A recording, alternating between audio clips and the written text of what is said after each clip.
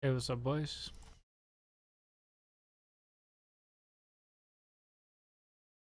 Play a little bit of Tetris before we queue up.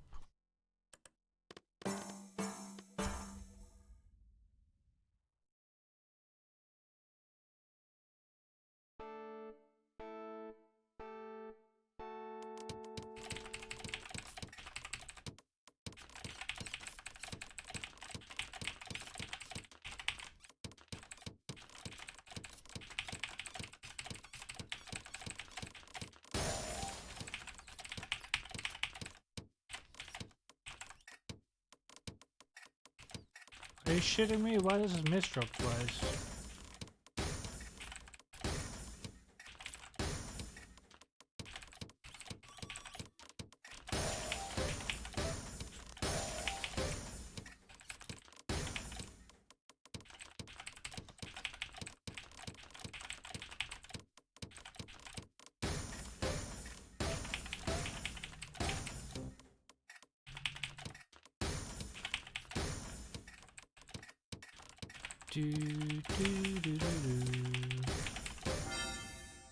Still 56, not bad. I just got us up 50 though.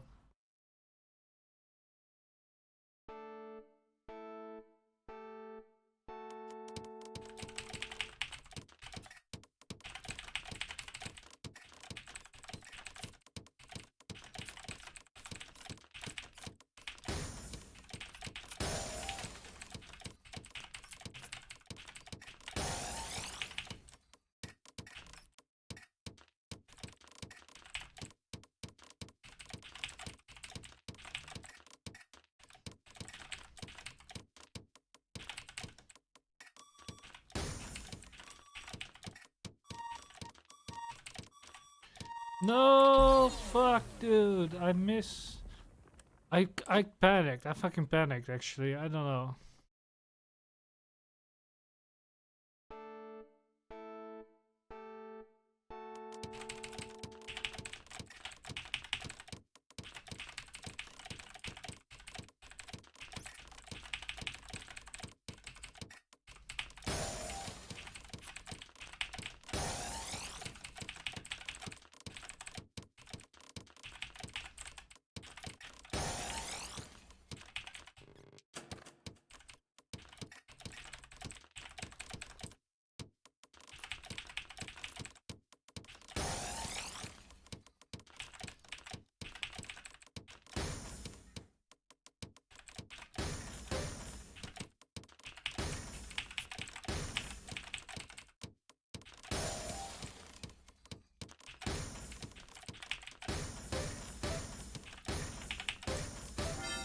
$50.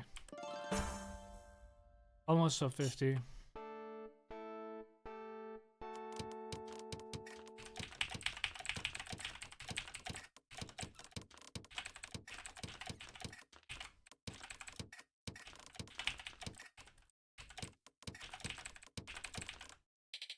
No way, bro. It fucking shifts.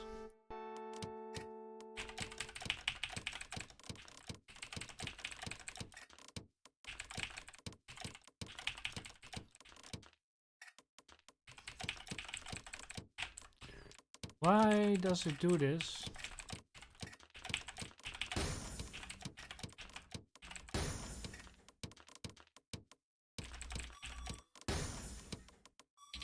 No way, bro.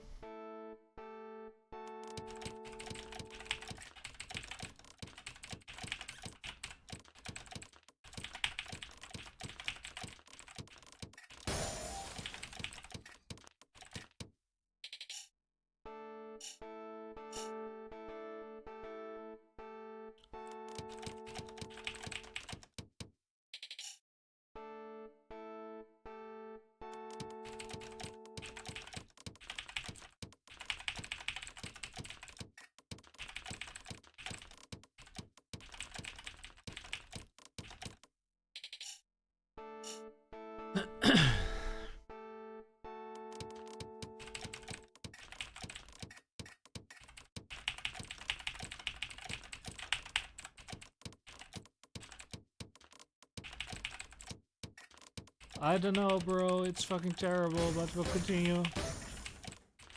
Why does it shift? I double press it.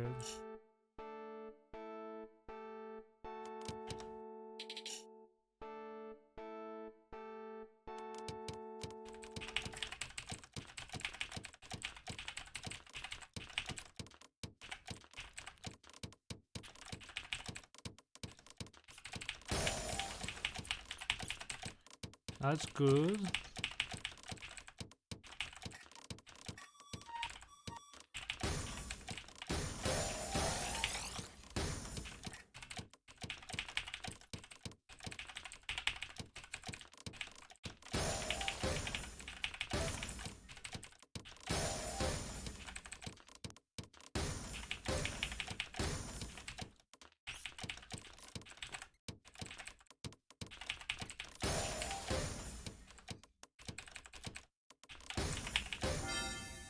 $47.9. Let's fucking go. We can play League, boys.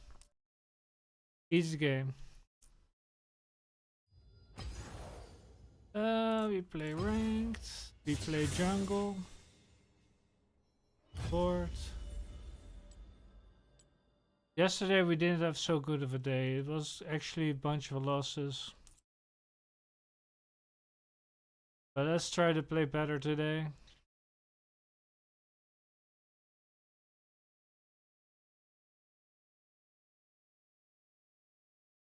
Yeah, we gotta play better today, boys.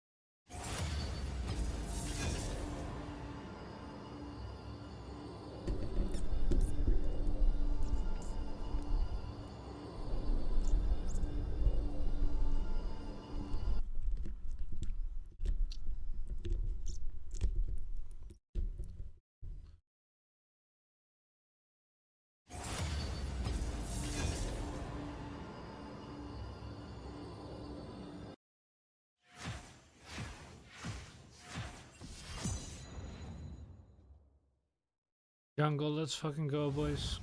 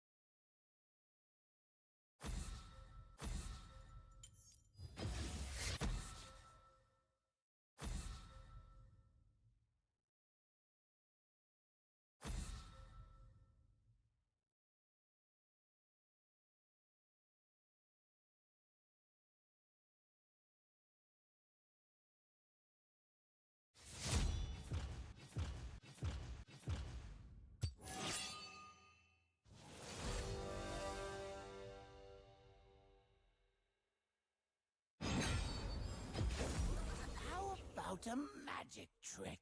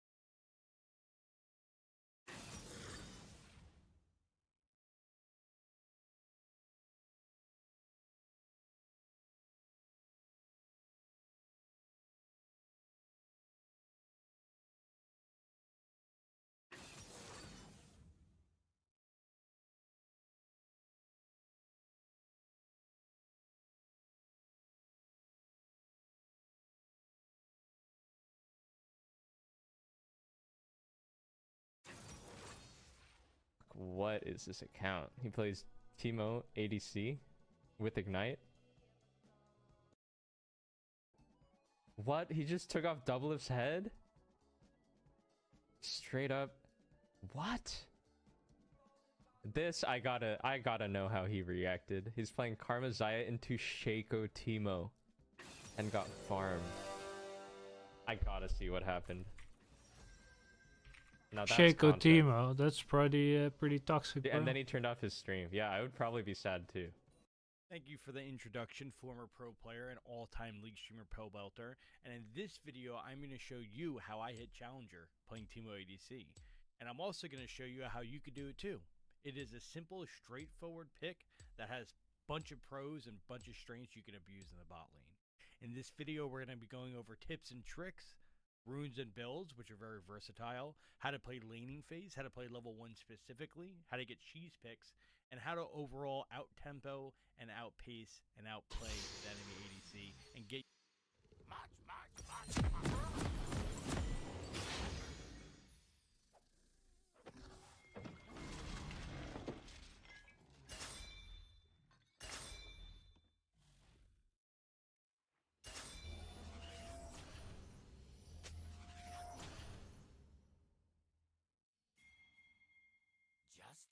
Welcome to Summoner's Rift.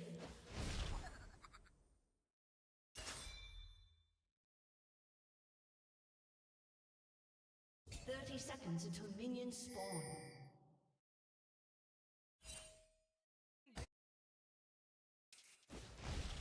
Now you see me. Now you don't.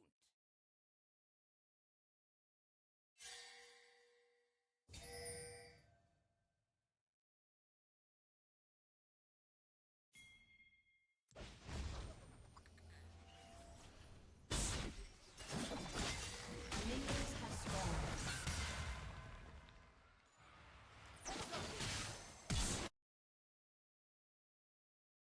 First blood.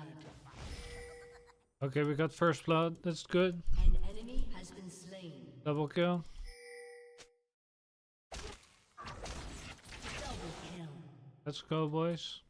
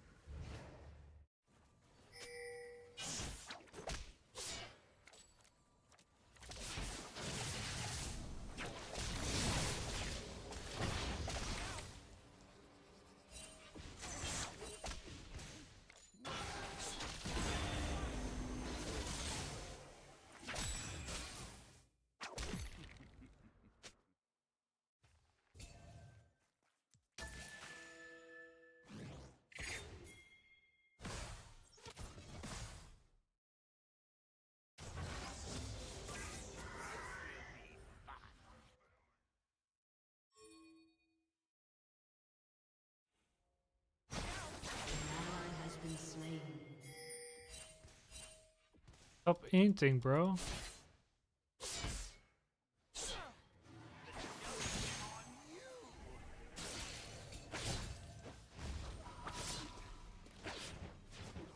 An enemy has been slain.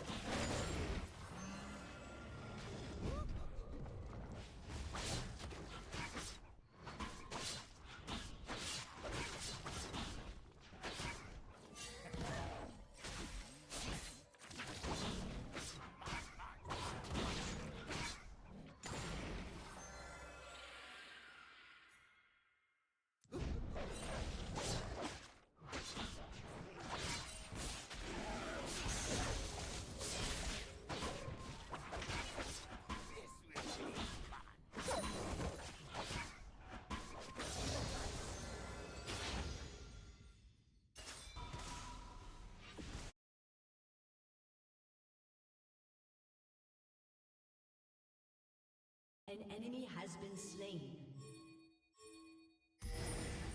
A little bit closer.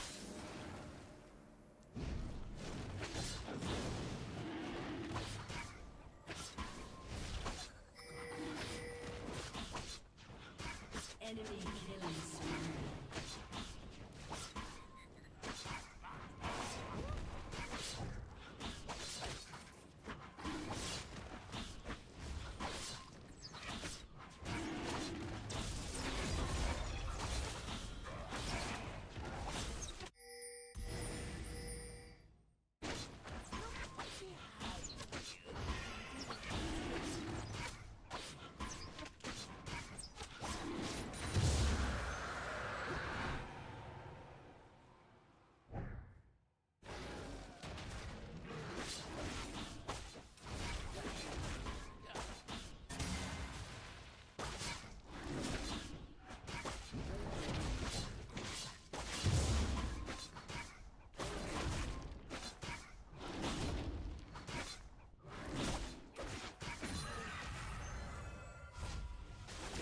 Now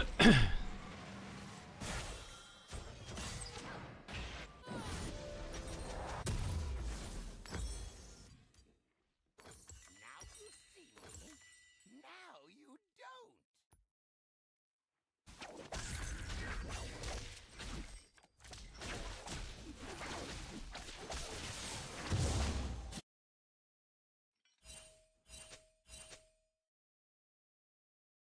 Could have done void grubs when I'm on the gank bot.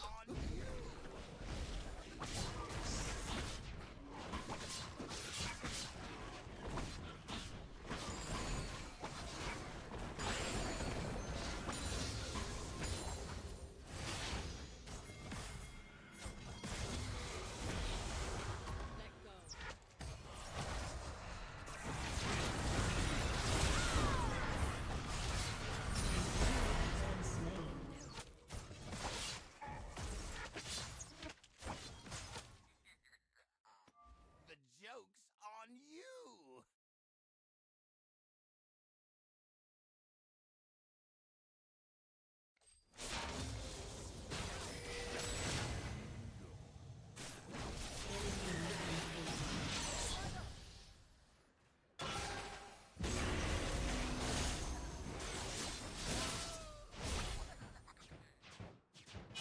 An ally has been slain. Why does he int? I don't get it. Killing spree.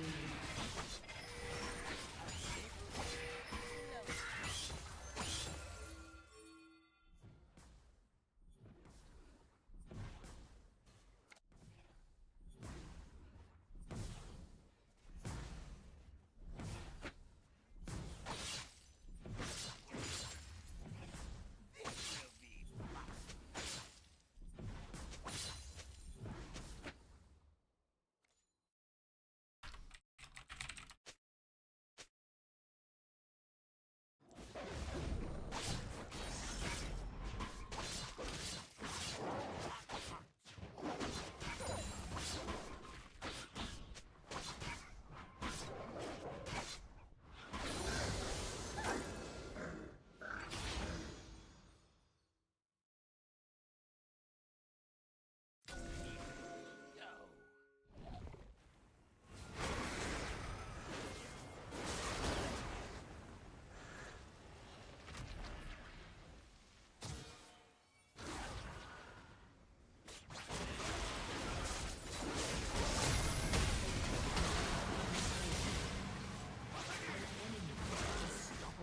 Are you kidding me? This guy fucking lives.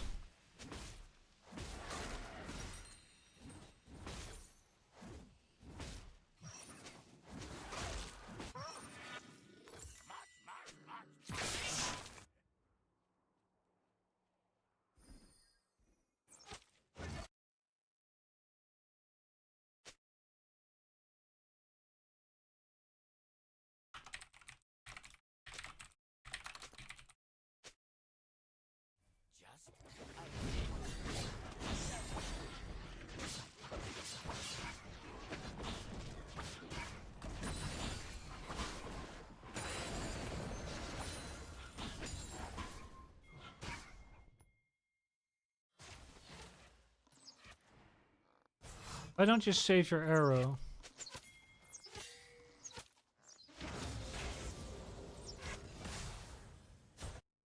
Now you see me. Now you don't.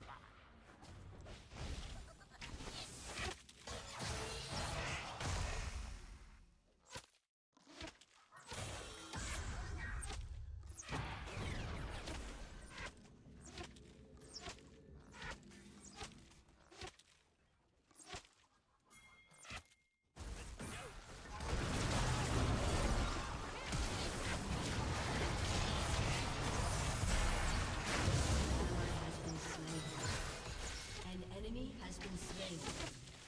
Rampage. Shut down. An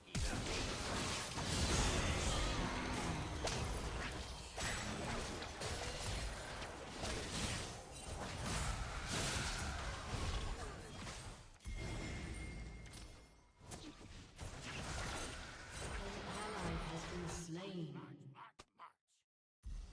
He is fucking inting, bro.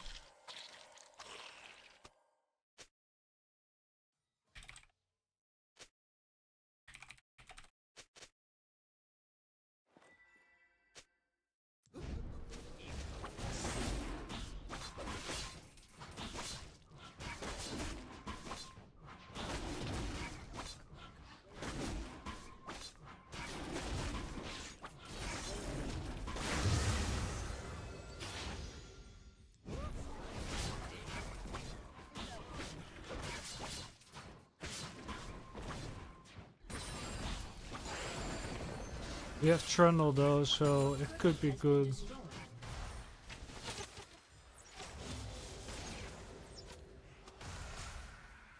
you see me.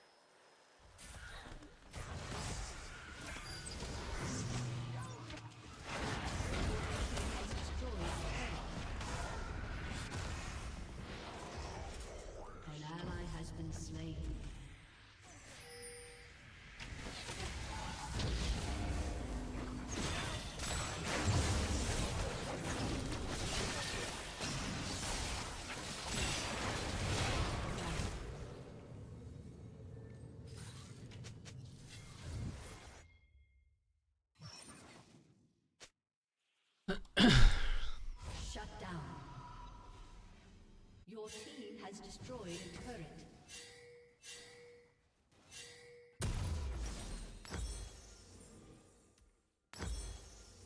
This will be fun.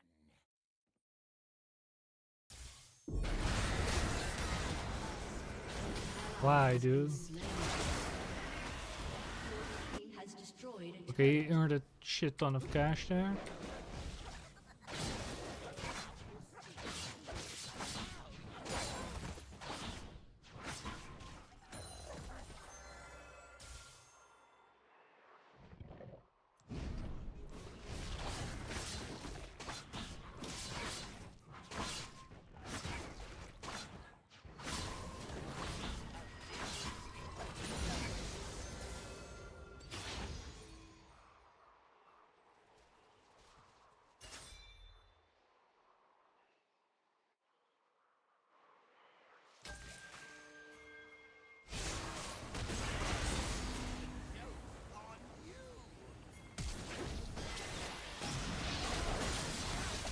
Slain an enemy.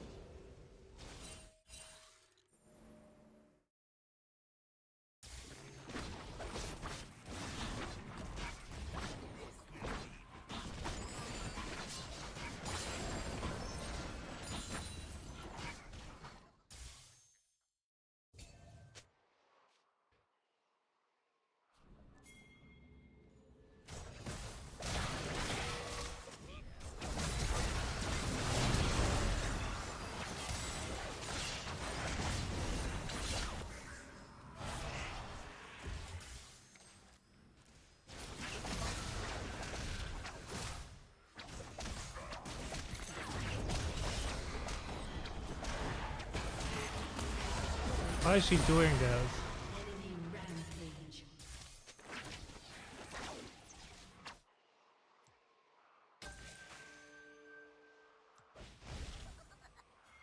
Your turret has been destroyed.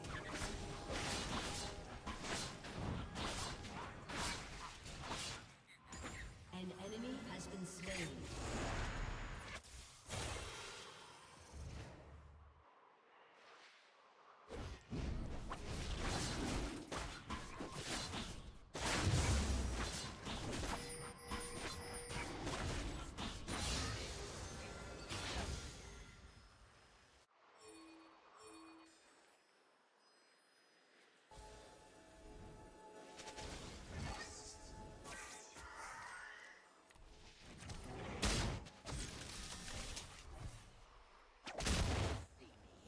Your turret has been destroyed.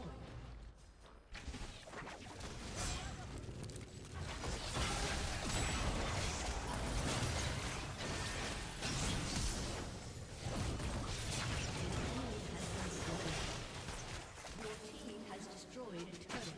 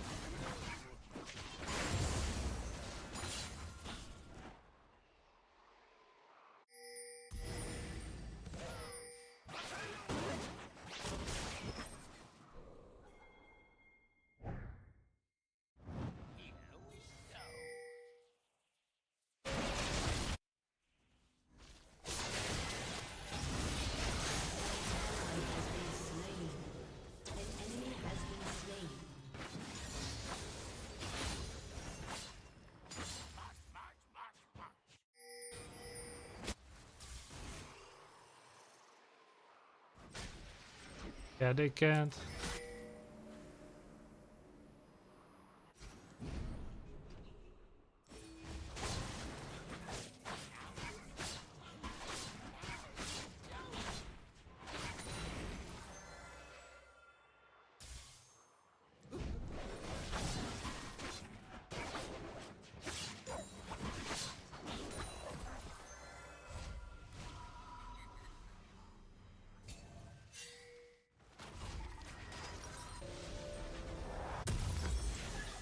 A little closer.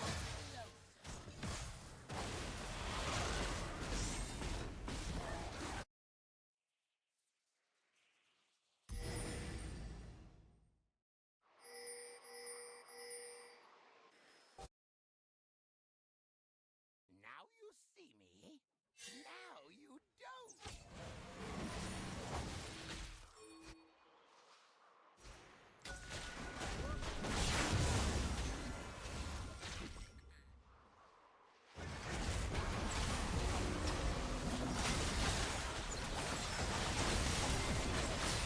An enemy has been slain.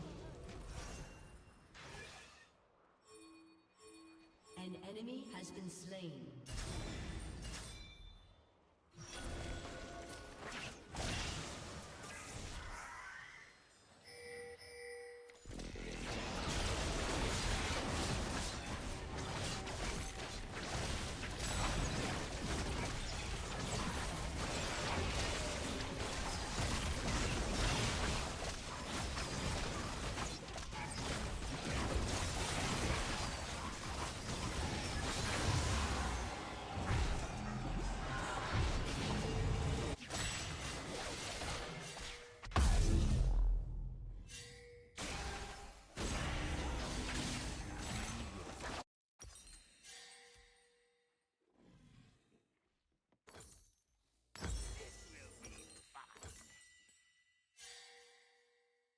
Okay, boys, we get this. Enemy has been slain.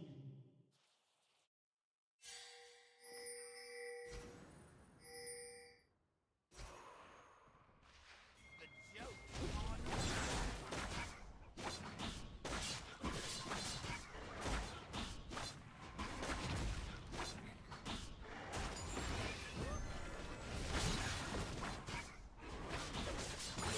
Has destroyed a turret.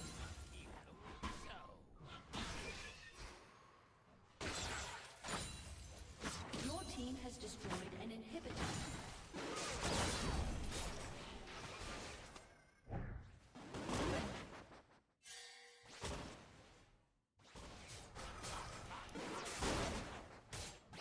Your team has destroyed a turret.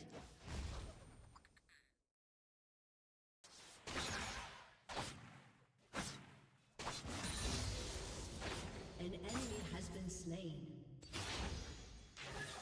Shut down. Shut down.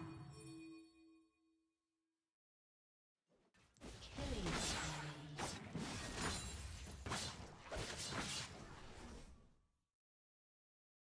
Your team has destroyed a turret. Now you see me. Your team has destroyed an inhibitor.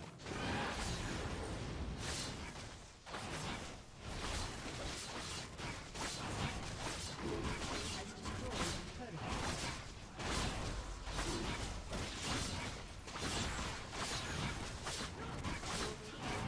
destroyed a turret.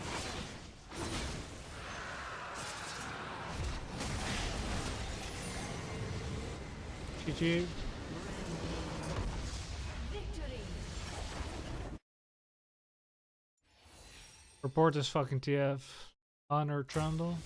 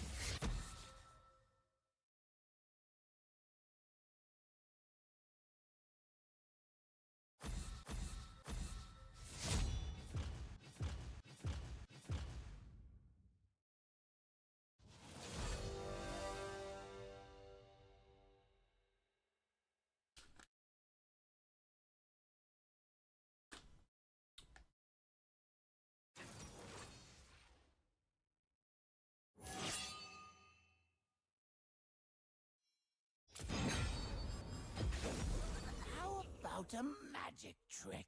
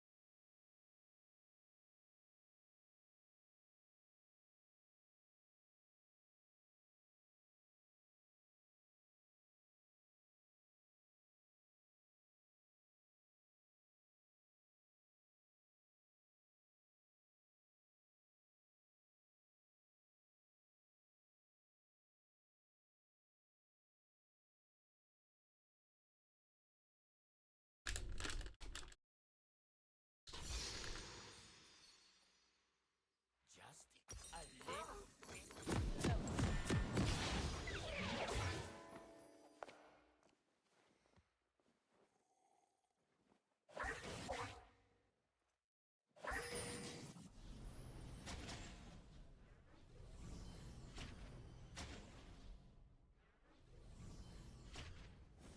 Welcome to Summoner's Rift.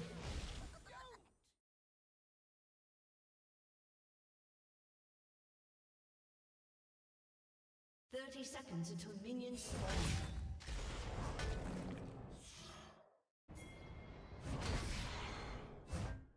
Here we go.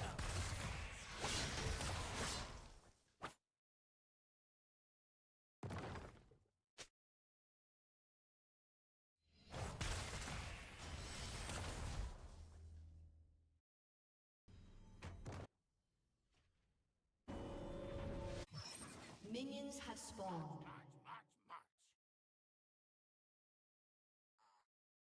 He just didn't walk far enough.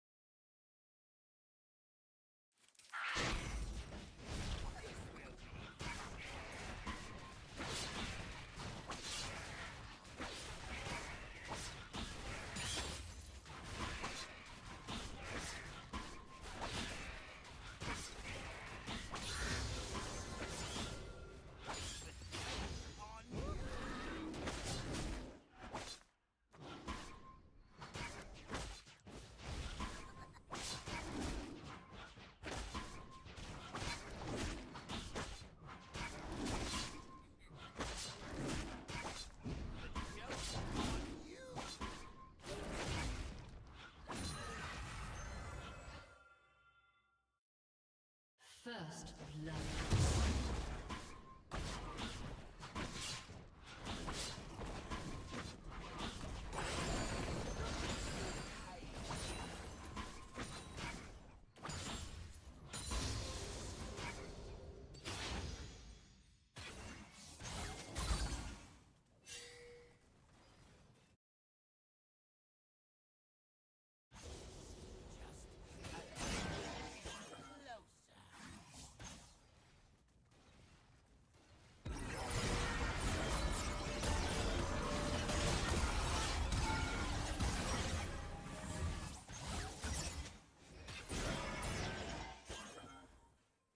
Now you see me. Now you don't.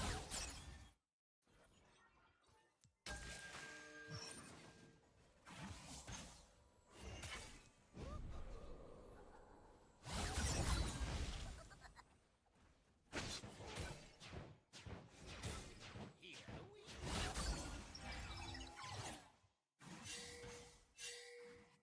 An enemy has been slain.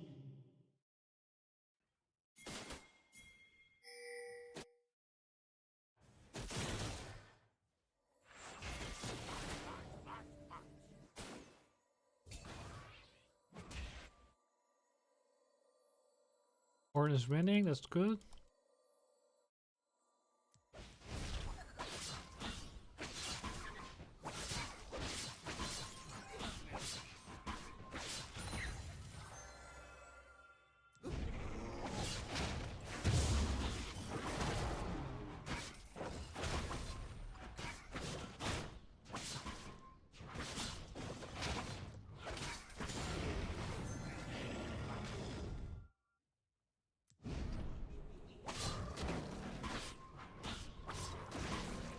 Shut down.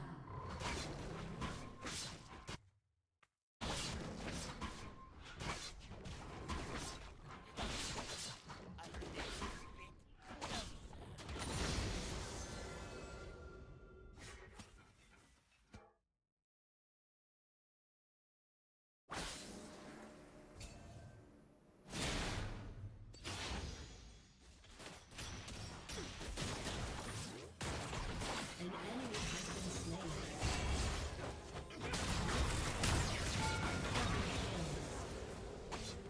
An ally has been slain.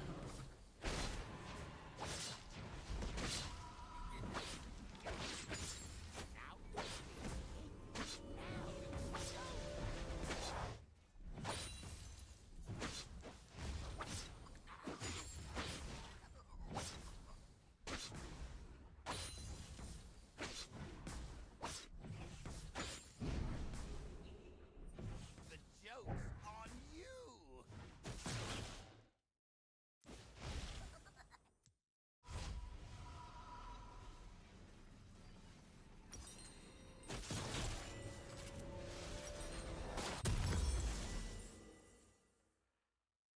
Just a little bit closer.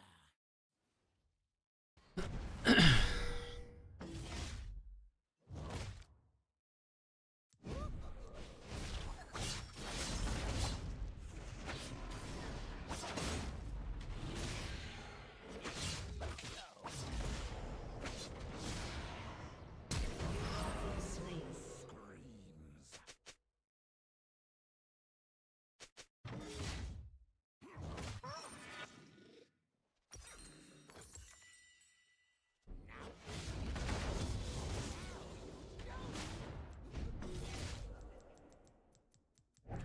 Executed.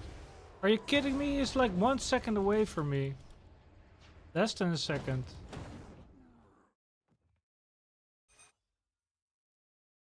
Here we go.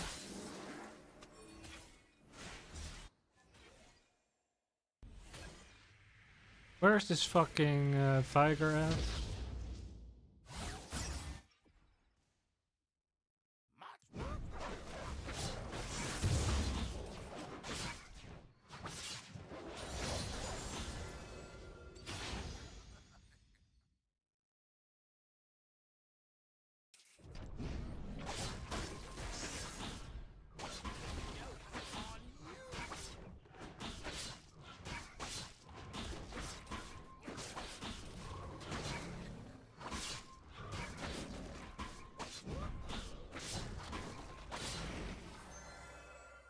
Unlucky early game.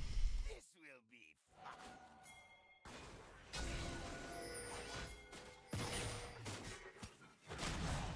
An enemy has been slain.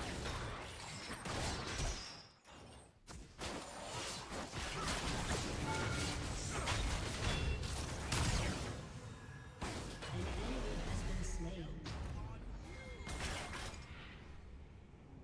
Ally has been slain.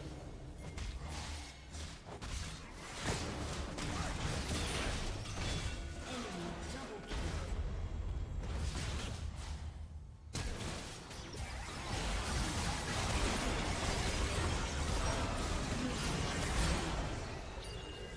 Shut Fucking hell, bro.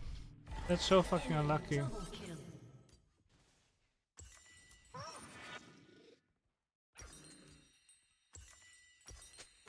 Now you see me. Now you don't.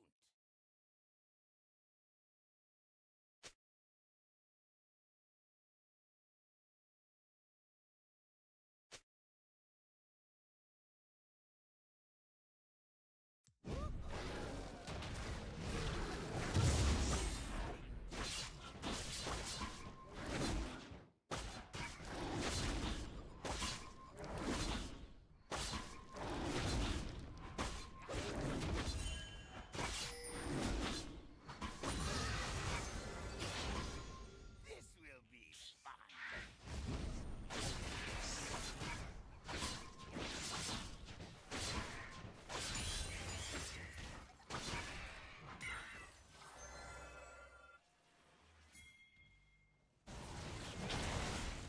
We go.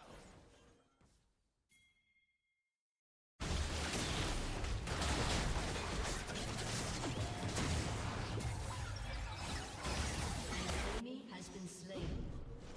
An enemy has been slain. That's good.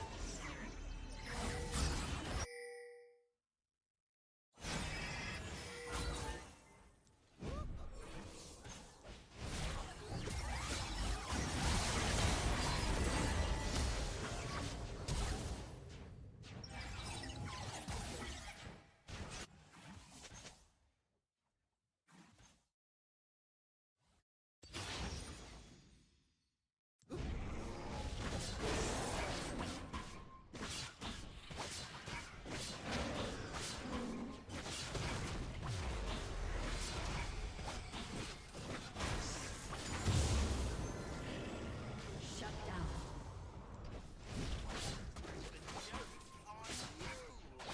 I'm getting so unlucky with my kills. Actually so unlucky.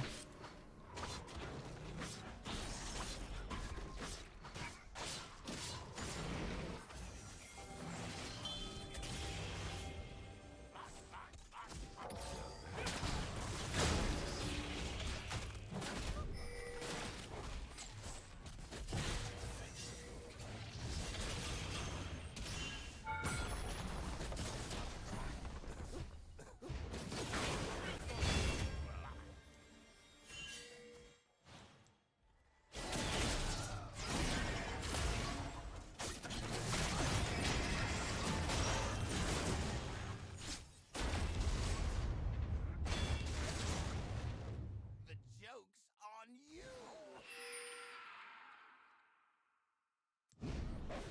An enemy has been slain.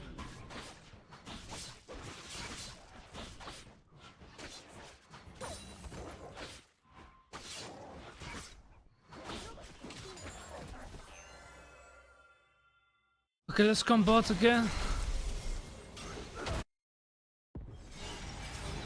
Has been slain.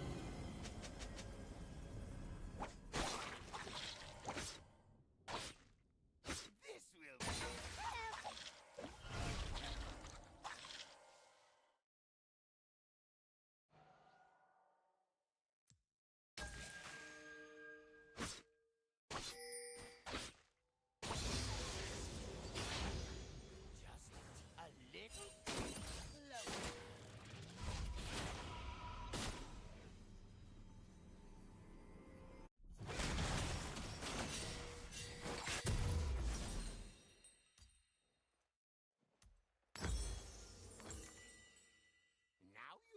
Your turret has been destroyed.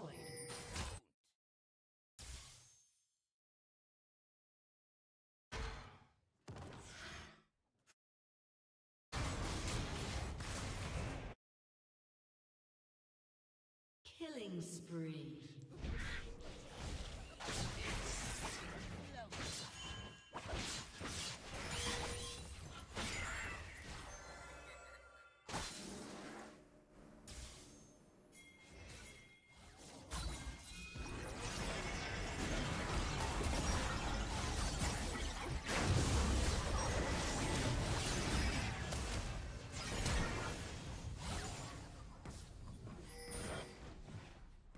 What is this Viger doing? He doesn't even ulti.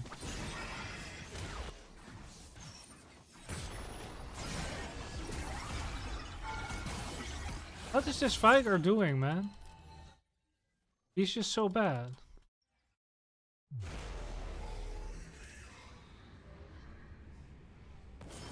An ally has been slain. March. This Viger, man.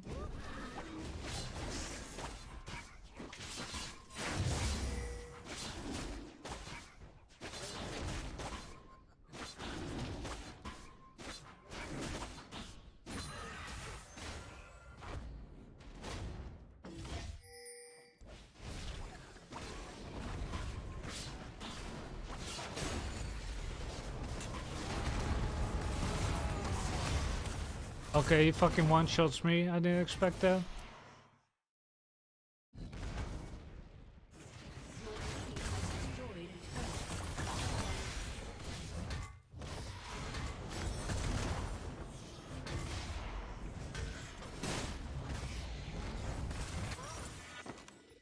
I'm gonna continue to camp bot. Mid is just annoyingly bad, actually.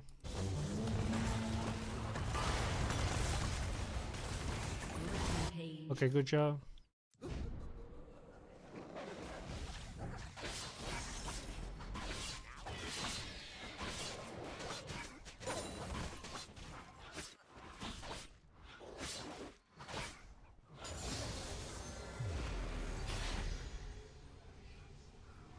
How bad is this Viger, man? He's continuously getting killed. Slain.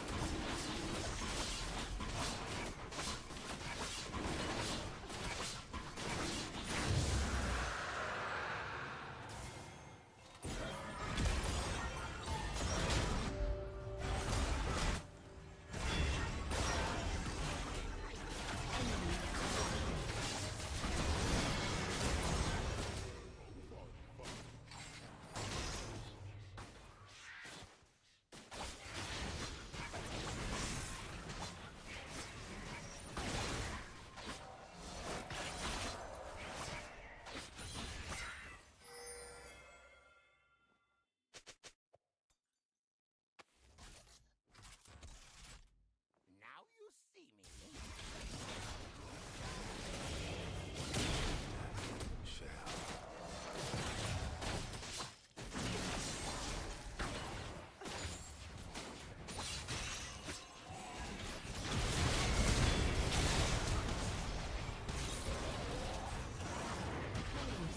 Okay, nice.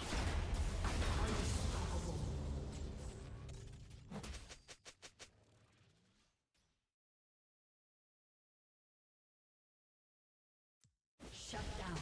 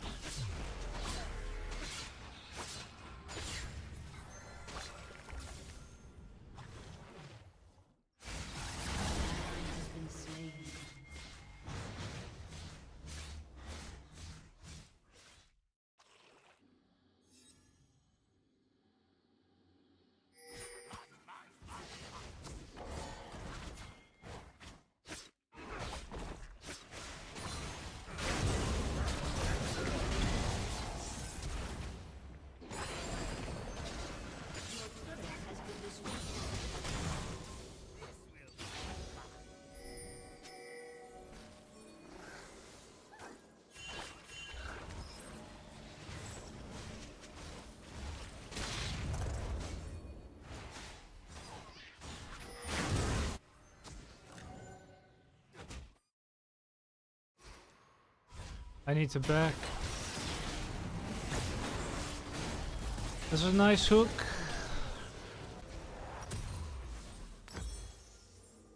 I'm just so behind right now. Joke's on you. I'm only getting assists. It's pretty bad.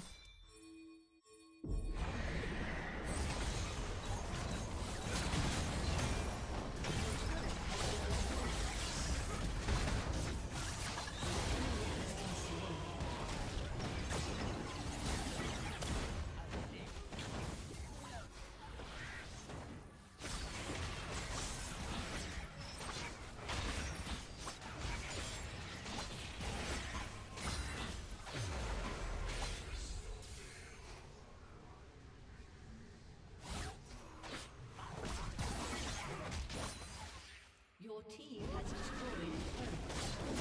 Your turret has been destroyed.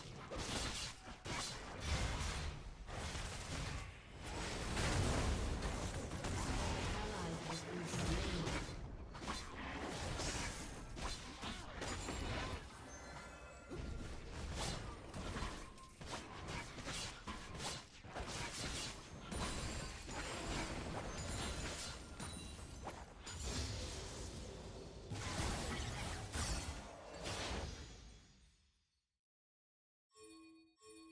Now you see me. Now you don't.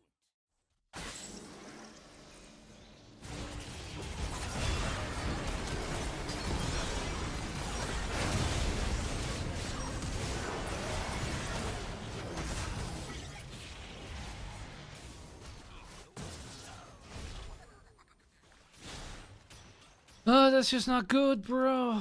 Here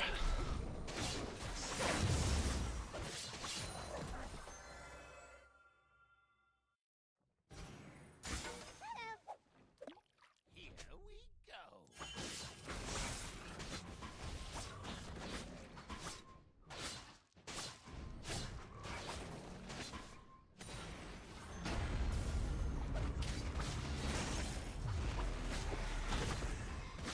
An enemy has been slain.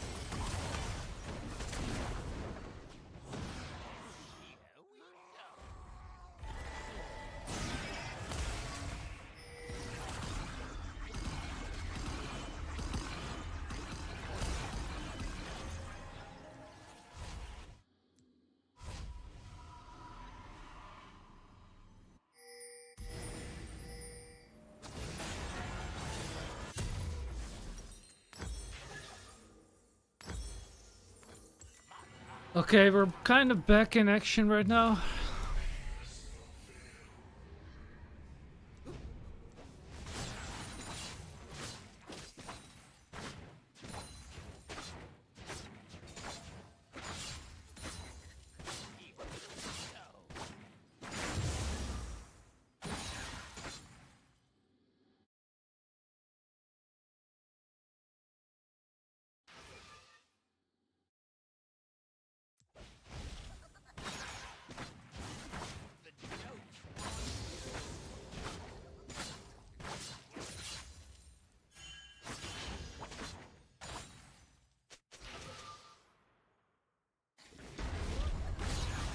An ally has been slain.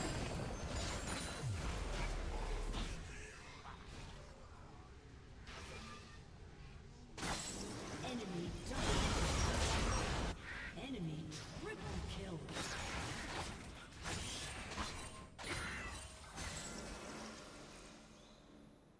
The joke's on you!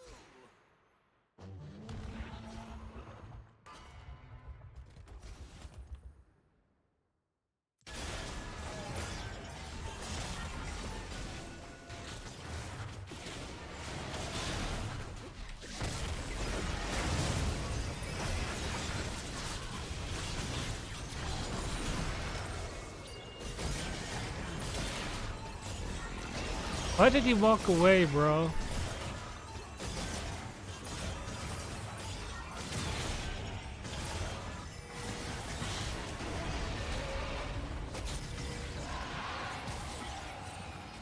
He had every chance to steal that and he fucked it up. Your turret has been destroyed. An enemy has been slain. A little bit closer.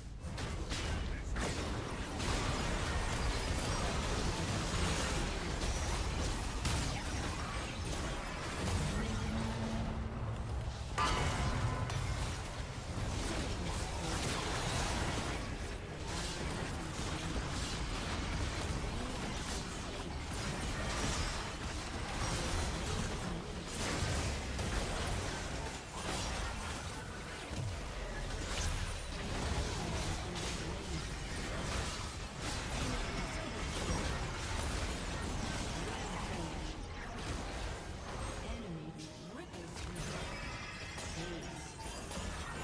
kill.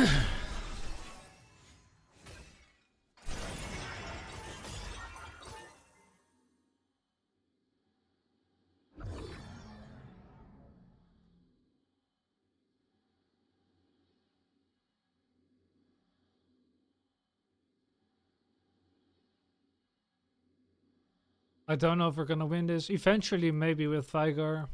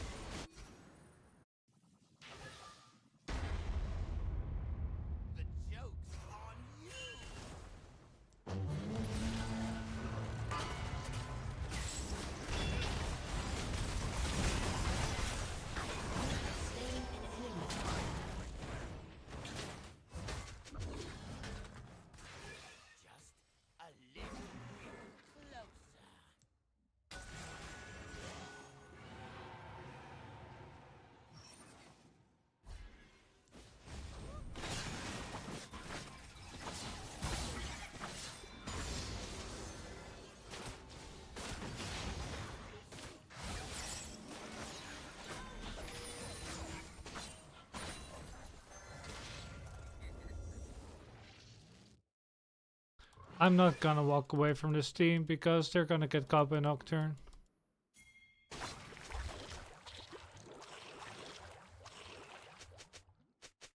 Here we go.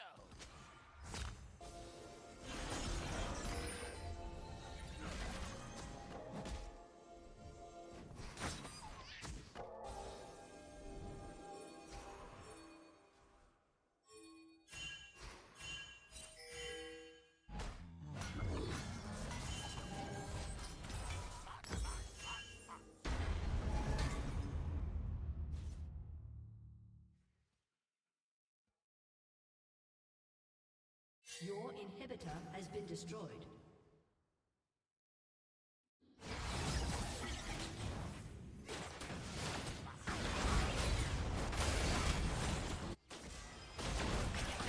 Enemy has been slain.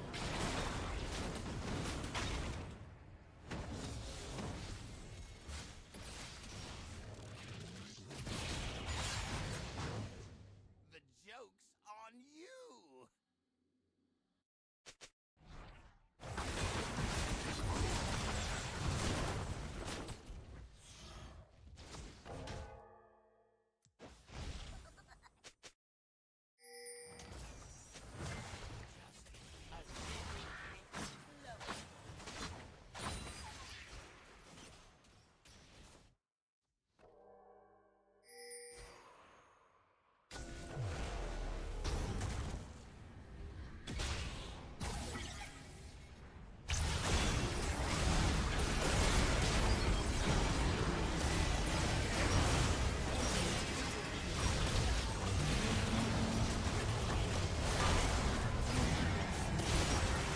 They keep getting caught by Nocturne, it's so bad.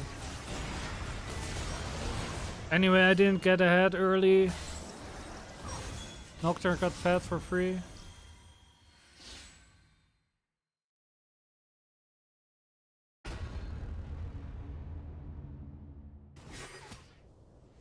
Tiger failed by pushing his lane continuously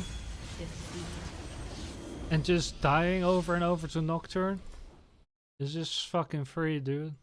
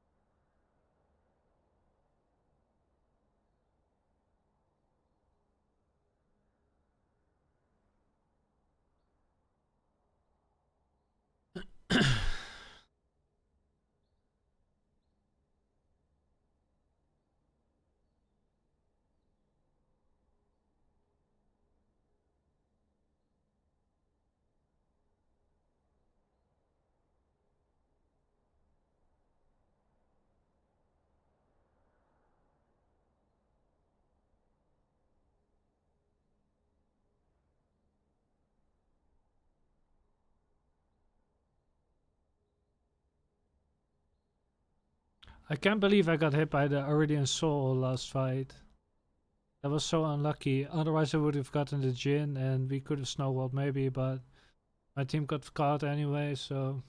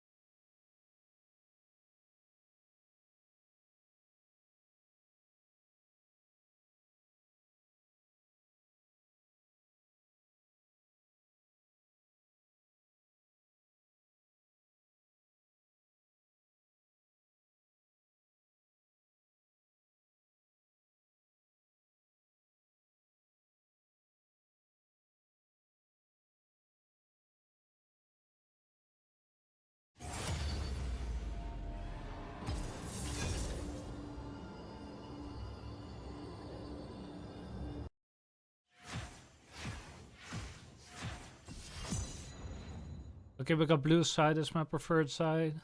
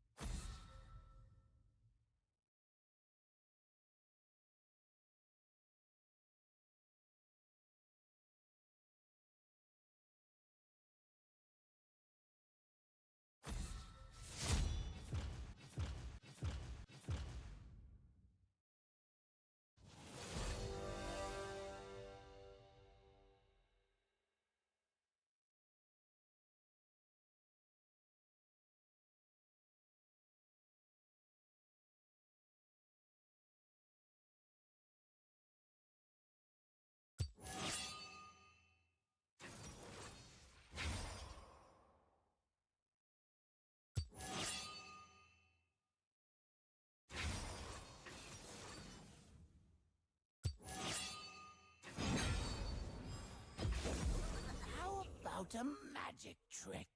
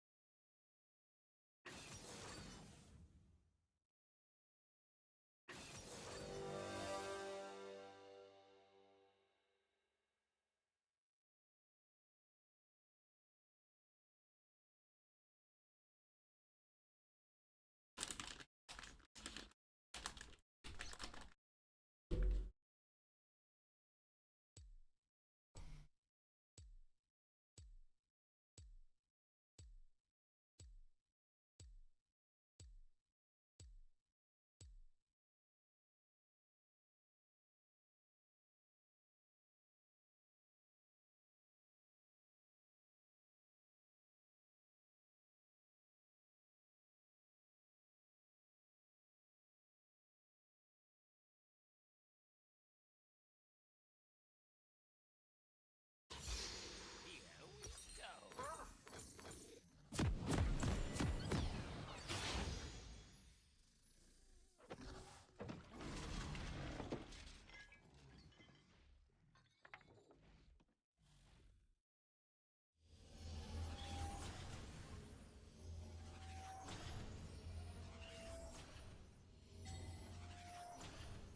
Welcome to Summoner's Rift.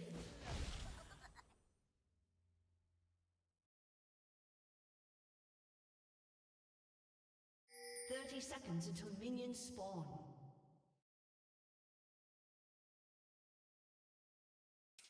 March, march, march, march.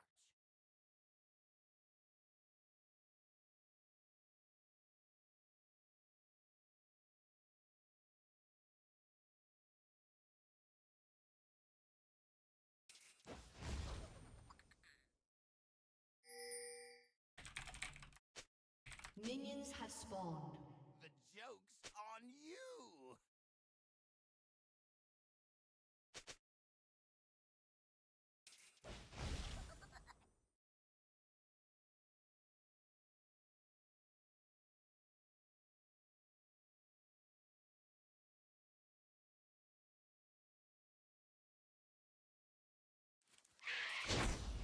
This will be fun.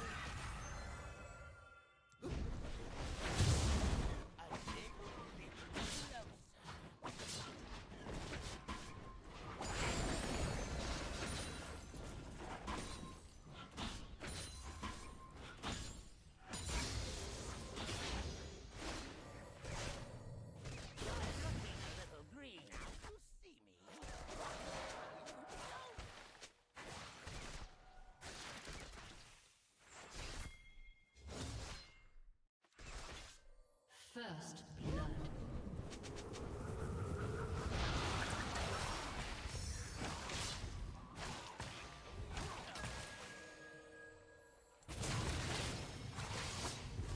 You have been slain. An enemy Fucking random, man. Why did that tornado go my way? Just a little bit closer.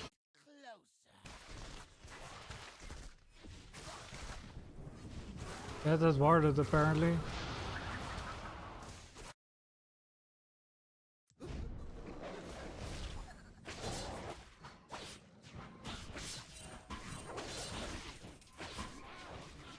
An ally has been slain.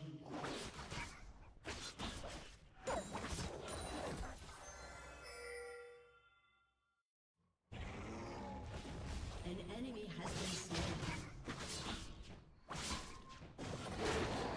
An ally has been slain. An enemy has been slain.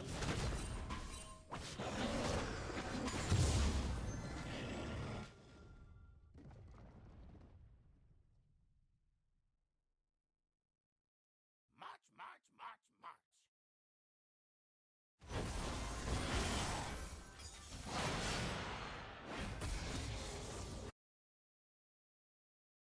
Where the fuck did my champion go? An enemy has been slain. Joke's on you.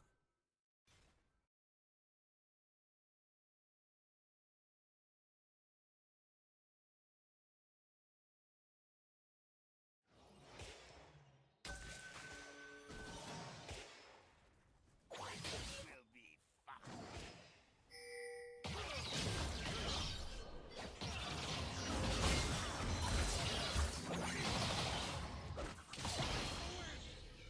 An enemy has been Nice. slain. Now you see me. Now you don't.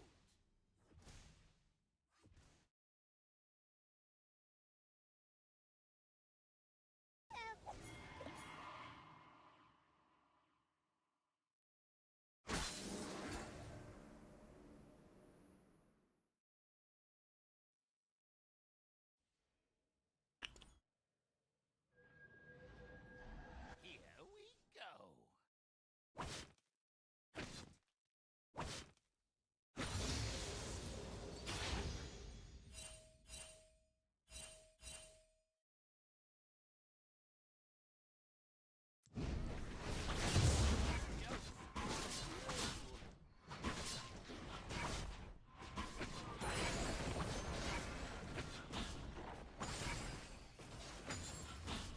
An enemy has been slain. Nice. Just a little bit closer.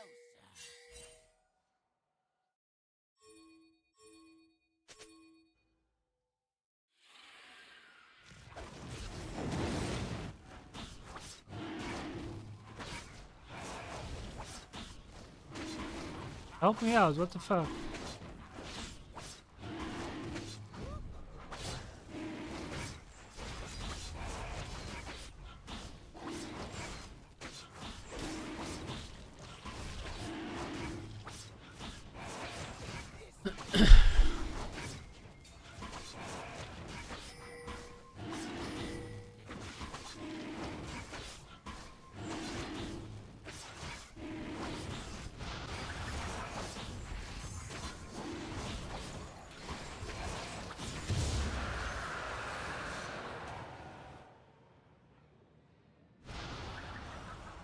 Killing spree. An enemy has been slain.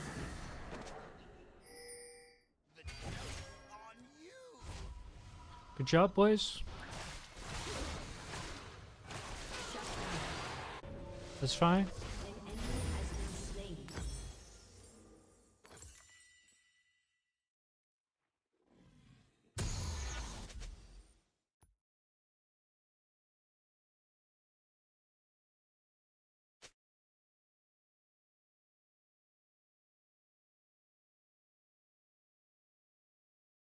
This will be fun.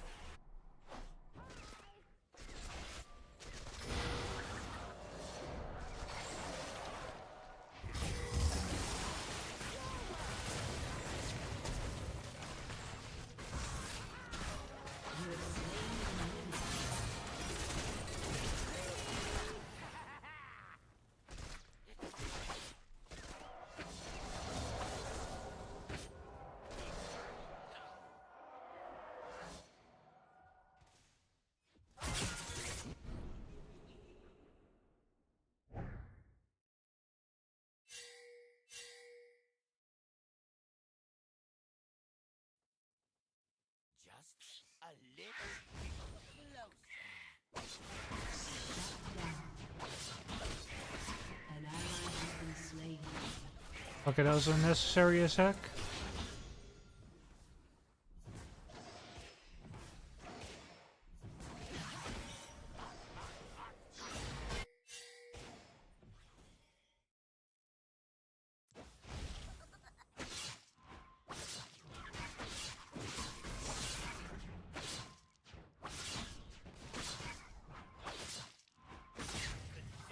On you.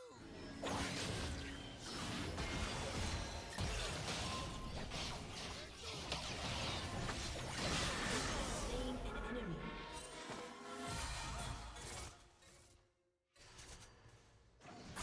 An enemy has been slain.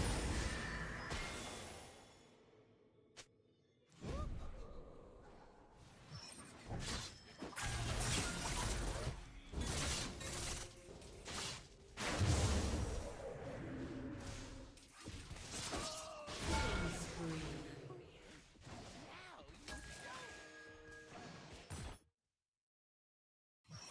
Okay, boys, we got her.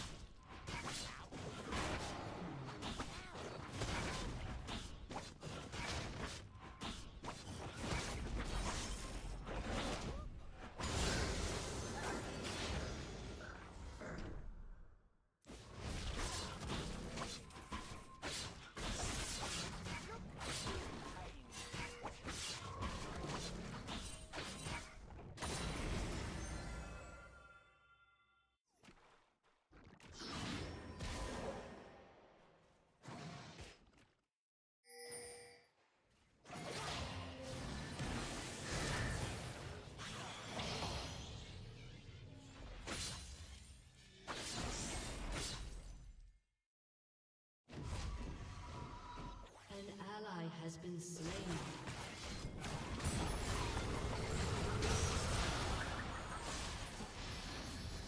An enemy has been slain. Shut down.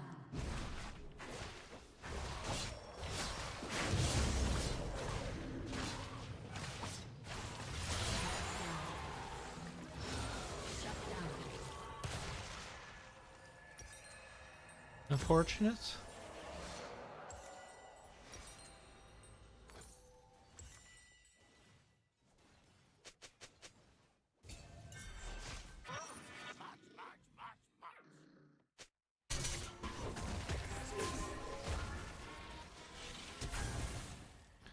I'm just gonna go Drake, I think.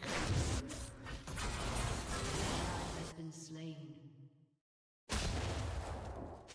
The joke's on you.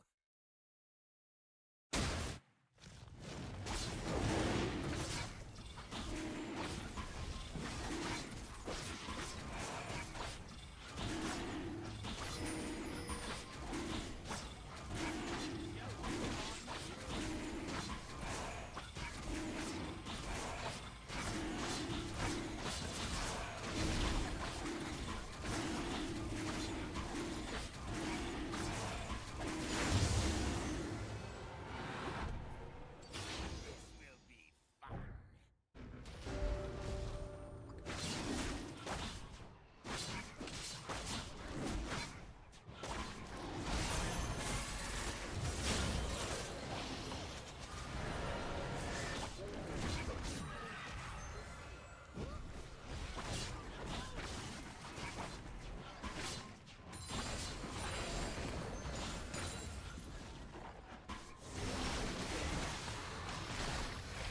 An enemy has been slain. You have slain an enemy.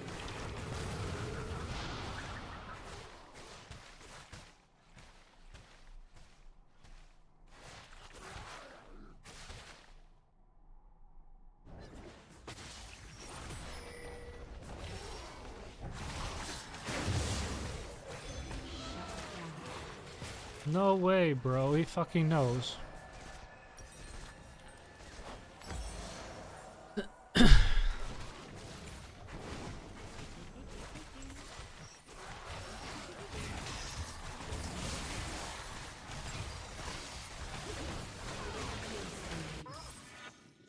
Enemy double kill.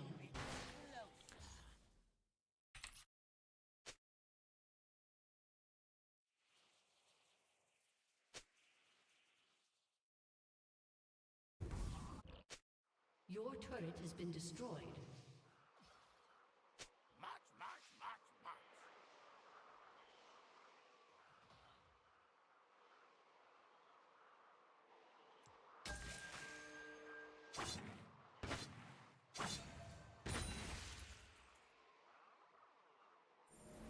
The joke's on you.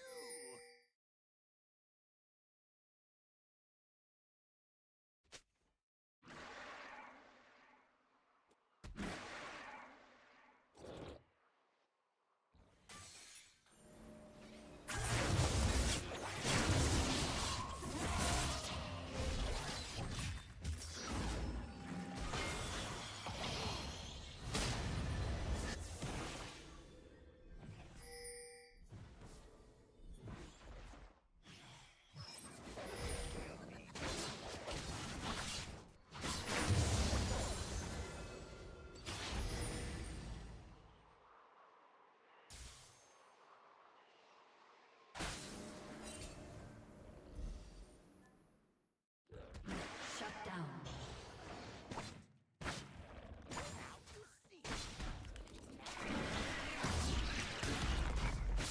Double kill.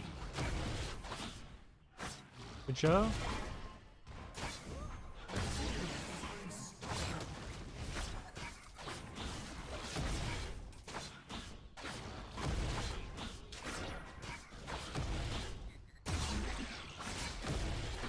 Your team has destroyed the turret. Your turret has been destroyed.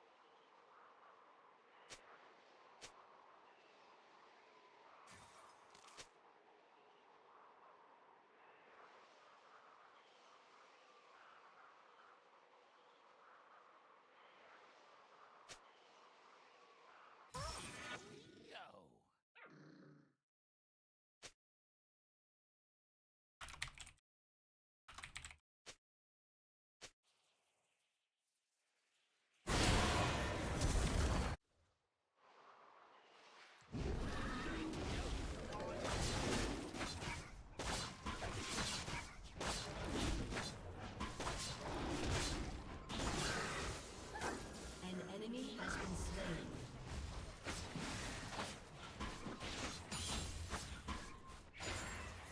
A little bit closer. Has been slain.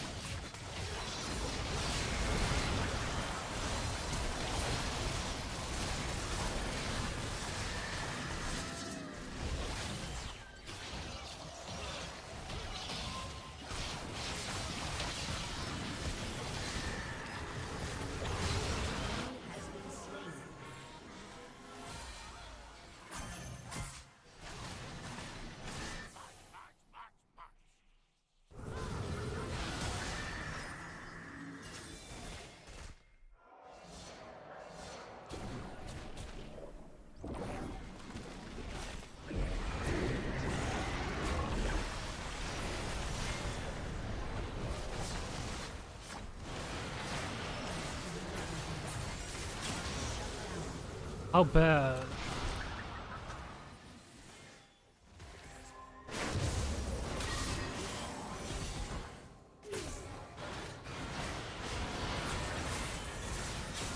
Ally has been slain.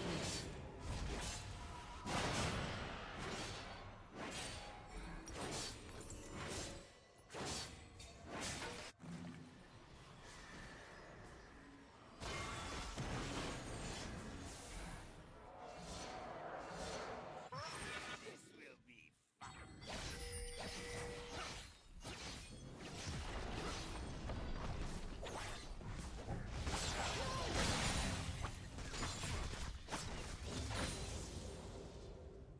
Your turret has been destroyed. Ah, man. A little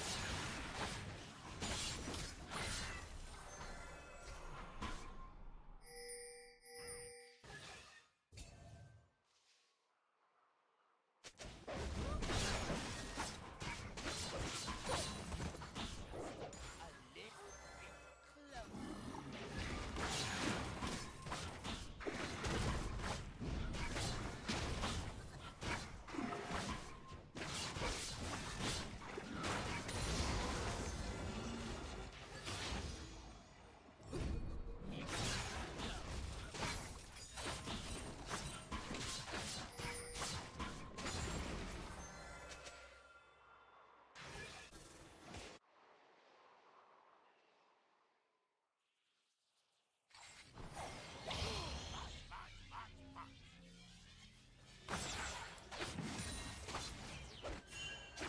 Enemy killing.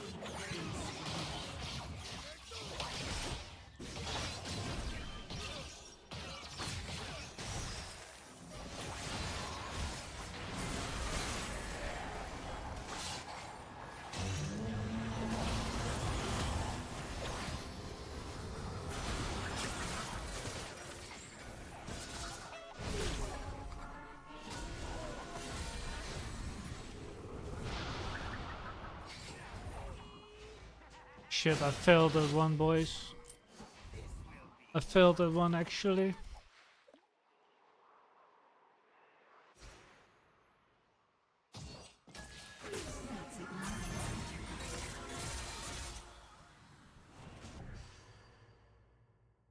Leave the Drake.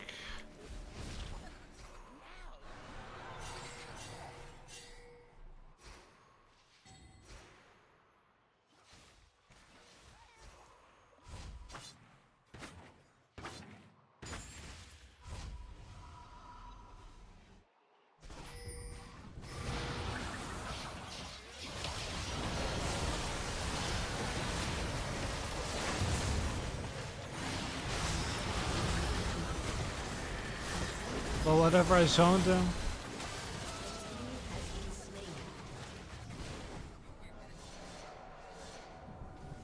We got 2 kills for 1.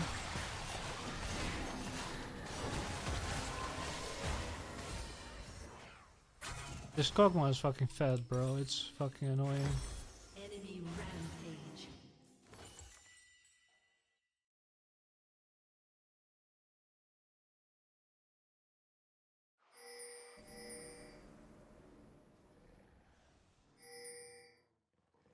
Your team has destroyed a turret.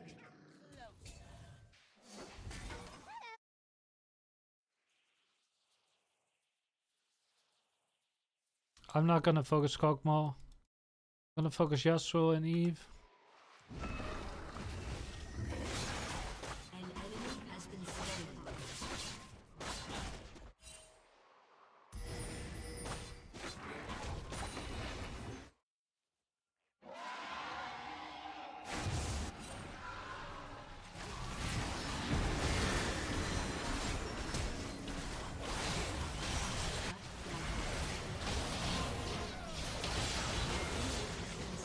It's fine, we push.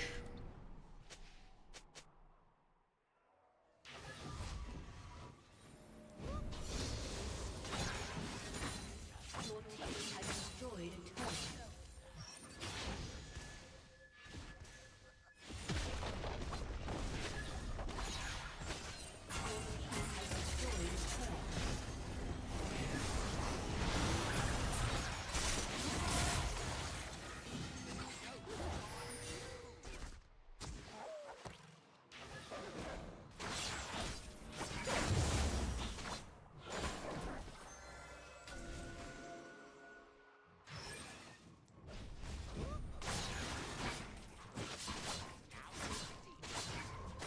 Enemy is unstoppable. Shut down.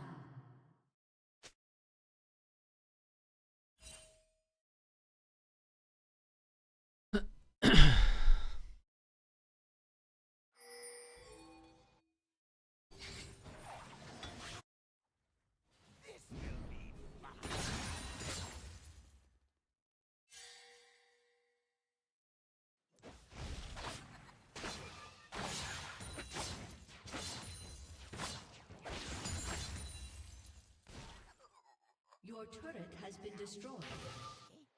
Now you don't.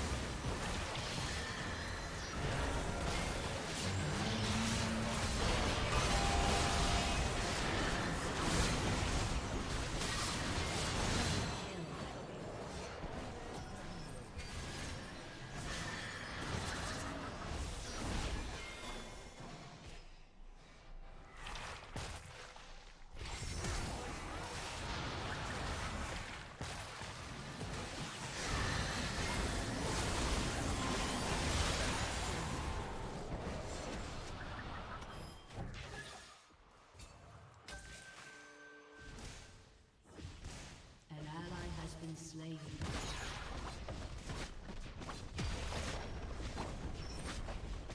Your team has destroyed a turret. Unstoppable.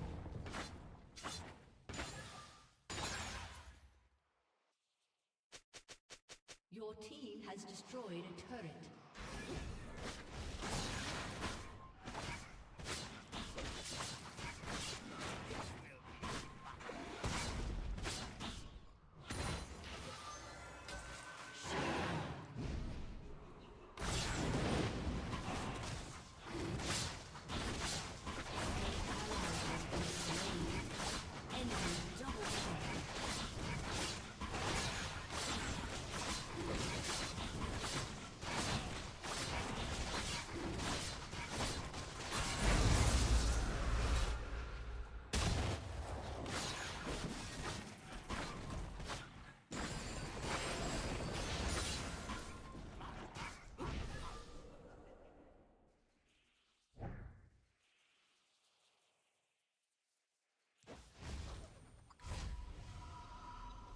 Yasuo is completely wasting time there, that's good.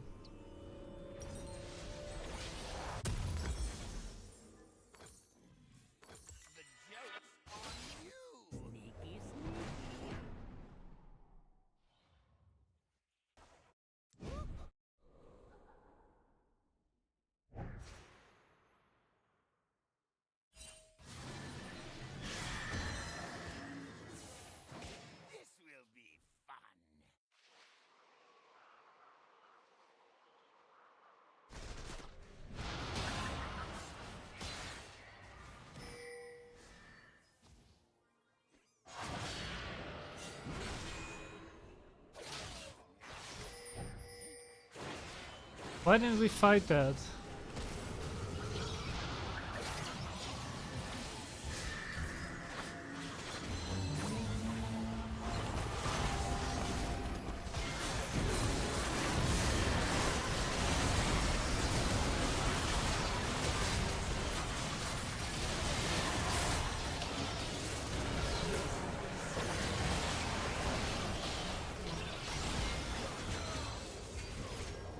And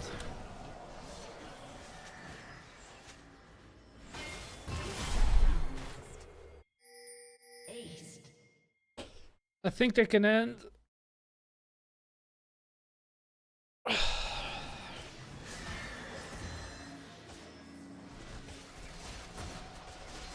team has destroyed an inhibitor. Yeah, they can end. Has destroyed a turret.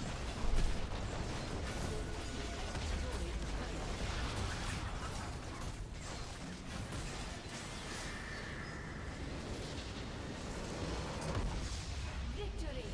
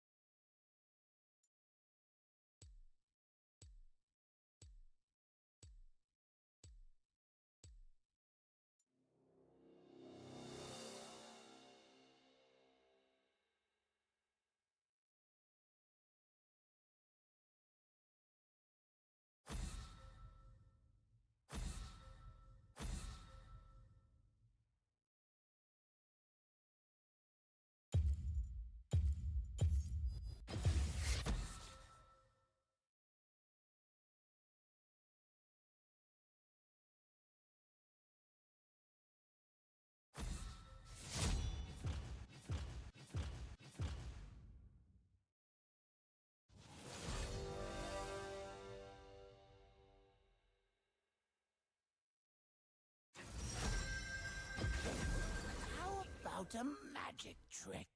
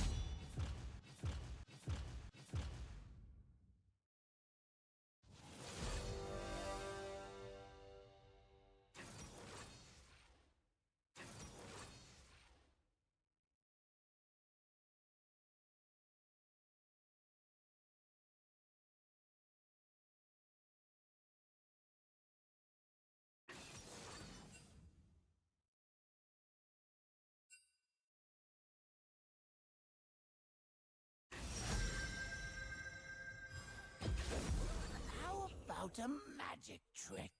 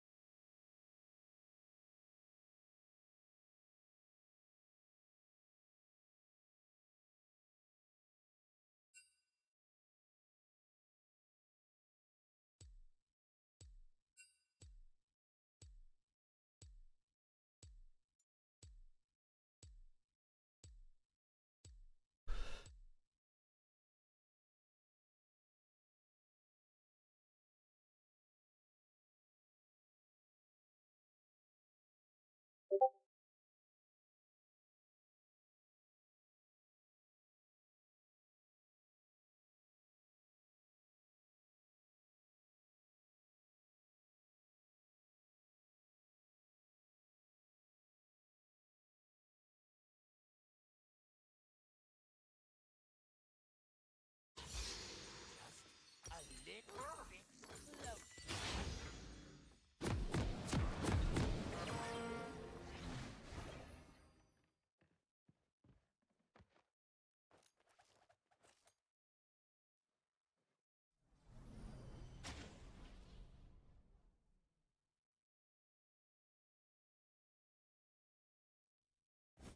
Welcome to Summoner's Rift.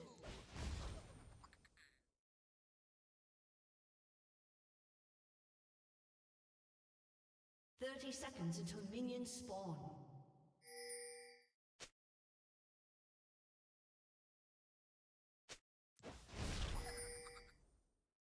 Now you see me. Now you don't.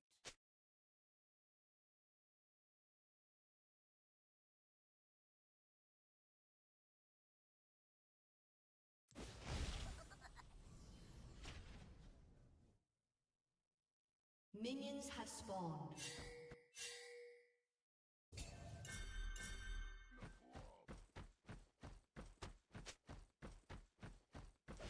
This will be fun.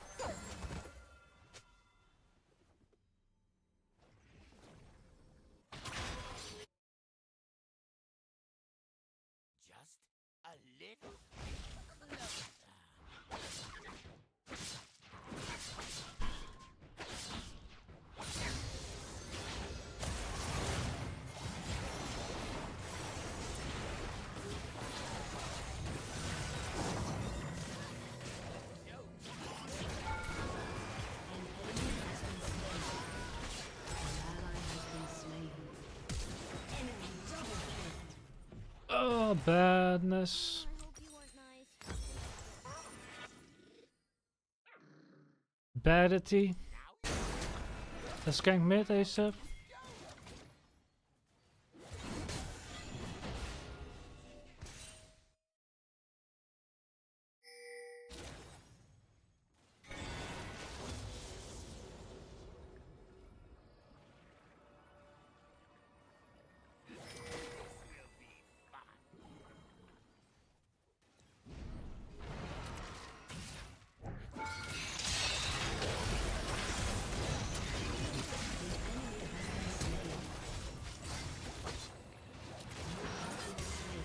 Fuck, dude.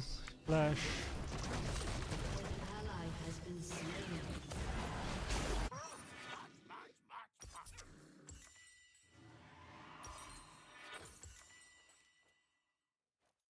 Enemy killing spree.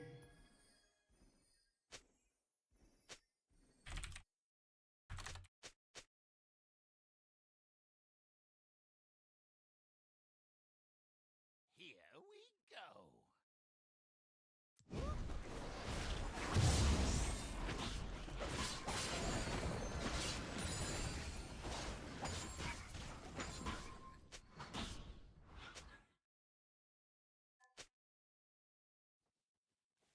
Just a little closer.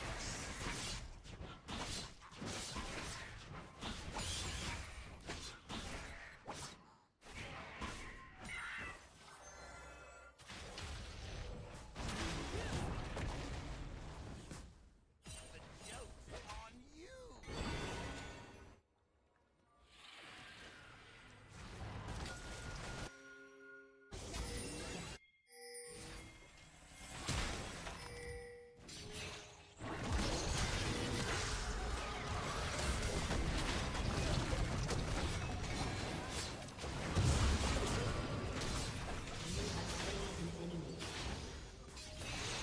Good job.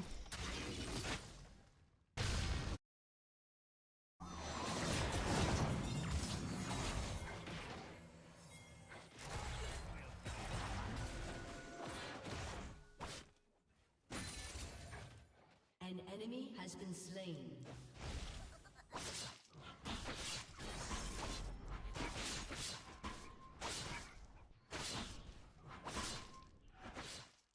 An enemy has been slain. March, march, march, march.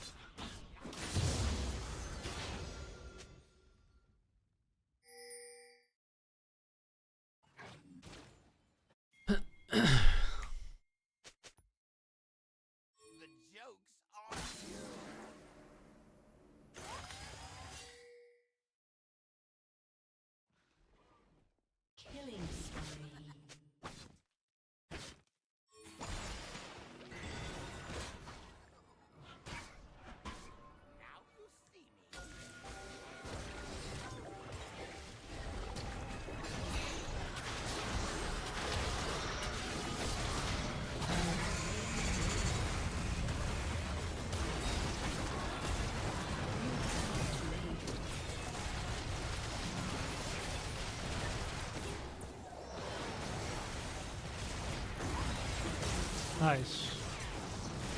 Enemy has been slain.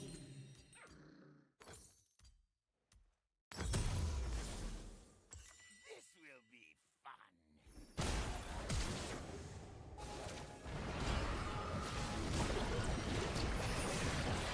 Spree.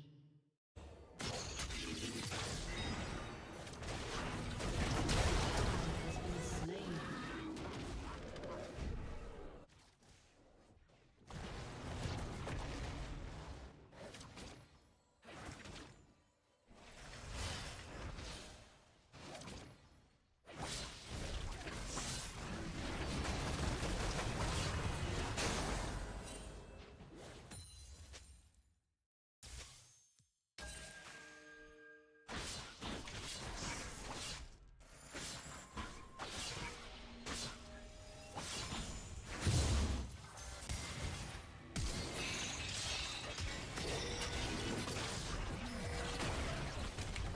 You have slain an enemy.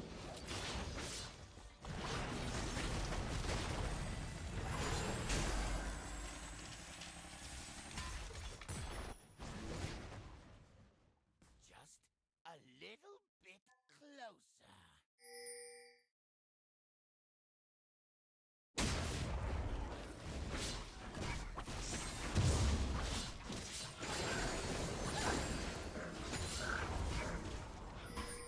Rampage.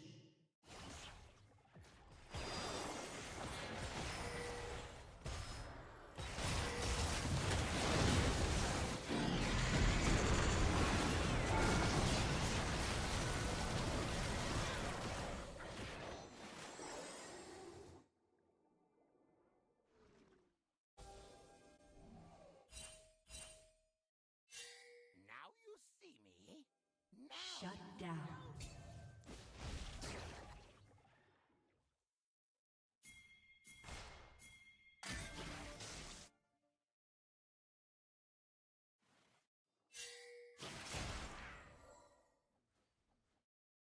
this will be fun.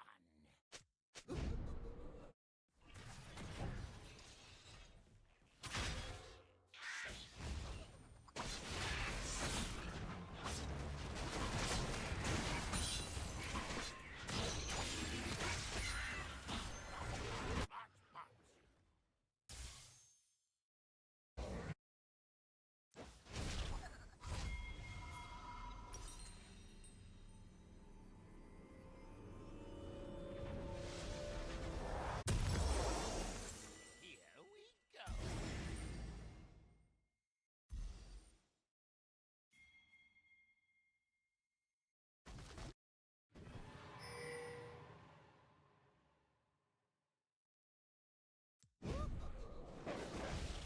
The joke's on you.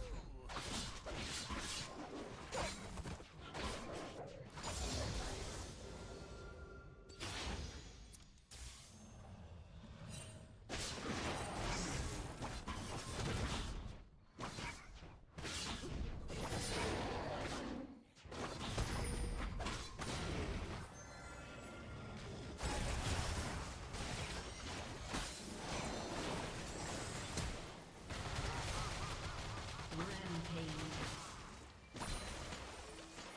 Just a little.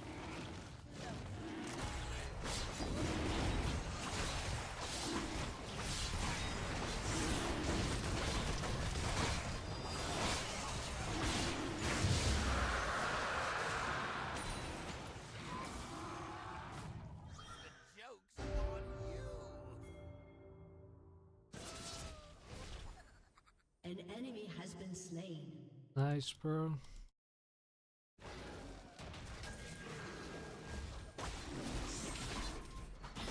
Unstoppable.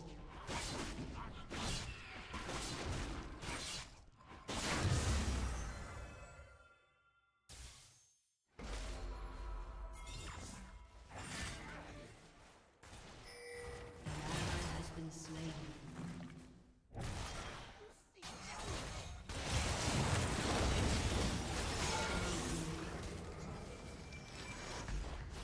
Shut down. Why didn't they tank, bro? So annoying.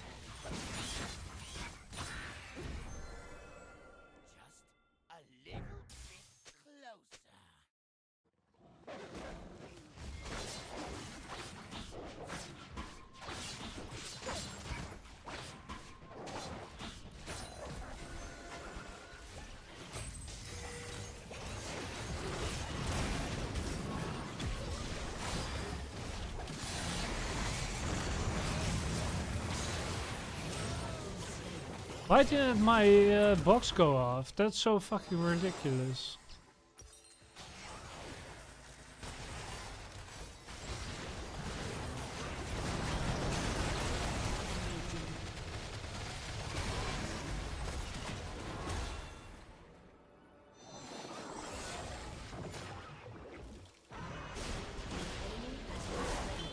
Okay, channel 1.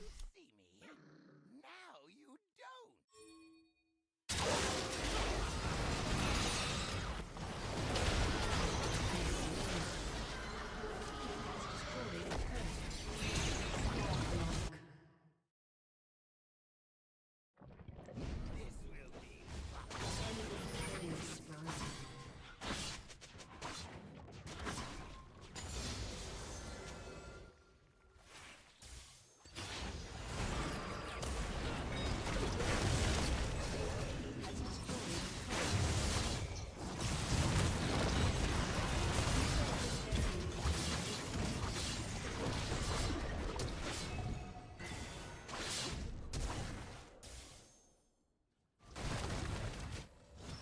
Fresh flash. March, march, march, march.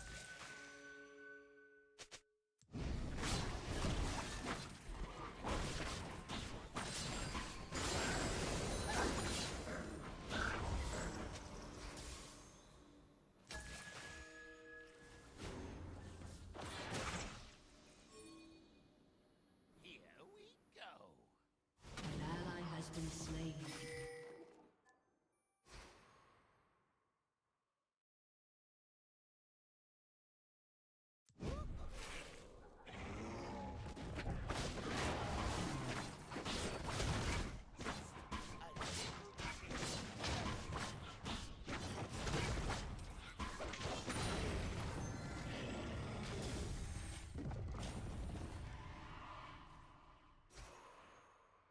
An enemy has been slain.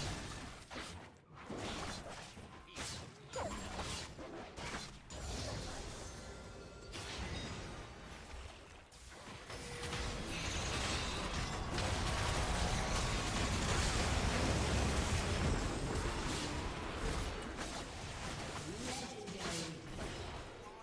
You have slain an enemy.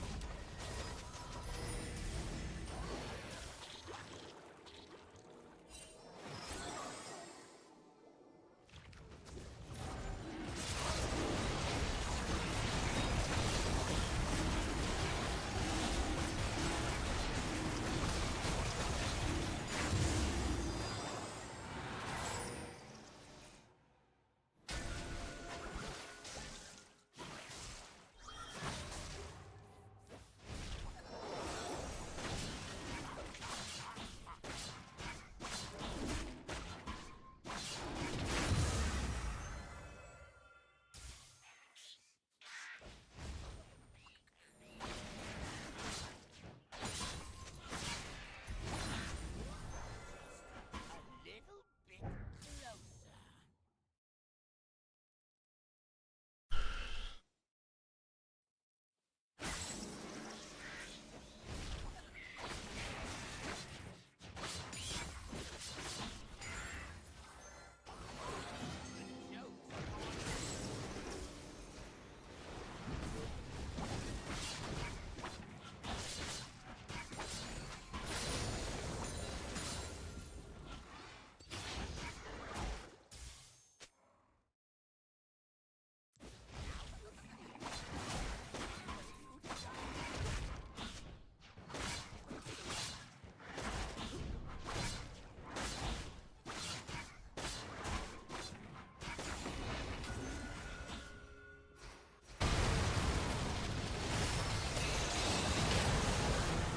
Slain.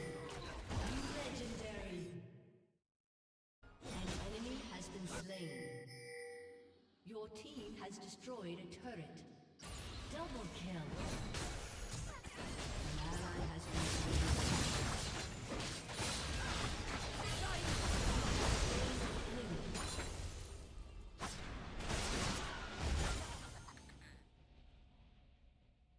Your team has destroyed a turret.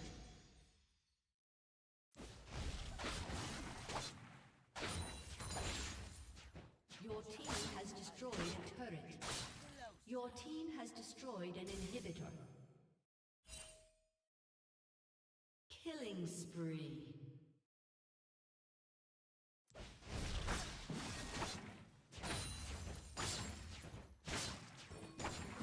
Here we go. This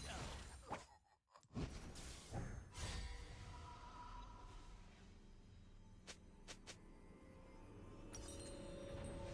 fun.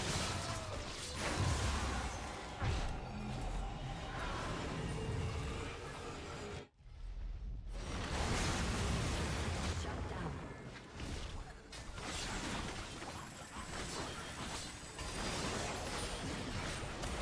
Enemy double kill. Your team has destroyed a turret.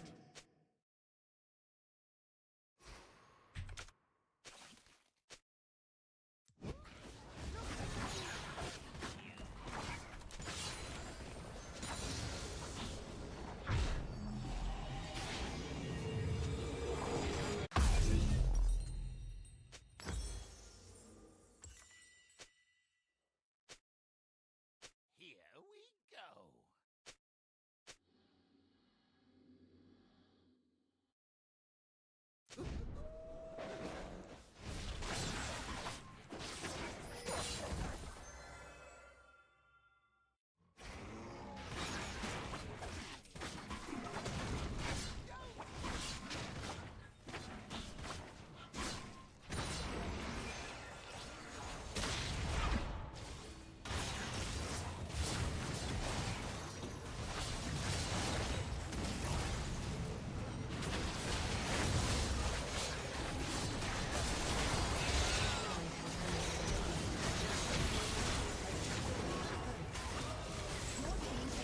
We get to push their base, so it's fine. Down.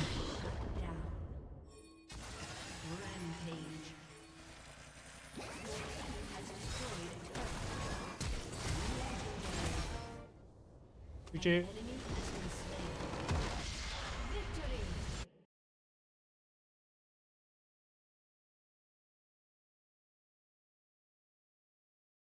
That was a good game actually. Why is it stuck? How did the gold one?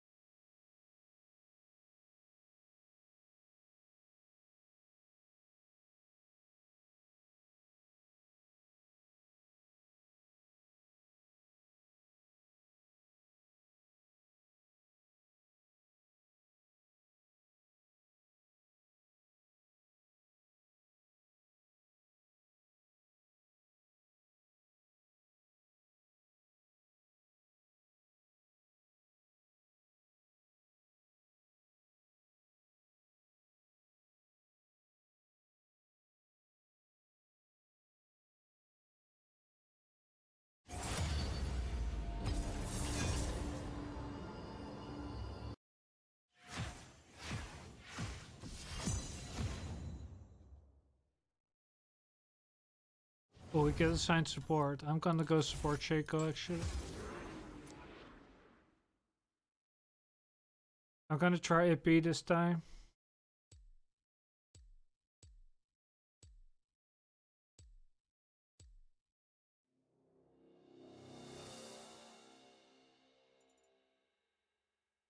I think I'm gonna try AP.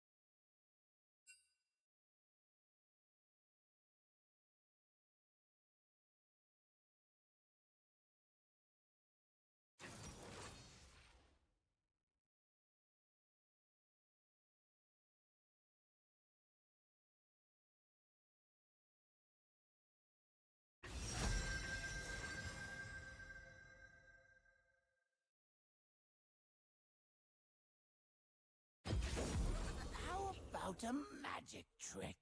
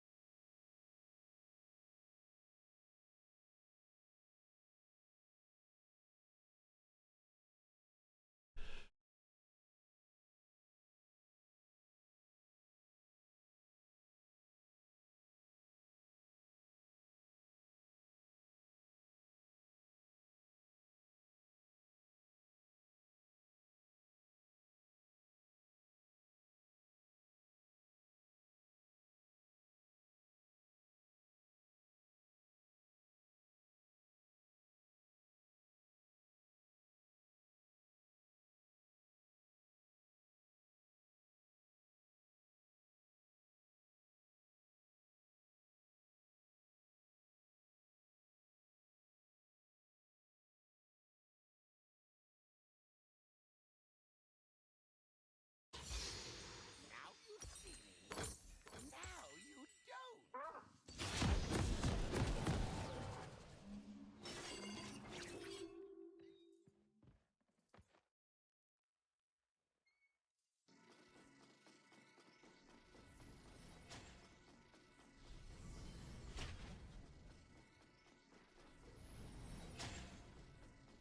Welcome to Summoner's Rift.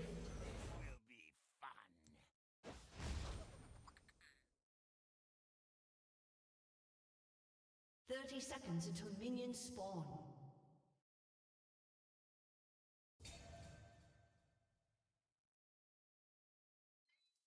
The joke's on you!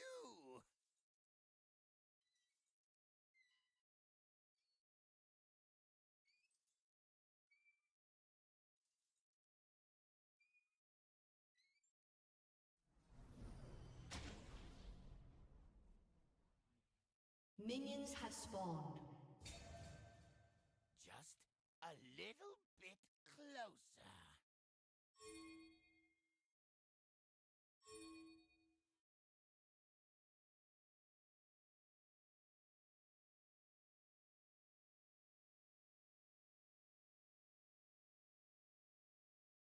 Here we go.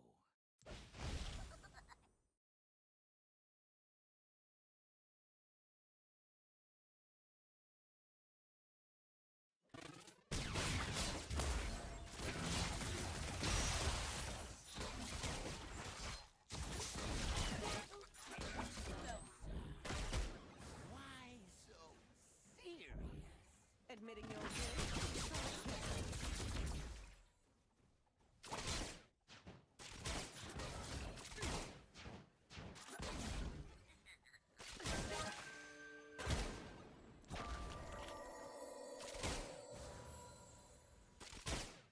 The joke's on you!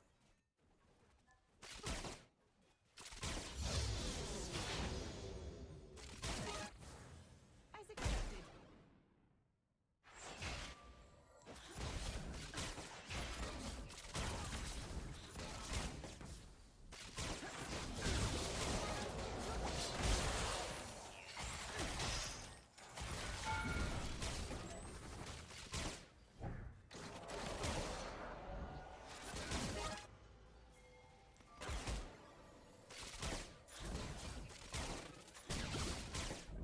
March, march, march, march.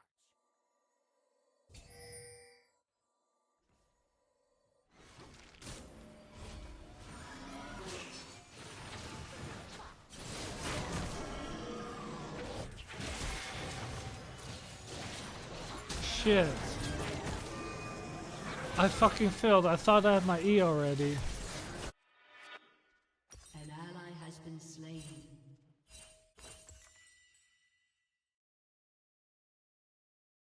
Why did Kata leave though?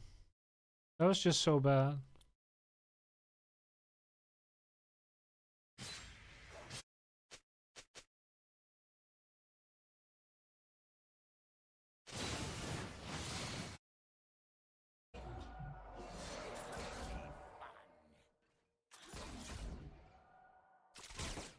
An ally has been slain.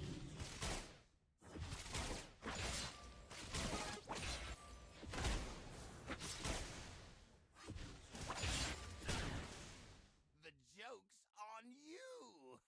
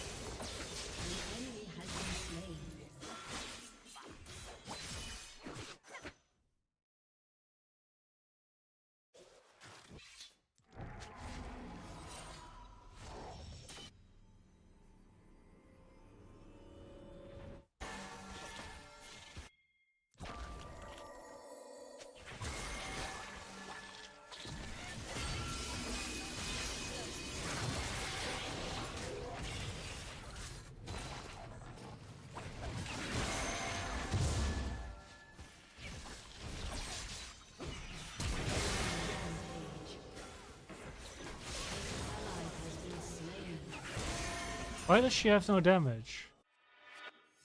That's so bad.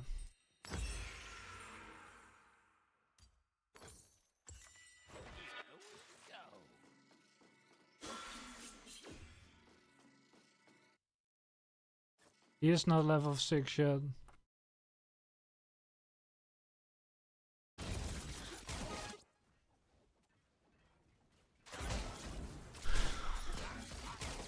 I'ma get level 6.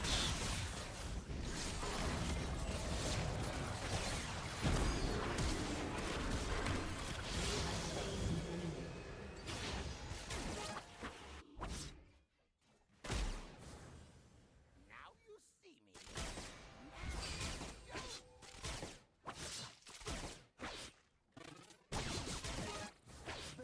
Headshot.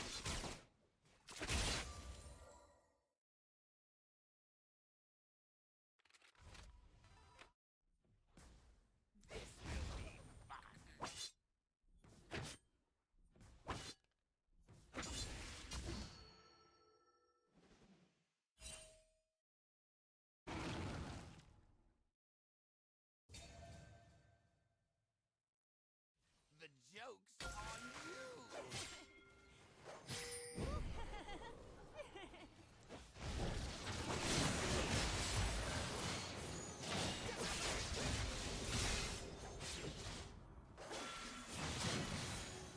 What is she doing? A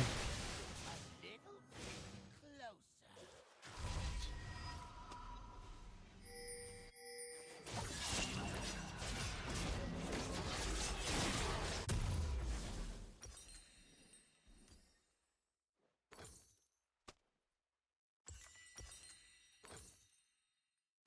Here we go.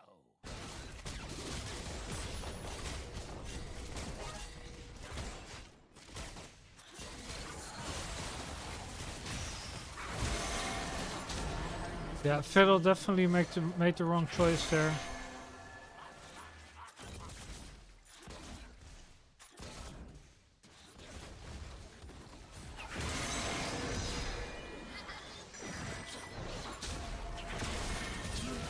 Slain.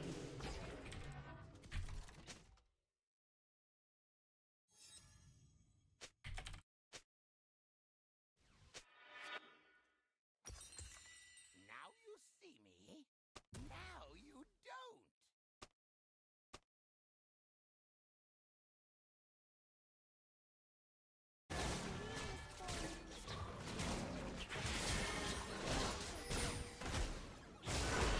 Nice.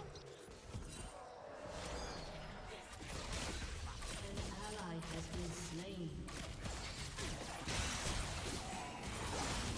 An enemy has been slain.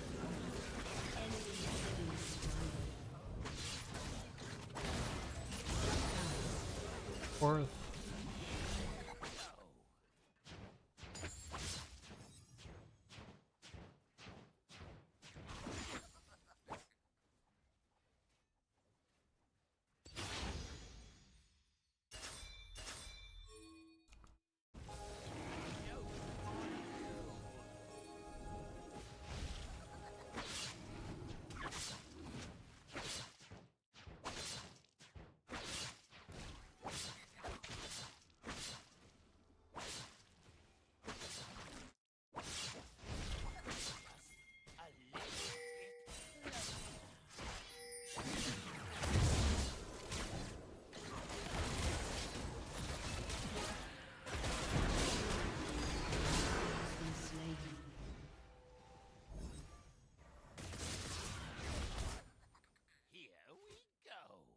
Fiddle is like AFK, bro.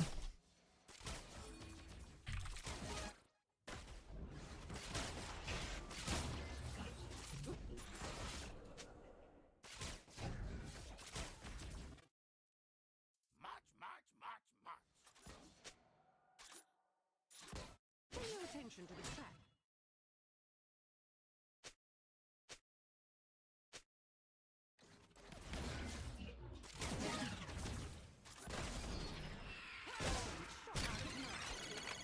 I never miss.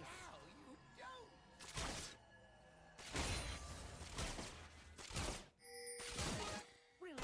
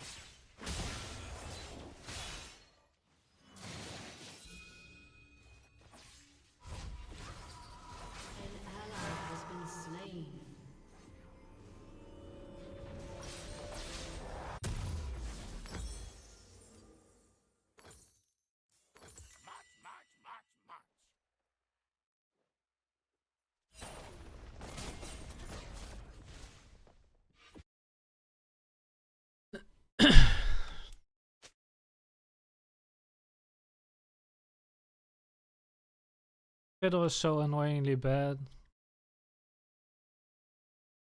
An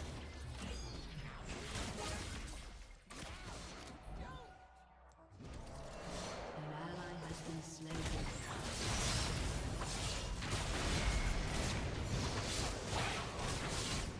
An enemy has been slain.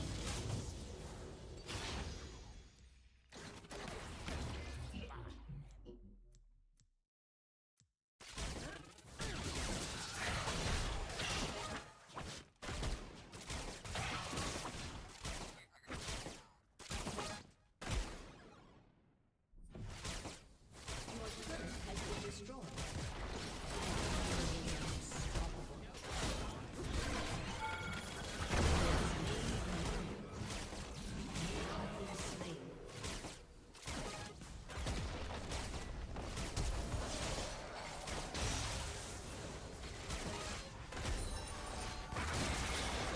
Okay, that's worth it, I guess. Enemy killing spree.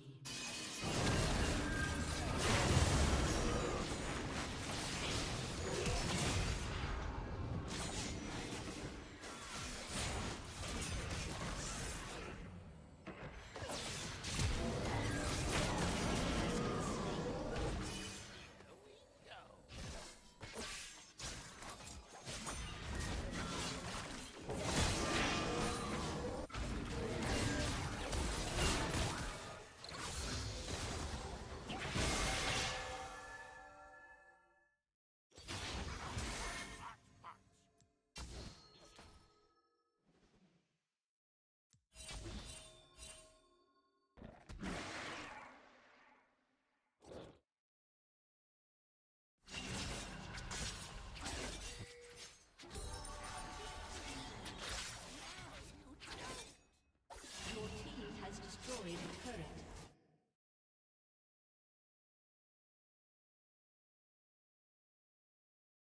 Your turret has been destroyed.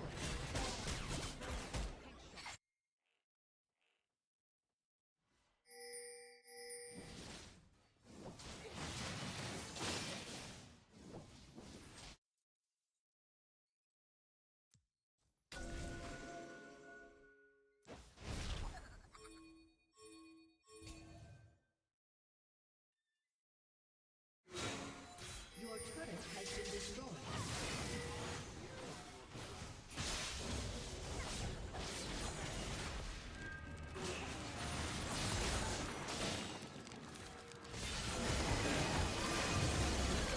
Enemy has been slain.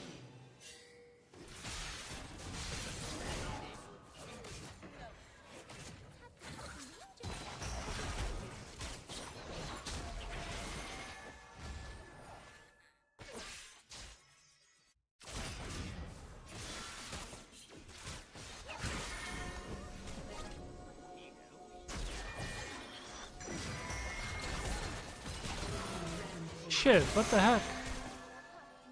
Why was she there? I couldn't even ulti.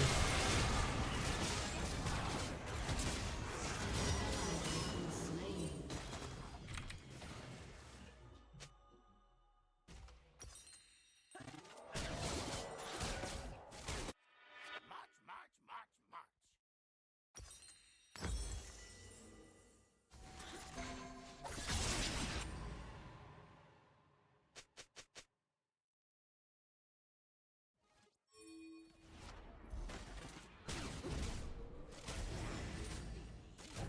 Now you We get Drake, that's worth.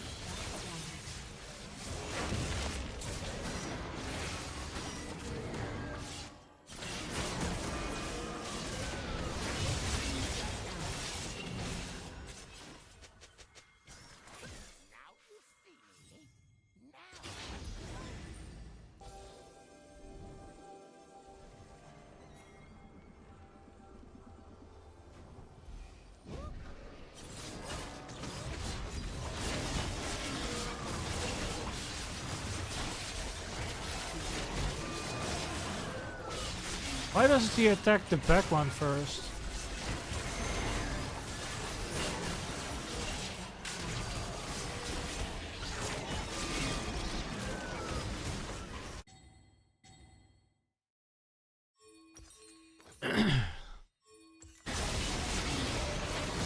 What, did it reset? This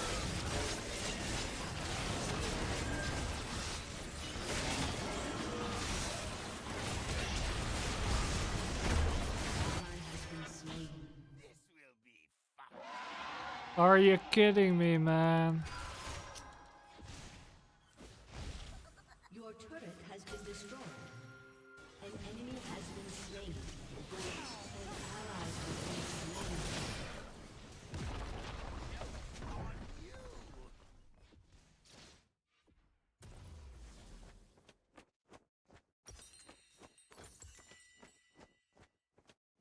Your turret has been destroyed.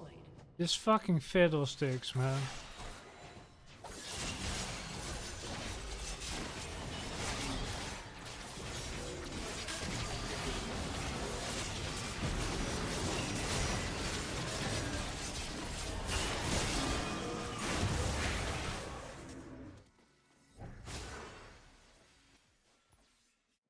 Here we go. Shut down.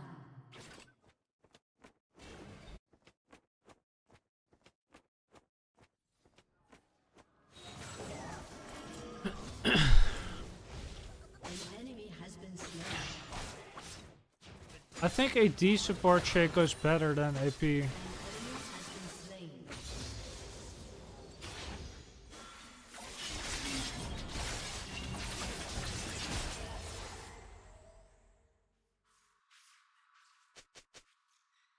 March, march, march, march.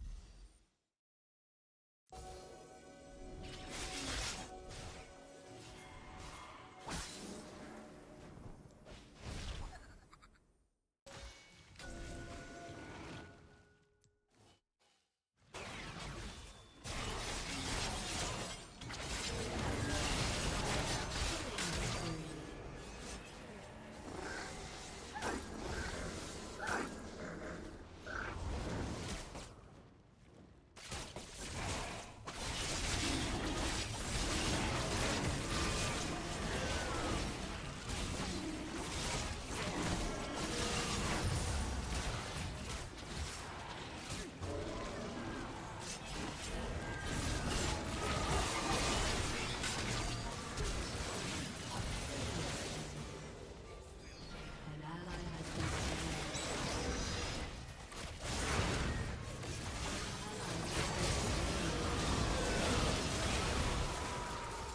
Enemy double kill.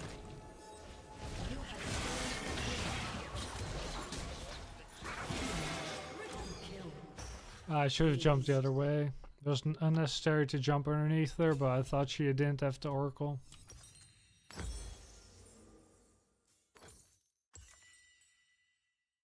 Your inhibitor has been destroyed. Don't tell me this trash is doing better than me, because that's just not true.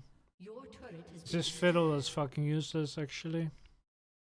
Maybe eventually we got this, but...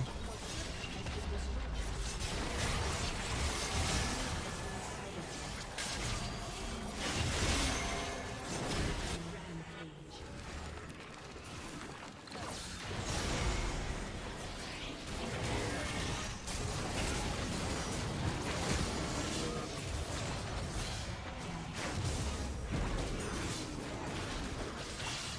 Ally has been slain. See me? Shut down.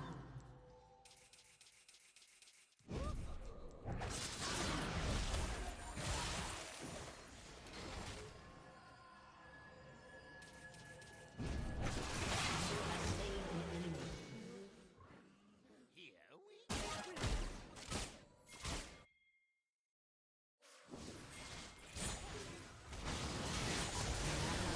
Slain.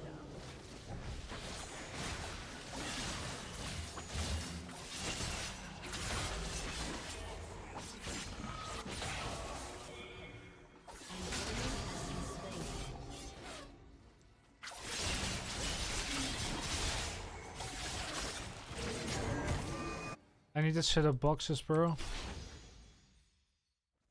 We got 3 drakes at least.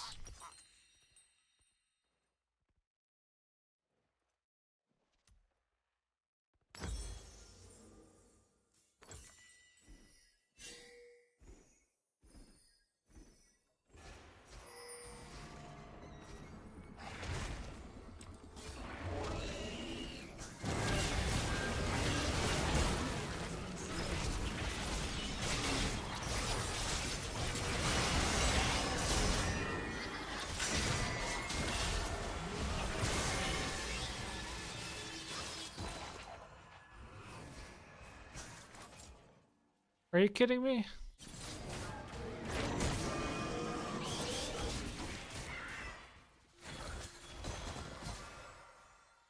This Lilia's healing, bro.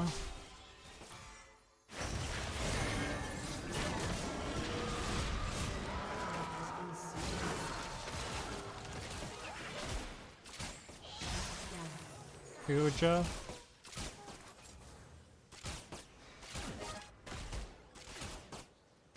Double kill.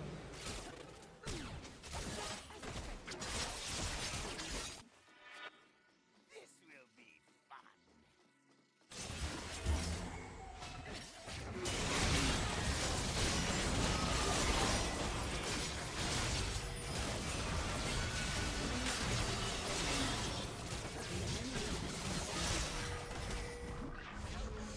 You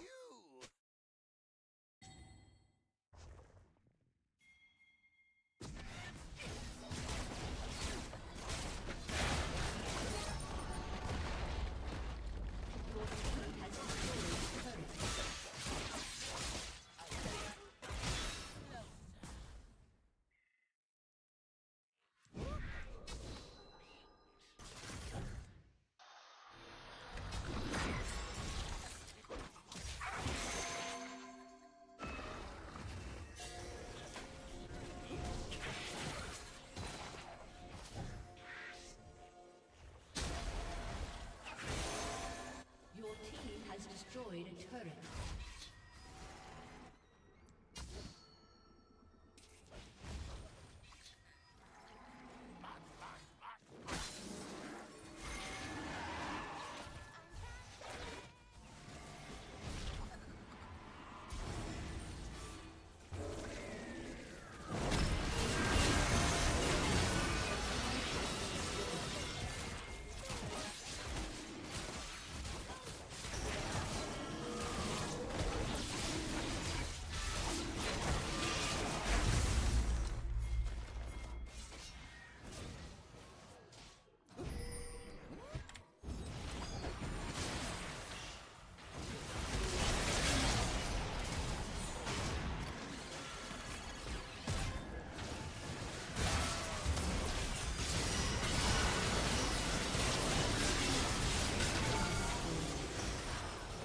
Shit, bro.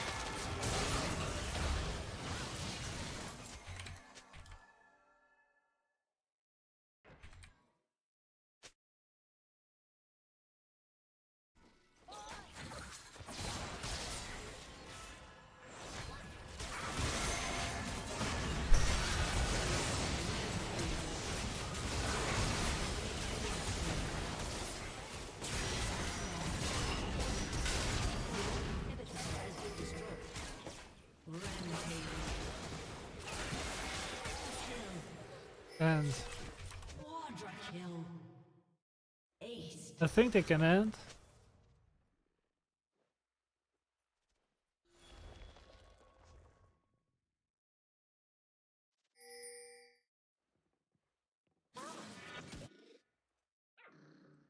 March, march, march, march.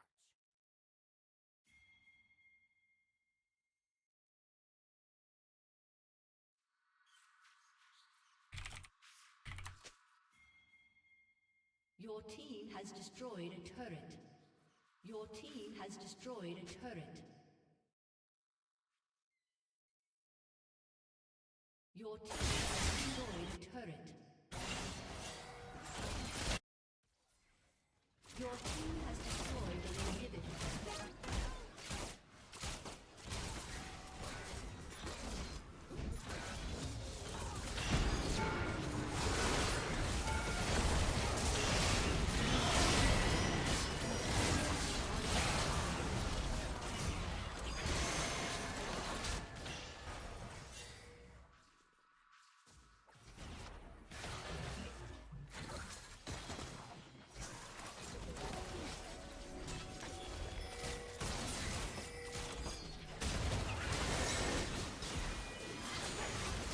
Oh no, Kata inted, bro.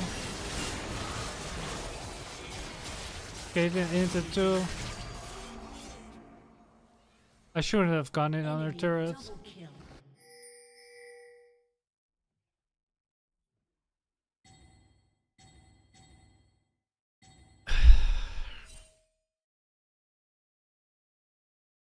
This will be fun.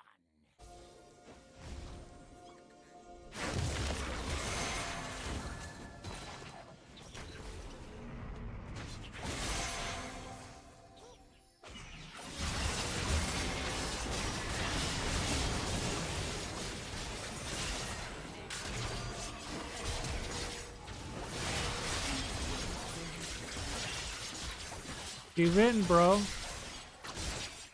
We fucking win.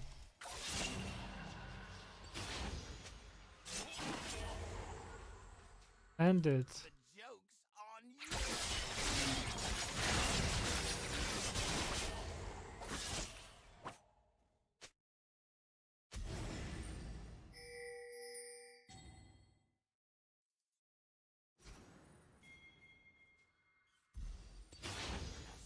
A little bit closer.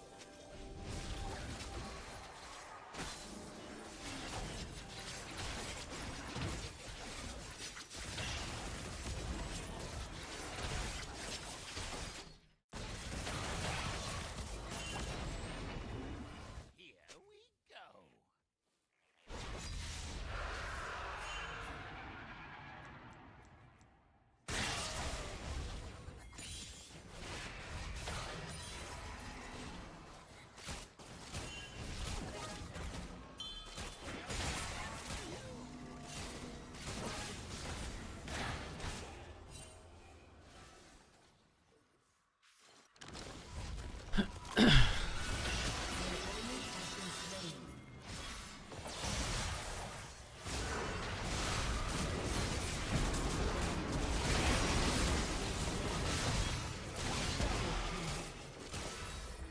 How are you going, bro?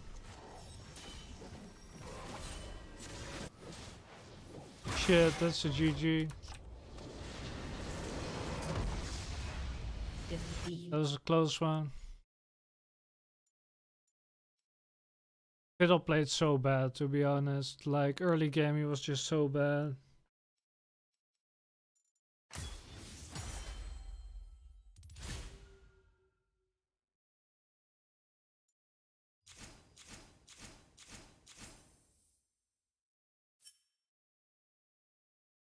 I'll be right back, boys.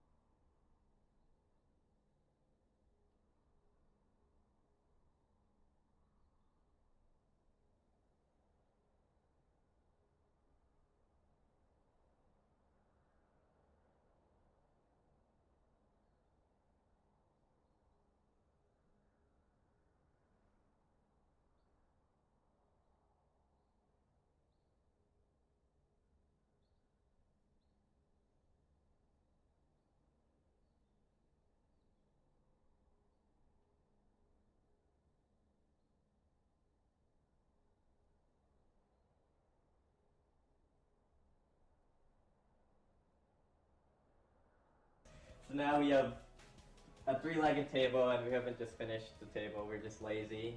We could make it a 5-legged table. We can do anything with it. What great customer service. I feel like IKEA should really sponsor the LCS. Anyway, Ooh. let's Trade of freedom, though. So we got just my body pillow I sleep with every day. Holy! I can't watch it anymore. I can't watch anymore, guys. This was the last straw. It was already getting unbearable. Wait, what the fuck? Scara! Scara, you fucking asshole! He did? What the hell? This Tiamat is like noise canceling.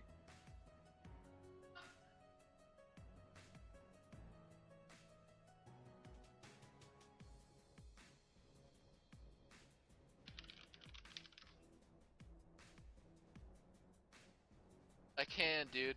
I just can't do it.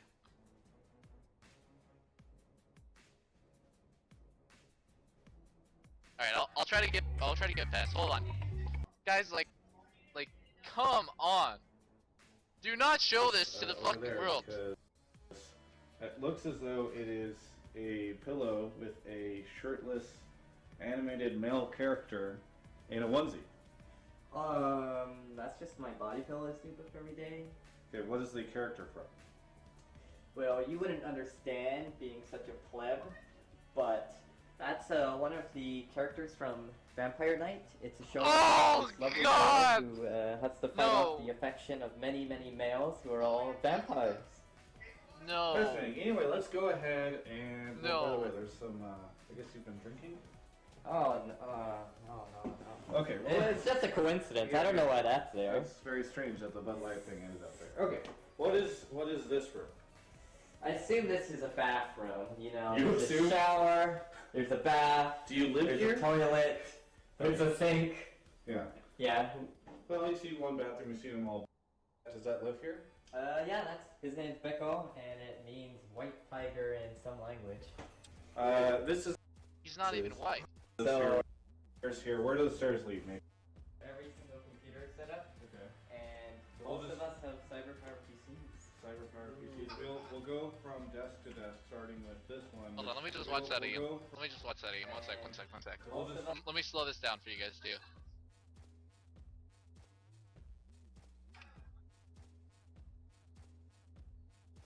Just go House Chief. Wait. Cyberpower PCs. We'll go from desk to Alright. desk, starting with... See, I was researching. Okay, I can't do this anymore, cause let's just say I got 5 out of 14. That's like a solid F. Okay, I got 5 minutes out of 14.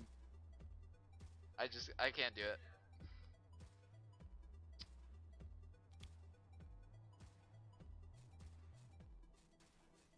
Holy shit. I need to go get a drink.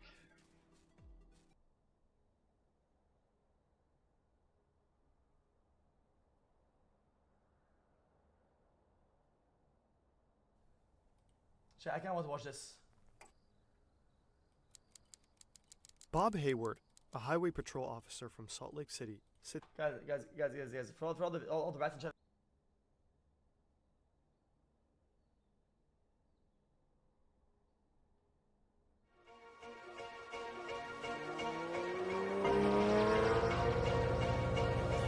Leveled up, I only see him in my rear view. Yeah, I'm ballin'.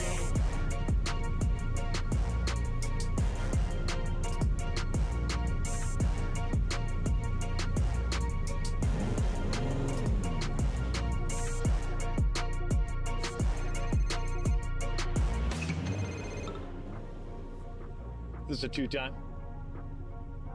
Yeah, did you get my message? Something's wrong with the temperature of the jacuzzi. Yeah, it's brand new. I don't know. It's not my problem.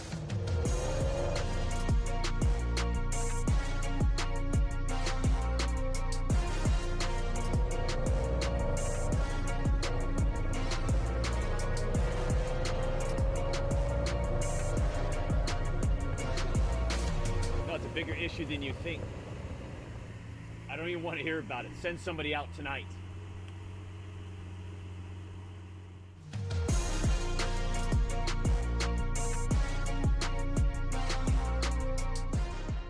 Gotta look good. And the day seems to match that feeling. Where's my cart?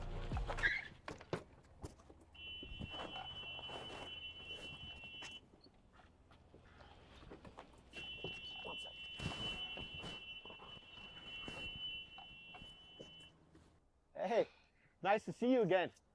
Would you just get my bag? Oh, yes, sir. I'll do that shortly. Yeah, you're used to doing things shortly. It's a really nice car you got. It's top of the line.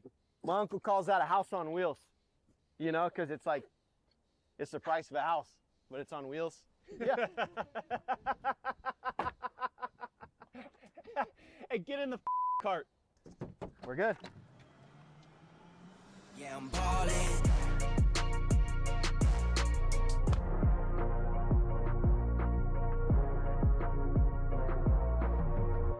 I got you all set up right here. VIP section. I feel like we could do better than this, no? Better than this? Because if you take a look at the map, the logo seems a little off. No, that's It's not centered. All right, what are we starting with? I got your A wedge. Let's get loose with the You wedges. mean the automatic wedge? Yeah, that's. I'll take the driver if you don't mind. You don't want to get loose with your wedges? Hand me my driver. Okay. That's fine.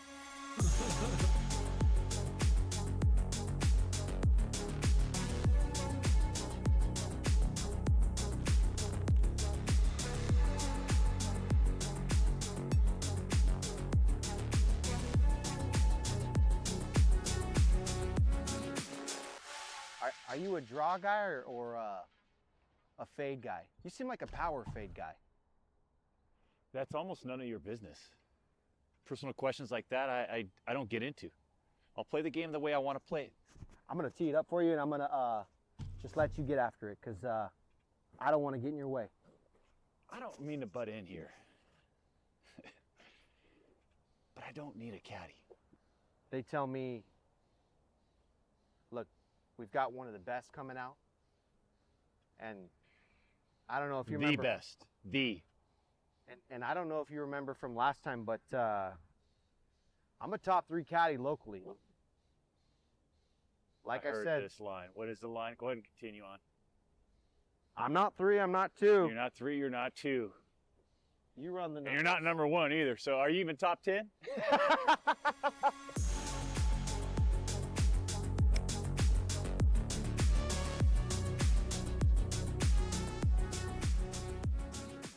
You know how many lessons I've taken? 60, 70, 75.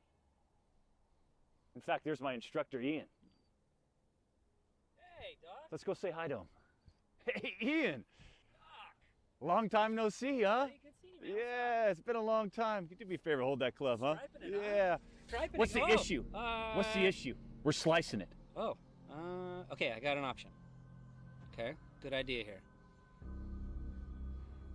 We just opened up a new academy here at Strawberry Farms. I feel like we can get you set up here with a good package. Maybe 9 lessons, 10th free? Now we're talking.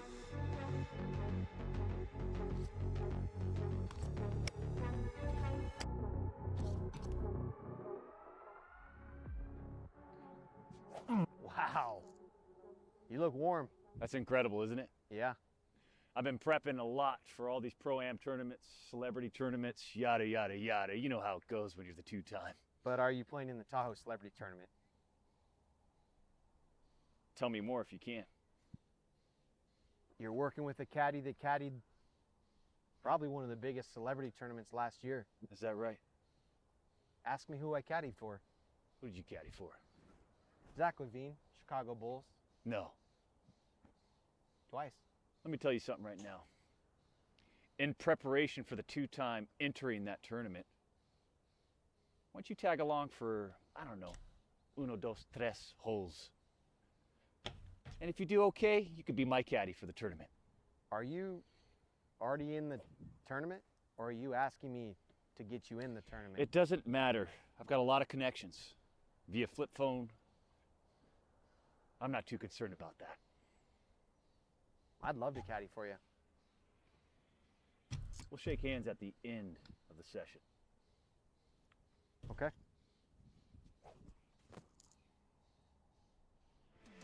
It's showtime now, huh? Oh, it is showtime. Hole number 1. You ready to prove your point? I want to gun it, but I know it's 157 yards from the tees today, and it's 150 right off the left side of that bunker. Okay. 157 yards, in my mind, you play a baby draw, and I feel like you're swinging a 9. Might as well grab it.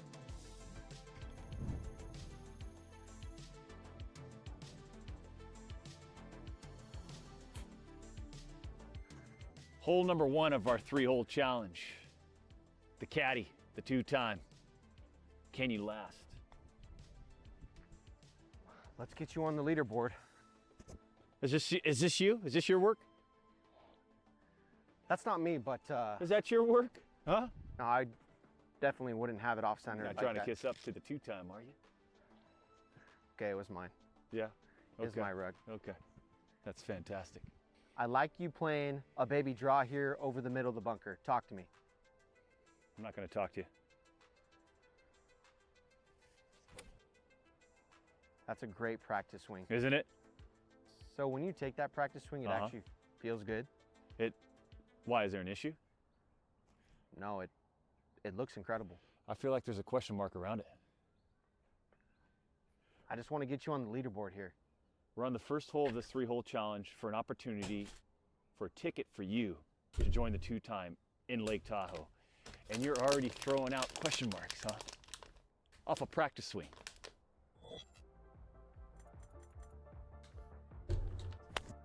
Oh. Oh. Oh my God. Oh! You hit the stick.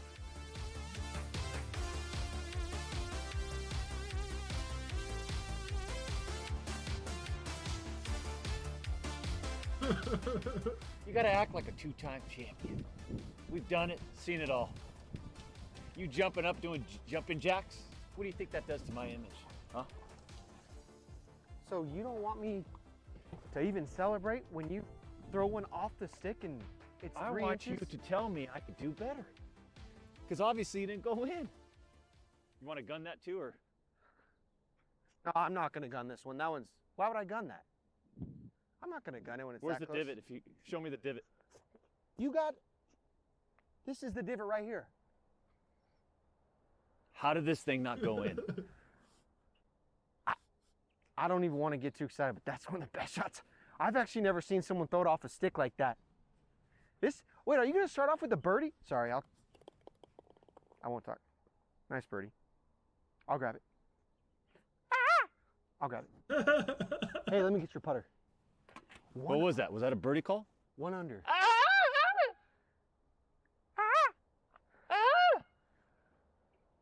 Hey, that was an incredible shot back there. Huh? So we're starting off with a birdie. You know what? I like you. I really do. Next tee box, 40 yards. What a shot, huh? So, you think I might have made the right call with the 9-iron back there? So you're going to take some credit. I like the confidence. I need someone on my team with that type of confidence. Yeah, we'll give it to you. Feeling good today.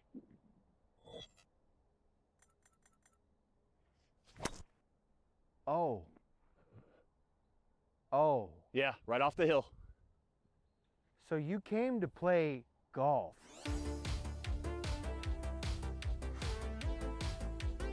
Ooh, we have an opportunity to get this thing on the green for an eagle. Do me a favor, get out, gun that. This is a 300-yard drive. We're looking at 200 to the front of the green. 209 to the stick. I'm thinking 5-iron. Do you trust me? I do. Okay. Today I have to. If we're never mind. It don't matter.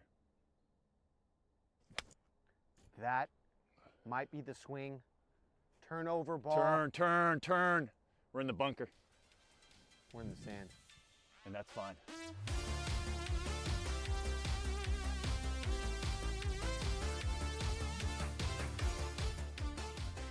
I've seen you work from the sand before. Yeah. I know what's possible. Oh, we've talked about it. I know it's possible. We've broken it down, right? More than once. You get in the cart one of these days.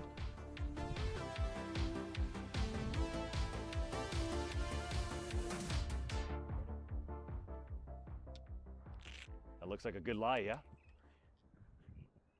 Oh. It's doable. Third shot from here. You're looking at an eagle opportunity. God, I love you. Hey. I love you today. Are you feeling good? I don't want to How come we have two clubs? I figured I'd give you two options. One, I'd like to recommend a 60. Two, your automatic wedge. I figured a variety would be nice. Don't ever present me with options because it just becomes confusing. Oh. You see? Yeah, 60. You want me to get in there with you and gun it? Yeah.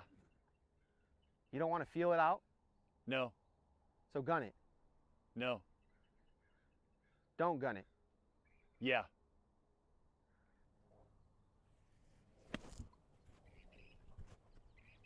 Trickle on up there. I'll work with that. Let me hop in there and break this for you. Jesus. Fucking pick it up, man.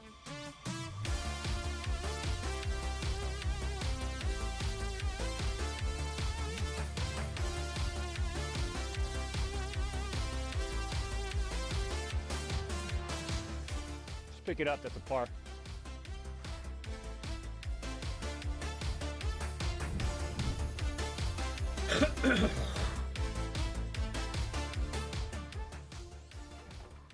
We're on the final hole. Sunset is imminent. Talk to me about it.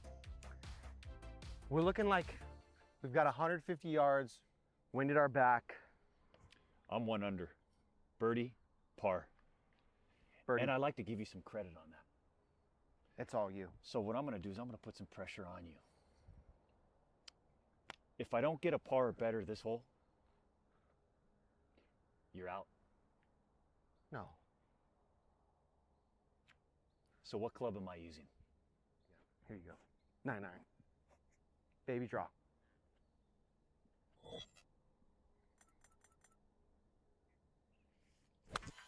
Oh. Turnover. Turnover. Get a kick. Oh. That's a great shot.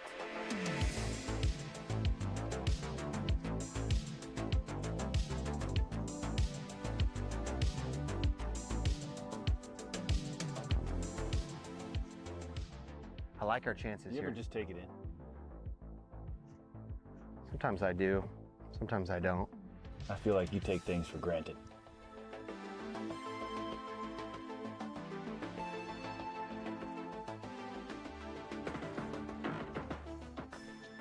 Tell me exactly where I need to go. I got a little bit of a left to right. And I want you putting it right about here. You see that little divot? You said a little bit of left to right. That's 6 feet to the left.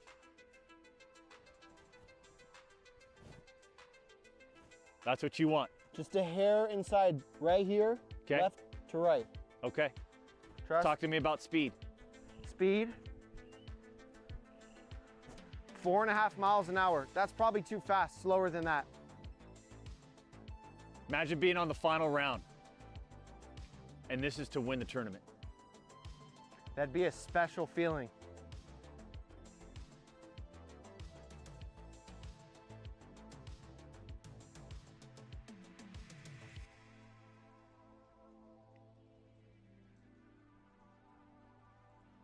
You said left to right? That ball didn't break at all. It really comes down to this, doesn't it?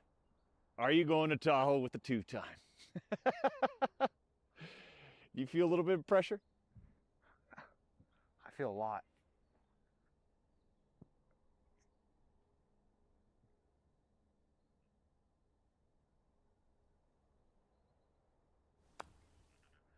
That's the putt! That's the putt. Act like you've been here before. Congratulations. 1 under, what a par. Let's stop by the Lambo. I got a little special surprise for you. Sounds good, Doc.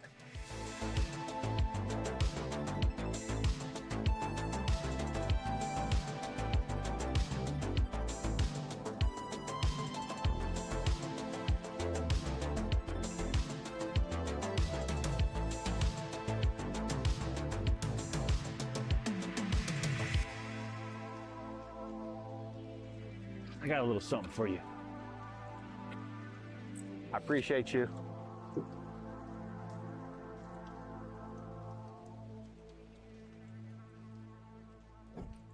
You're kidding me.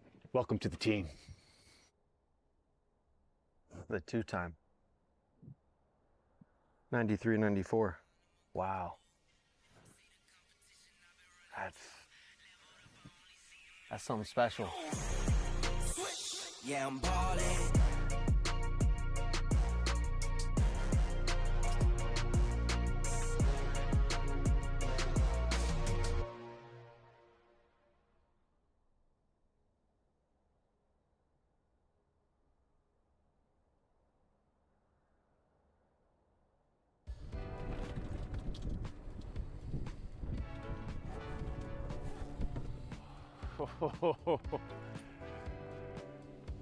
Ladies and gentlemen, we're at Strawberry Farms in good old Irvine, California.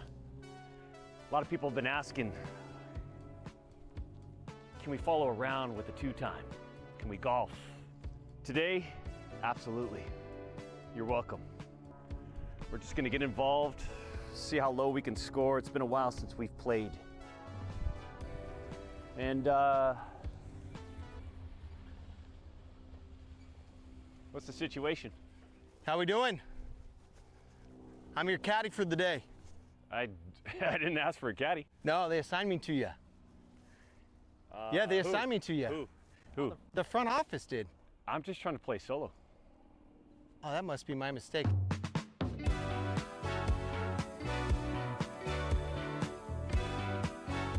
You want to play? Do you want? Are you going to swing it today? I'm just here to help. Then load your clubs onto the cart. Okay. I don't want to be an inconvenience, but I am here to help you be successful, you know? Hole one, talk to me.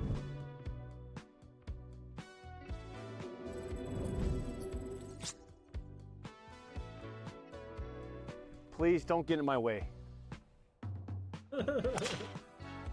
That plays. Oh, that does play, trust me.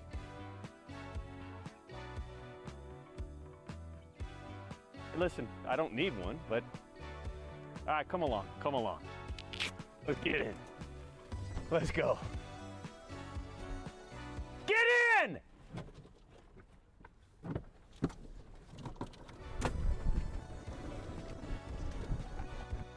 I understand what you do, but just watch.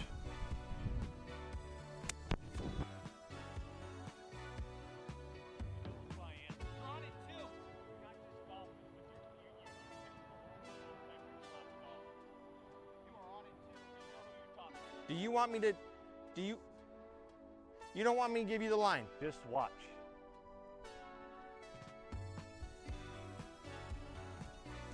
That's a great roll. You might as well just pick that up for me, right? That's a great roll. Hey.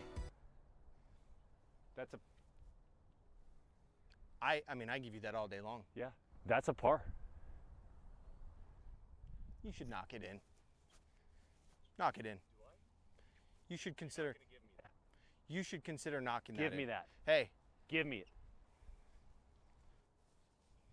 Okay. Let me grab your putter. Wait. Let me put the stick back. Okay. That's a great roll. That's a great roll. That's how we start a round.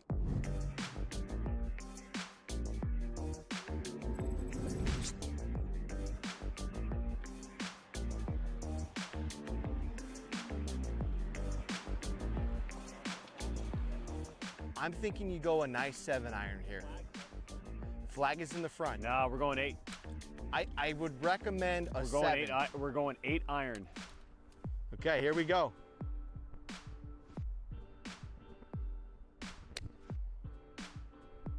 Turn over. Turn over. Get it. You're gonna like this. Come down the hill. Drip down in. That's a. Oh, so you went 8-iron there. Okay. Hey, I'm learning your Get in game. the cart. Let's go. I'm learning your game. You're good. You're good.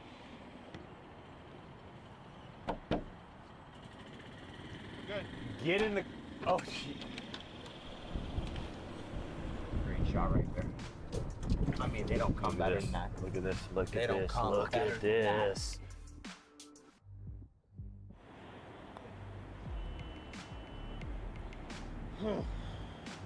That's a great roll. Hey, do I pick that? I'm trying to establish what we're gonna do here. Do I pick that up or do you knock that in? I'm gonna pick it up. I'll pick it up. That's a great par. I gotta. Don't ever pick up my ball again.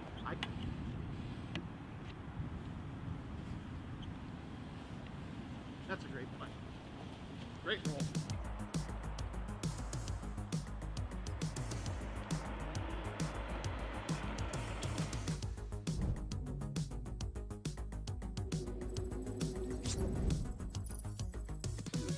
Go grab your driver. Let's see what you're working with, man. I probably. You've been. I don't know. You've been talking a lot. You're the course pro. You got the caddy. Hey, I'll tell you what. I'm a top 3 caddy locally. I'm not 3. I'm not 2. You run the numbers. I want you to play this right off the right side of this hill, right over the edge of this bunker. Let's go play ball. Par 5. And what's our yardage right here? That front bunker, 203. What if I don't believe you? That flagstick, 251. What if I don't believe you?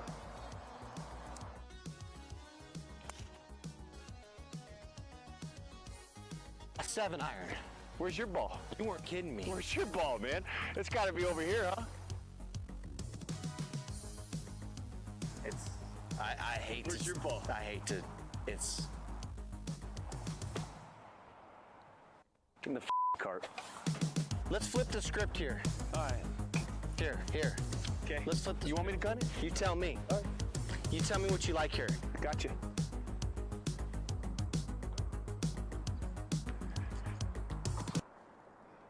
You handed it to me backwards. I mean, I'm literally par, right? If I laid it up right here, I got a great opportunity to land it on the green for a birdie opportunity. And then you got one of these dudes.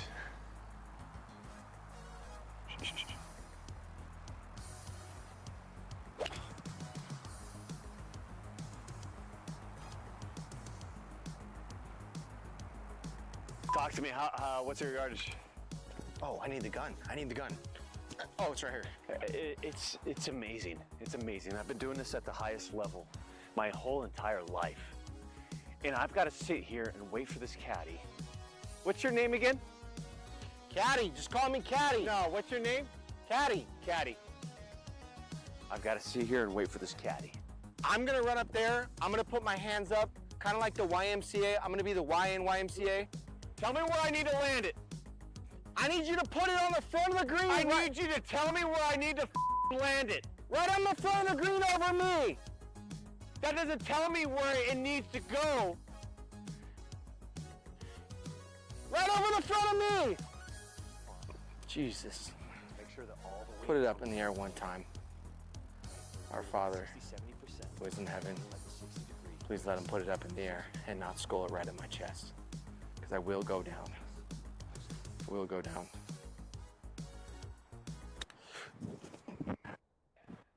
Are we good? Yeah, we're good.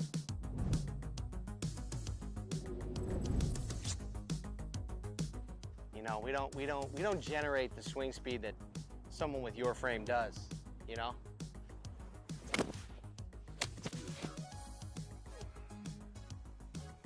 What do we got? I feel like you finally got the hole right where you want it. I feel like I do. Is this a birdie opportunity? 17 yards. What sorry. are we gunning? We're gunning the flag. We're gunning 17 yards. Do you not want the most accurate read I can give you? So then where do you want me to put the ball? I want you to put the hole Where do you want me to land it? I want you to land it right there. Then, I want you to land it right there. I mean, I could point to. Hey, let's go over there. If Hey, you, let's try to land. listen, let's try to land the ball right there. I don't think you're listening to me, and that's the problem. Then show me. Okay. Your experience with this course. I feel like I've taught you. What have you taught me? As much as I could teach you. Okay. Keep your head down, stay through it, release. And what did I tell you on 1 and 2 to get you par? Birdie opportunities. And who walked you through that? Did you? Who wanted to take over on 3 when you went 1 over? Now let me walk out here. I'm gonna pull the stick. Okay. I'm gonna point to where I want you to put it. And if you don't put it where I tell you, it's not gonna go in the hole. It's as simple as that. Hey, trust me.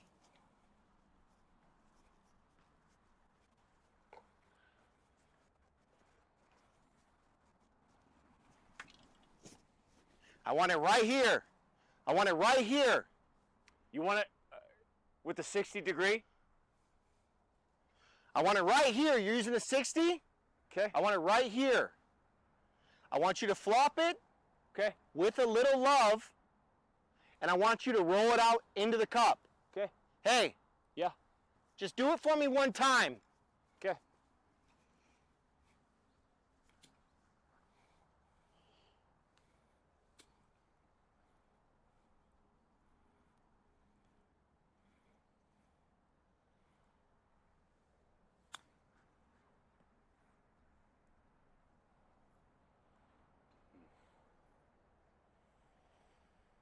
That's a bad read on my part. Oh. Here we go. Last 3 holes of the evening. Wow, look at this. Look at this. Huh? I'm looking at it. I'm looking at it. You just don't appreciate it. It's a par 4. I'm gonna play a baby draw off the cart path. I'm gonna put it on the green. The sun is setting. You think you can water ski this? No. Are you water skiing this? I'd single ski this real quick. I don't know if you noticed. 3 holes. What do we want to do? I want to put money on the line. I I want to put money on the How much do line. you want to play then? How much? How much for? Huh? How much? I'll rip the It don't matter. How much? We're playing 3 holes. 3 holes, that's it. I'm willing to go 100 a hole. Deal. What? That easy? 200 a hole. 200 a hole. Deal. What? 500 a hole. No. Deal. No. Deal. I can't afford that. Deal. I can't afford that. It's handshaking.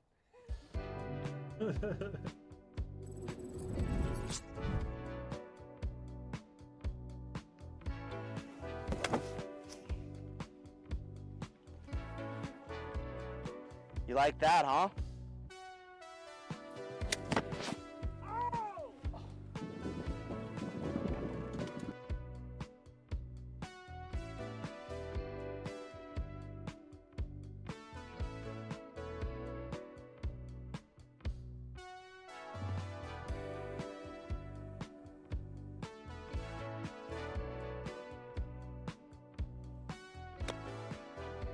Turnover, get a kick.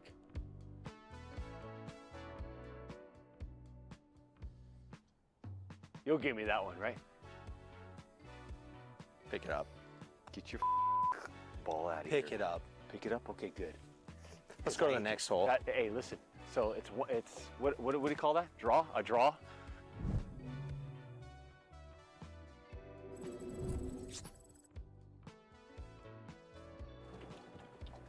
That's a great hole. I mean, we're tied up. You know what I mean? Yeah. Don't put your arm around me. Don't put your arm around me. We are literally tied. Don't put your hey, dude. Don't put your arm around me. What's the headset used for? Don't worry about it. What's your headset used Don't for? worry about it. What's your headset used for? Don't worry about it, huh? You don't worry about it. Front bunker. Front bunker, give me your thoughts.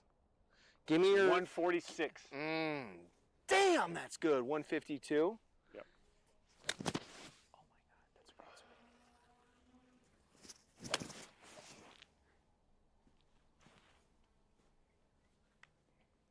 do we got? Par 3. Are we in the bunker? Hey, Yeah. I'll put another 50 on you. Okay. No, seriously though, $50 if you don't get out of there. Here's the thing. A lot of people don't understand. Let me go ahead and guide you through the bunker process. If you're brand new to golf, hey, welcome. $100 if Please you don't get out of subscribe. there for real. How about you watch your mouth while I'm trying to explain something? Welcome to my YouTube channel, youtube.com/Dr. Disrespect. Hey, I'm going to teach you how to hit out of the bunker. We're about 35, 40 feet away from the pin. And this is exactly what you do. You grab your 60 degree, and obviously, if you've got a custom-made one like this from Callaway, right? If you got that custom-made 60 degree, what you got to do is you got to open up that face, right? Put a lot of weight on your front foot, and what you got to come down about 2 inches behind the ball, and just make sure the impact of that club face coming through lines up exactly with where you want to go. And let me go ahead and demonstrate that for you right now. One more time. One more time. What are we laughing at? Hey guys, Dr. Disrespect here. I'm looking at an incredible...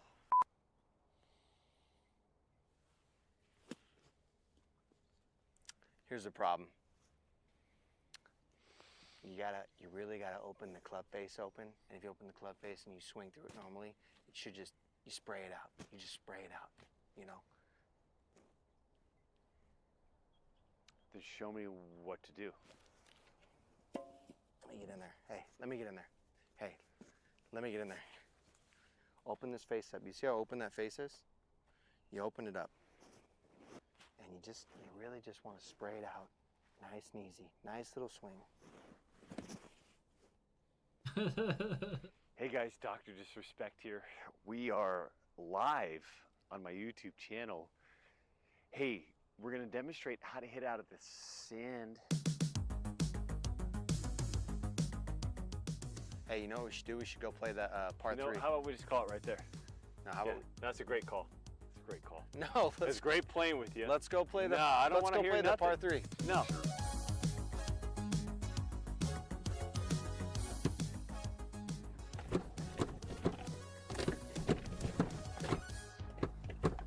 What'd you do?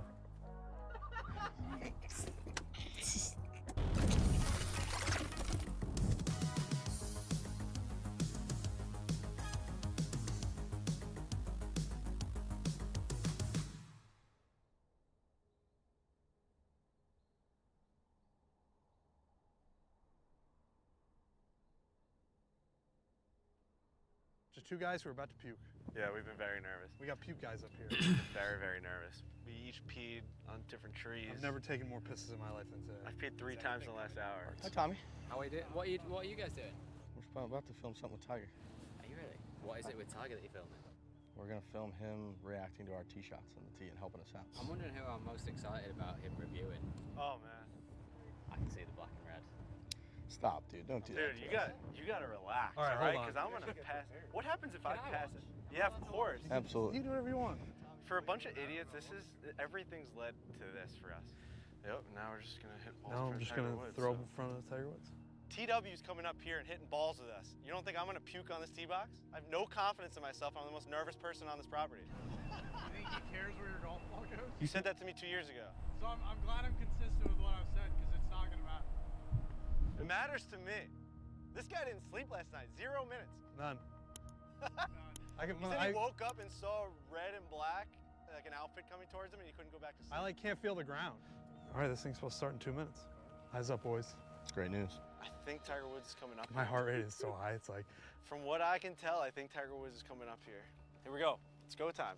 You know? I'm so nervous. I'm just taking balls out of Where my you bag. at? Heart rate. 127, 129, 131. Not even moving. 135, 137. I gotta stop looking at it. All right, so we've just got a little bit of time here with Tiger Woods, it looks like. Let's break the set there. Break down the Why set. are they all the way down by the trees? No, I think they're coming. No, dude. They're hitting like punch shots out of the palm trees. No. I got up to 140 heart rate for nothing. They're going, hey, we got an extra 15 minutes. What are you guys gonna do here? What's this in the city? Yeah, let's hit out of the trees. Look, SC's in the trees.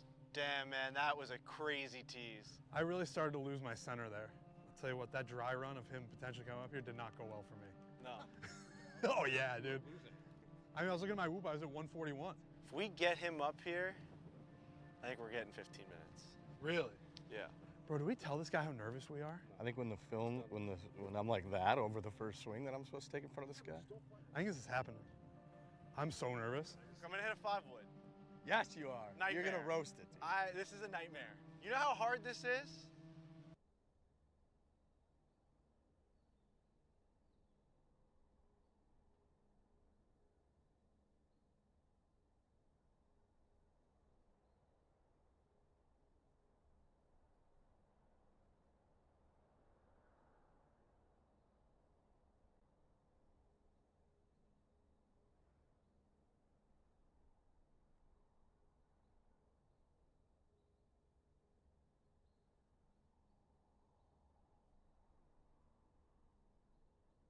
The following video was recorded in 2016 and first posted in May of 2017. However, this is more than simply a re-edit of a previously deleted video. More specifically, after the 7-minute mark, virtually all the footage shown has never been seen before. It's basically like a new video. We know that from time to time there arise among human beings people who seem to exude love as naturally as the sun gives out heat. We do not promote the use of legal or illegal psychoactive substances. This video has been created strictly for harm reduction purposes. According to YouTube's own community guidelines shown here, videos which intend to educate but do not glorify substance use are generally suitable for advertising. The following video does not glorify the use of drugs, is also not graphic since it does not show the consumption of any illegal substances. The following video is strictly educational.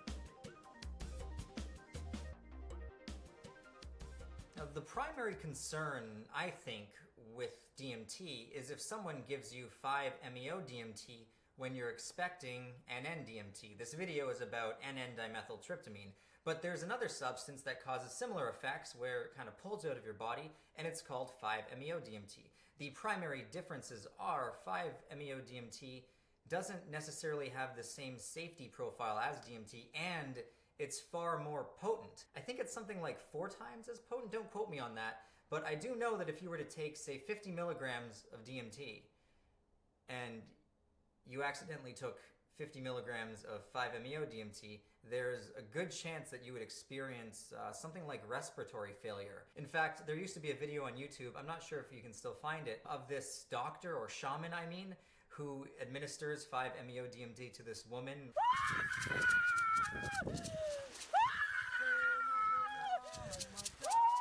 And he explains in the video that she was turning purple, so he had to pour water on her face so she would start breathing.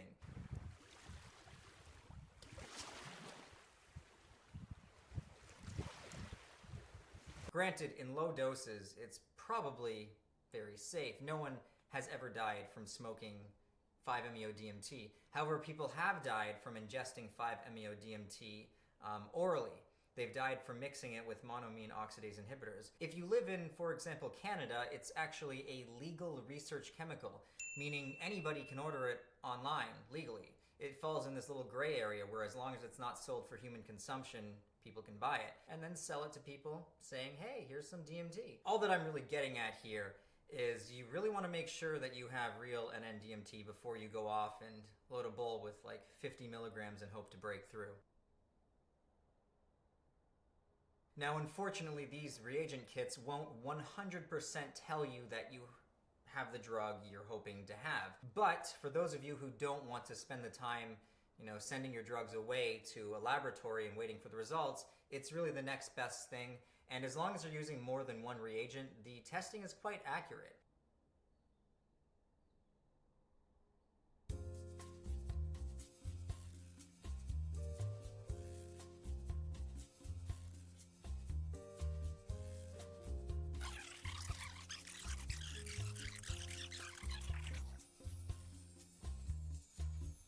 Now, if you are low on cash, you could technically get away with just using the Ehrlich and then using the marquees to identify what you have. You can get each of these reagents for $20 or less. I know for some of you watching, this can get quite expensive. I mean, you have to get the substance that you want to consume, you've got to get the reagent kits to test it, but that's just the price you have to pay if you want to, take care of your body and ensure that you don't accidentally harm or, worse, kill yourself over a drug experience.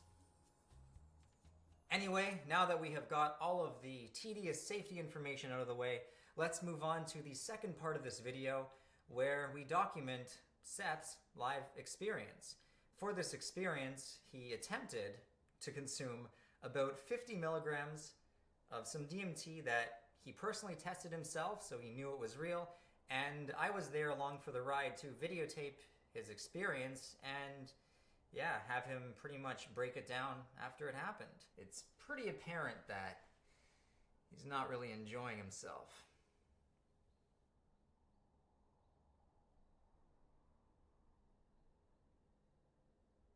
The following segment has been included for documentary purposes only. It needs to be clear that the creators of this video do not condone the use of legal or illegal substances. We were only here to document Seth's experience.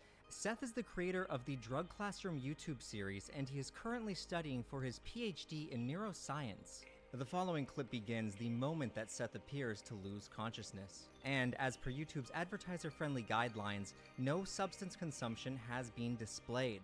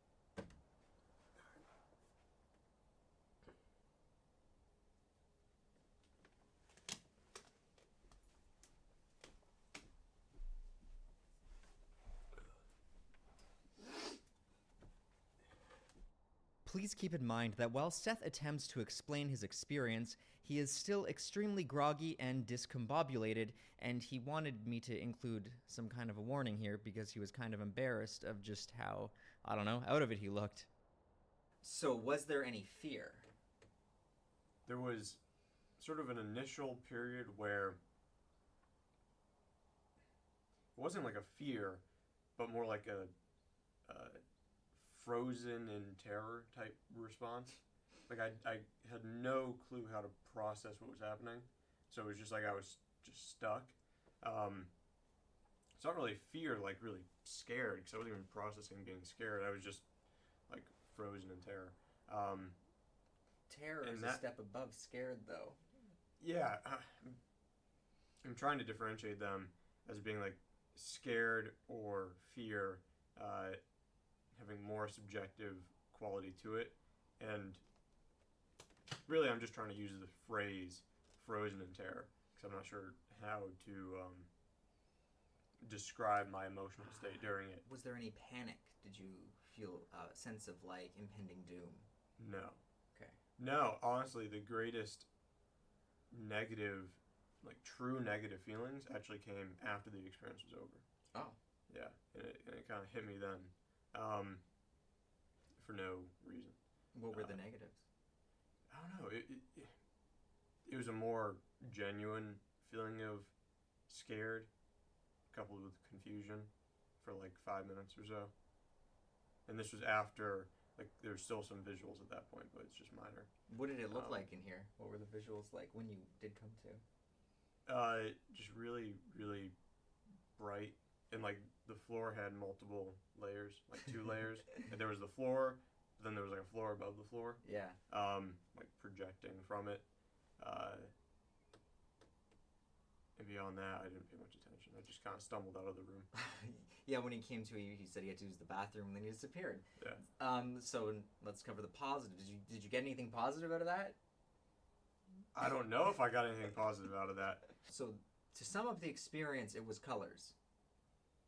No, it wasn't even really colors. The primary thing was, I'm talking like the thousands of visualized, I don't even want to say entities, because they practically looked human-like. You saw like creatures, like. Yeah. I'm just saying creatures for lack of a better term. I don't want to call humans because they weren't for sure humans. They were they bipedals. seemed like, Is that what you'd call it? No, they were like bipeds. They're almost caricatures of humans. Okay. Like humans in a animated movie. Like they were distinctly not human, but they had the closest resemblance to a human. Like, they weren't just like a ball of energy or like an animal, but like human-like. What were they made of? What did their skin look like? Honestly, did they have skin? They did, because their faces were distinguishable and they all looked different. Okay. And they were doing different things. Most of the time, like coming towards me, like encroaching on me. Sometimes they were just doing things in the background, but they were I'm literally in the thousands, which is why it's hard to really give a description of what they were doing. You didn't. There was no waiting room or tunnel that you would describe. No, the only tunnel was in the true beginning period, and then it sort of there was, at the same time as the ringing was building in my ears, there was sort of at this point it was only colors, and it kind of felt like a tunnel in that regard. And then it broke into this experience, which was just dominated by these whatever human-like things. Then I'm not sure how far through it was. I'm not sure for time, but time dilation, any of that? Did it feel like it was a long time or just regular time? Like you were out for 5 to 8 minutes. Did it feel that long or longer? Oh, yeah, it wasn't extreme dilation, but that felt like a 20-30 minute experience. Oh, really? Yeah. Okay. Not a 5-day experience. There were stages, and even stages coming out, because went from sort of the colors and some patterns and the ringing in my ears, or the sound in my ears, going into sort of opening into some figures existing, to then more sort of detailed figures existing, backing out of the experience in the same sort of stages with this literal door closing, which is one of the only memories I have. Did you feel a sense of rising out of your body, or like an out-of-body type experience? Or did you feel like the whole time you were in yourself? No, in the sort of pre-peak and post-peak, I just felt somewhat connected to my body, because I could hear things. I didn't feel connected to my legs at any point, so I was pretty much connected from chest up, but during the peak, I really don't have any memory of like I wasn't comprehending my body at all. Okay. But there wasn't a feeling of rising out of the body. It just kind of ceased to be something that was registering. That's what I mean. I was totally focused on whatever was happening. So there was never a feeling of like I'm leaving myself. Yeah, no. Okay. No, and I didn't feel like I was close to a breakthrough. If I were just to go a little bit further, something more could happen. I took that to mean sort of a breakthrough was around the corner. Instead, it was really this. Gotcha. Gotcha. People don't realize how difficult it actually is to get that breakthrough. I've had people email me being like, "Do you have any tips on how to break through? I've got this stuff, I can't get there." It's effort. It's some hard work to get that experience. For some people, for others, it seems like they just need a little bit and they're gone. Yeah. It's very strange. And what's interesting is that both in this experience and obviously other people's for DMT, sort of this effect of producing either open or I'm closed gonna eye make some coffee, boys. I'll be right back. of whether it's people or animals or whatever, which doesn't happen really reliably with common psychedelics like LSD. You usually are not going to have like a visualization of an animal or a person. No. Yet, it is incredibly common on ayahuasca. True. And it kind of felt like a closed eye version. I've never done ayahuasca, but it felt like the visualizations were somewhat similar to what is described open eye with ayahuasca. Okay. But all too fast to really interpret it in any kind of way. Thing. It wasn't like true memory impairment. Like, it wasn't like that period it was just blacked out. It was just too much going on. So like sensory overload? Yeah, because I could give you a description to some extent for like 2 of the figures I saw. But there were 1,000. 1,000 in a literal time span of like 5 minutes. Were they aware of each other? No, they weren't interacting with each other. They were just doing their own stuff. Yeah. And sometimes they totally ignored me, and I was just viewing them. And other times it was like they were like stabbing into my like eyes, essentially. Like literally, yeah. And then all sorts of weird actions. Well, let's put this in the record books for another very bizarre DMT experience to add to the collection. And obviously went into it with the goal of a breakthrough, but the nice thing is that this is a different group of effects than I've had before, so it wasn't a total waste or anything. I hope you guys all enjoyed this video. If you did enjoy this video, and if you enjoyed the part with Seth, I would highly recommend that you guys go and subscribe to his channel. Seth has a similar goal that I have. He wishes to destigmatize drugs and to help people be more safe. He just takes a slightly more scientific approach than I do. I'd also like to give a big thank you to everyone who has subscribed to me. If you guys like what you see, please consider subscribing. I'd also like to give a big shout out to all the patrons in this box right here. You guys are my top contributors, and I love each and every one of you. Thank you for your support. If you guys want to get behind what I'm doing with this channel, if you support my mission, please consider checking out Patreon. Unlike most YouTube channels that make their money via advertising and sponsorship, because we're talking about drugs, I don't really get any of that. Meaning I don't really make money via YouTube. The only reason that this channel stays afloat and I can focus on harm reduction as my full-time gig is thanks to people supporting me on Patreon. I hate throwing like so many links at you. It's like, look at Seth's channel, check out Patreon, get a test kit. This is the last one, I promise. If you need a test kit, link in video description to the company that donated these test kits to me. Anyway, till next time, stay safe guys, always test your drugs, and let me know in the comment section what you would like to see next. Take care, everyone.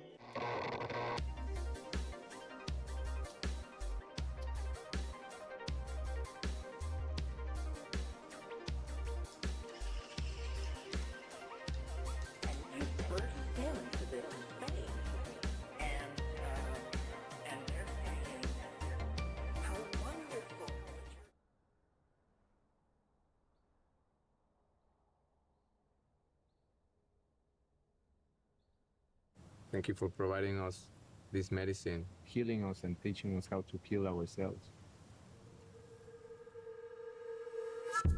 I've done some pretty crazy things in my time making Vice documentaries, but this is the craziest thing I've ever done. Bufo can help you deconstruct all the beliefs, all the thoughts that are not working for you. I'm sorry. It's a cycle and you don't know how to stop. How aware were you of what you were doing when you were under the effects of the Bufo? You're totally unaware of your body. When I took the hit, my soul left my body. I feel like I died. That felt like being hit by a lightning bolt. There's no going back.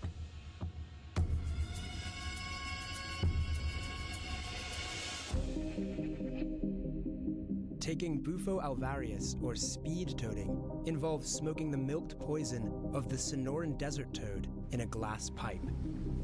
Known for instilling total ego death, it's considered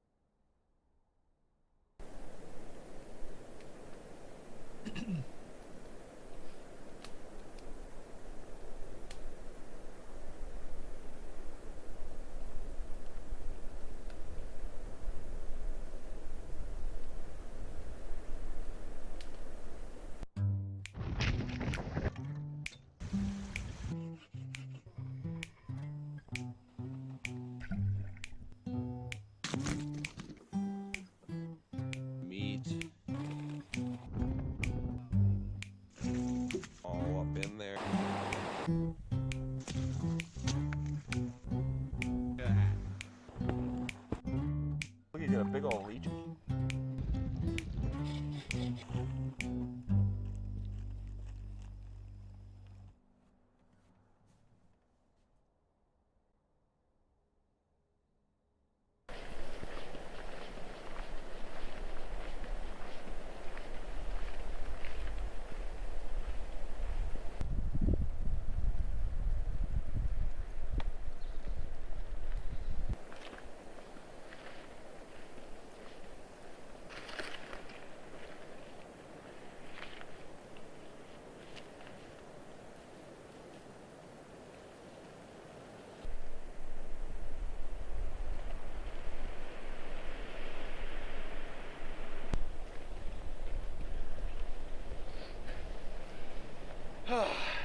Hello, ladies and gentlemen.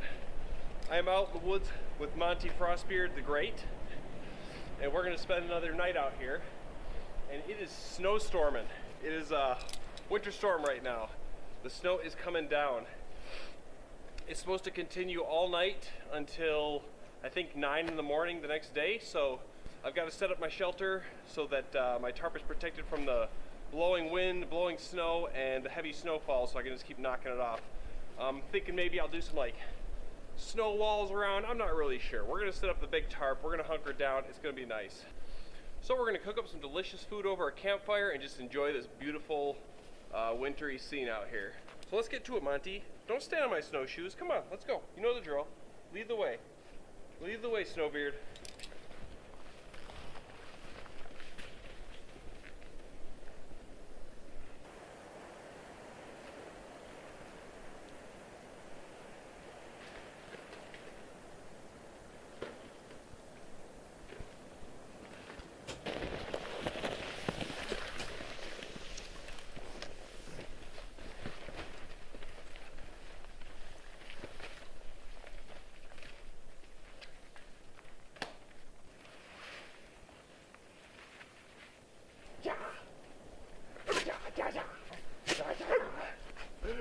Come here, Monty.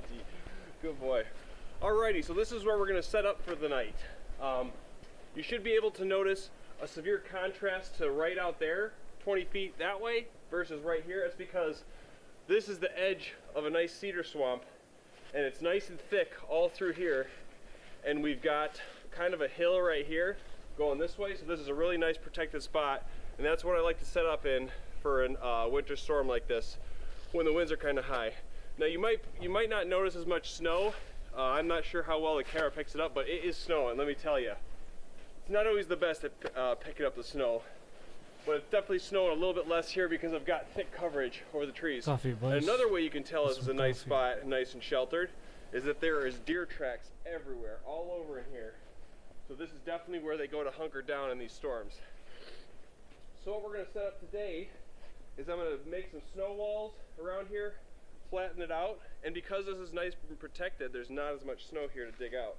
So yeah, I'll just make up some walls here, and then I will throw the tarp over it, maybe put a center pole. We'll see. We're going to make it nice and protected. I'm not exactly sure which way I'm going to set it up. The wind says it's supposed to come from this way, which is north, but this is so protected that the wind only might be coming from here, but maybe I'll just build it up with snow, who knows. But I'm going to get flatten this out, building up some walls. So let's see here.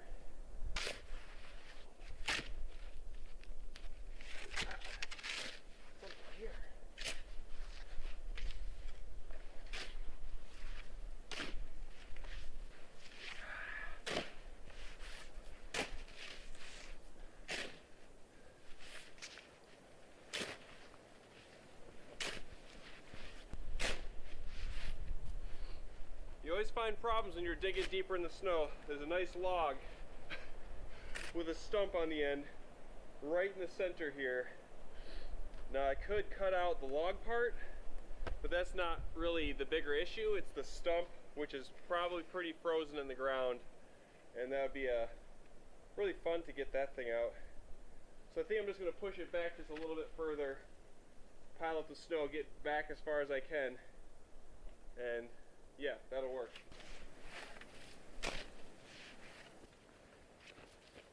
You want this? You want this?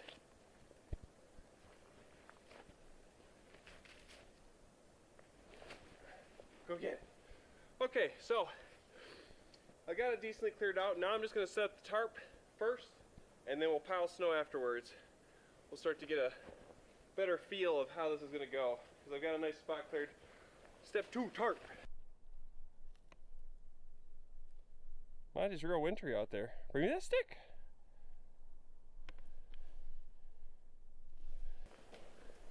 Yeah. Okay. Mind you, you're so frosty. Look at all the snow accumulation on this dog. He's got a nice thick coat though, he's fine. So, little change of plans. Originally I planned on using my Noah's tarp and kind of doing a ridge line and having the things kind of go over the edges, you know, put a pole in the middle. Seeing as how I somehow forgot to pack that tarp, I only brought my square tarp.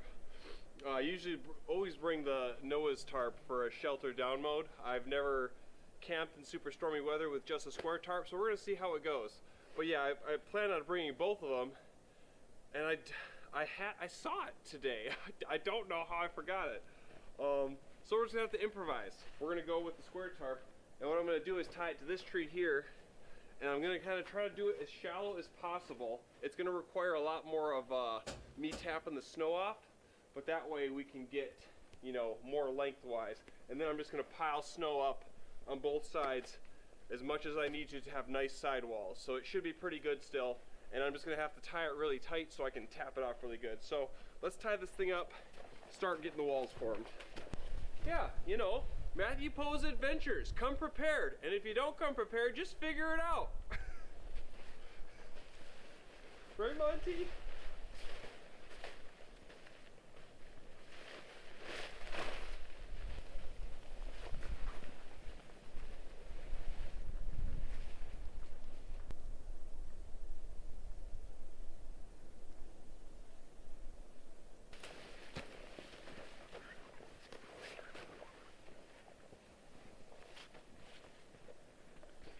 Alright, so for right now, I'm just going to take a couple of nice sticks here and pound them in the back to hold this thing down. And we'll adjust it as we need.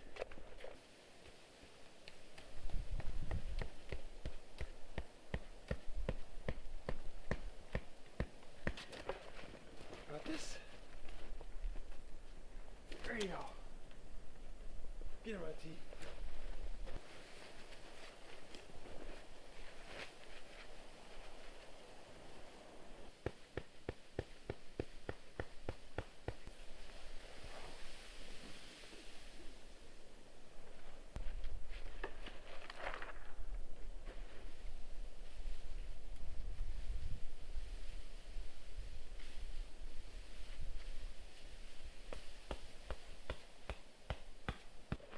Come here, Monty. Hi, Monty. Come here. Come here. Hi, Monty. He is just collecting the snow right now. Look at this frosty bunny. Look at him. Monty Snowbeard.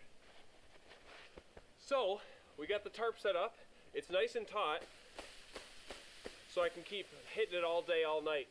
It's definitely going to need to be, the snow's going to need to be whacked off all night. Because it's coming down. I don't know if that camera's picking it up very well. You never see it on camera as good as you do in person, but it's coming down. And the wind isn't blowing crazy, but when it does blow, it does kind of come from this way, so this is set up really nice. So what I'm going to do is I'm going to just spend my time now building up some snow walls, flattening this area out nice and good, and then I'm going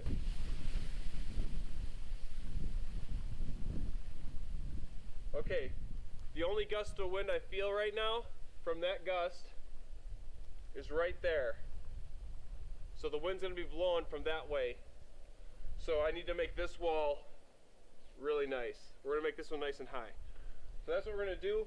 Once I get that taken care of, we'll give Monty a spot to plop his fluff butt. But for now, I'm just going to sporadically throw the stick. He's lost every stick so far. He hasn't brought me one back.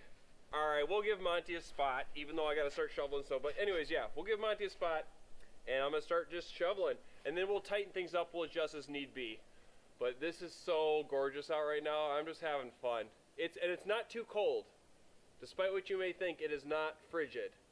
With the wind chill, it gets pretty nippy, but we're not getting crazy amounts of wind here. Alright, Monty. I should be keeping my hood up the whole time because I got my big warm hat that I'm gonna wear later, but I should keep this thing from getting wet. But I don't like working around with my hood up. I'd rather have a little wet head, Monty.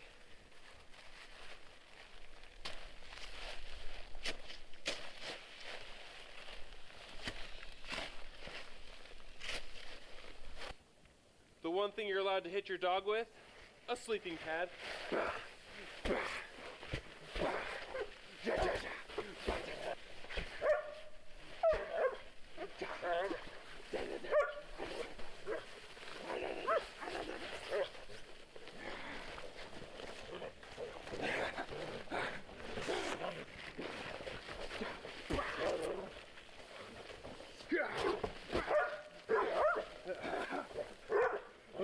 Okay.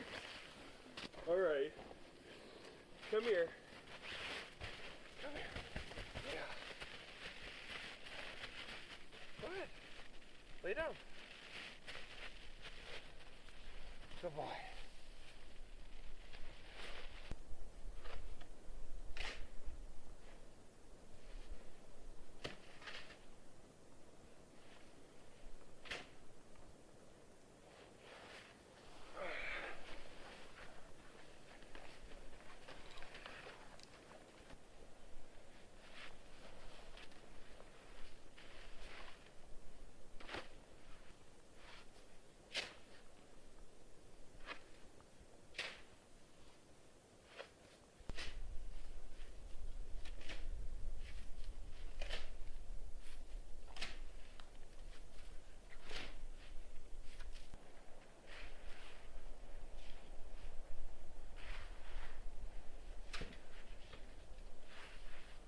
Monty, want a treat?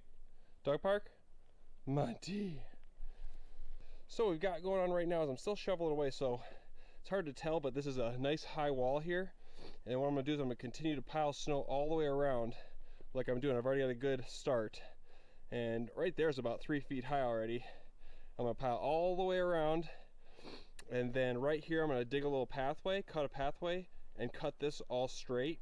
And then we're gonna pile this on top and just make a nice high wall all the way around and a little entryway. So it'll be nice and bunkered in. Then this tarp here, it's sagging a little. So I'm gonna take some line right here, tie it off to a tree, same thing on the other side, tighten it up, get it all good to go. So I'm gonna keep shoveling snow here.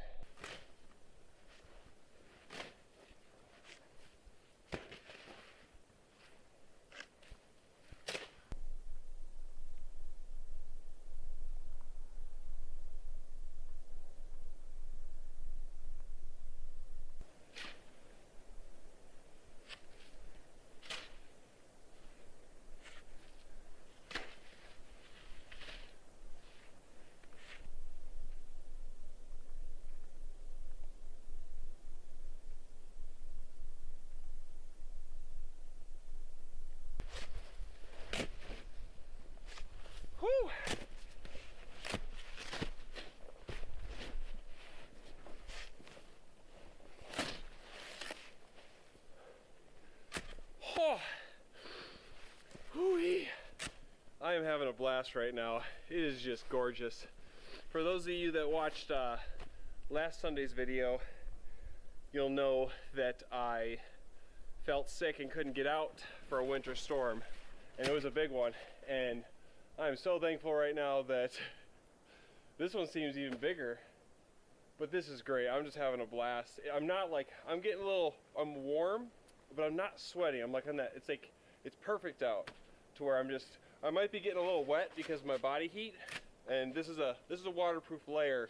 It'll freeze tonight, but either way. He does it nice, and it looks very cozy, I'm just but like perfect. I don't know, having a man. blast, and It'd be nice to be I'm all really set up thankful and that, stuff, another but to big set storm everything came up, through. it's a 'Cause lot I of love effort. camping on these. These are, when the snow's falling like this, the woods are never prettier or more beautiful than when you got heavy snowfall.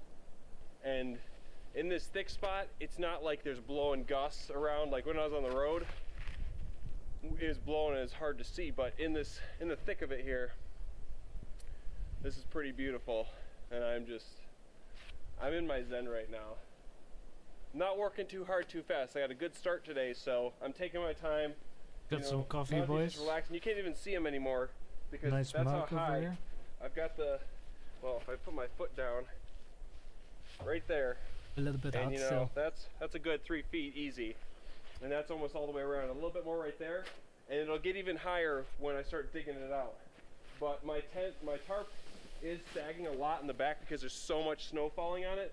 So I'm definitely gonna be putting up some more ropes on the side. And I'm kind of gonna have it level on the top and then kink right down. But these walls are so high here that we're not gonna get gusts on. We might get a little snow on us throughout the night, but it's not a big deal. As long as we're not just getting snowed on, you know, like a foot of snow overnight. That's all. So, just gonna keep plucking away, taking my time and really enjoying this.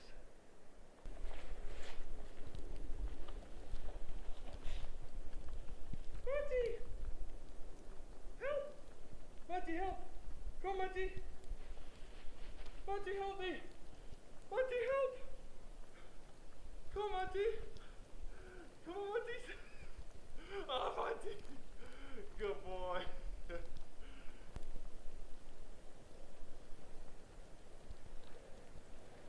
Well, now that I got Monty out, he doesn't know how to get back in. So we gotta cut him a path.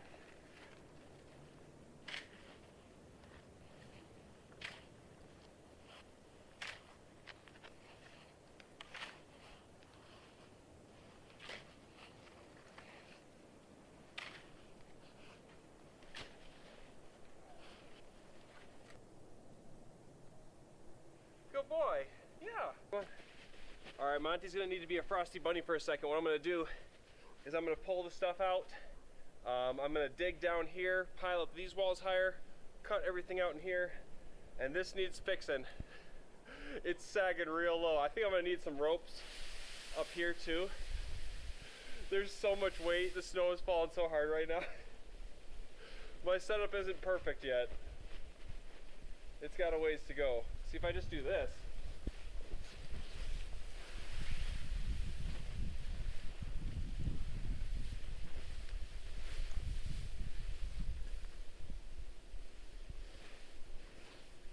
Yeah, opens up a lot when you take all the snow off. But I gotta prevent it from sagging so much, so we gotta go with a steeper back and just tidy up the ropes, tighten this up. So I'm gonna pull stuff out, clean this here camp up. All right, come on, Monty. Come here, let's go. Never mind, Monty's gonna stay. He doesn't feel like moving. This is cozy, man. It's like nice and warm Brand new thing inside. of We're paracord. chilling. Let's see Watching how fast I someone can in turn a this into a snowstorm. tangled mess.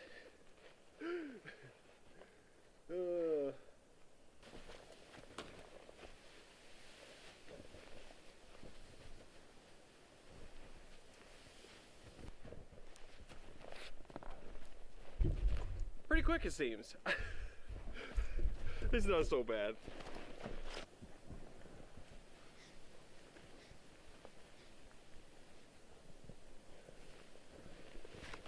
Okay, so I want to show you guys the knot that I'm using to tie my tarp off. Okay, so you're just going to have your line around the tree or whatever. It's already attached to my tarp.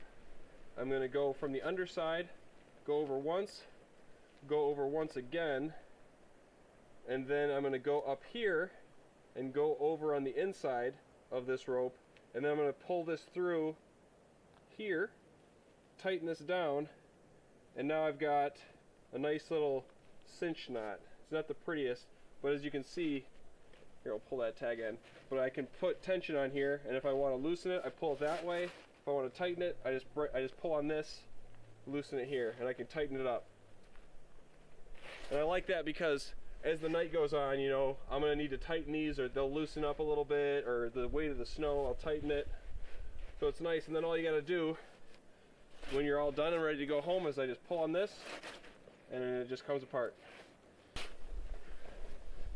And for when you're using this knot, it doesn't matter if you take this rope and go over or under and come this way, as long as when you wrap it, you keep it on the same side every time. So I'm going over here or under, and I'm going to continue doing that on both sides. But it doesn't really matter, as long as you do it the same way.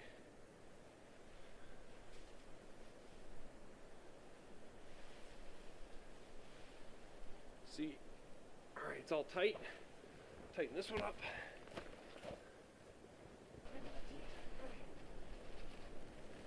Okay, so it's pretty good. This is gonna be, I'm just gonna need to hit on that every hour or so throughout the night. And I'm gonna pull back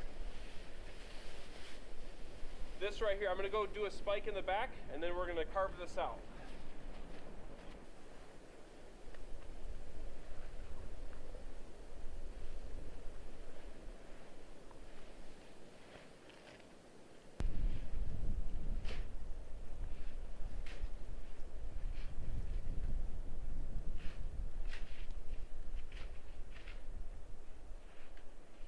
All right, I don't know where Monty went. Monty? Monty? Oh, there you are. You're just so covered in snow I couldn't see you. Okay, so shelter's all set up. We've got some nice high walls on both the sides. It's gonna sag a little bit here. That's fine. It's not 100% perfect, but it's gonna do. There's barely any snow getting on just the last 6, 7, 8 inches on the end of that tarp. So as long as we keep butt up, put our feet on this end, we'll be totally fine. Maybe get a little bit of snow on our feet. But as you can see, the walls are all gone around. Got a nice fire reflector. We'll have the fire right here. And these walls are super high. Shoveled lots of snow. I could have stayed home in my driveway and shoveled this much snow, but it's more fun out here. So now it is time to go get some firewood. And then we're gonna spark up a fire. We're just gonna kind of relax, enjoy the storm, and burn some firewood for a while before it gets dark. Let's go, Monty. What do you say? Monty, you look really frosty right now.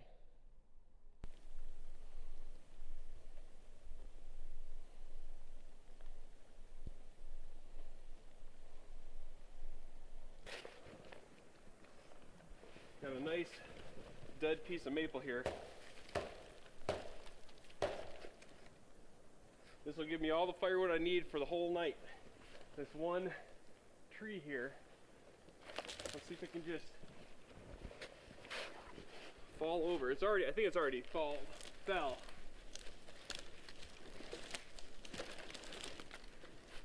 Where you at, Monty?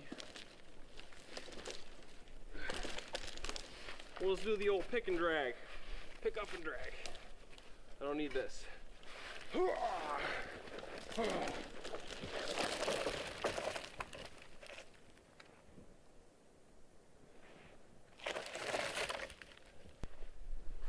Alright, we'll just chop this into 2 pieces here and drag them back to camp.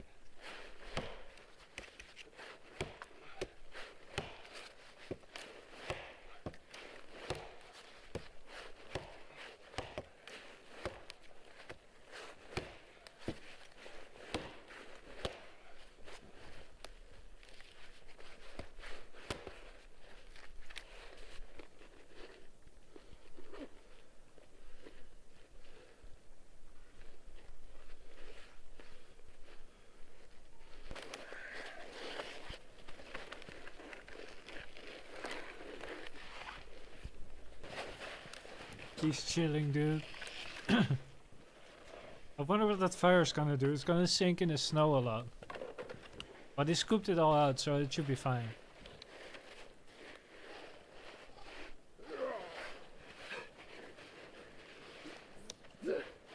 Get stuck.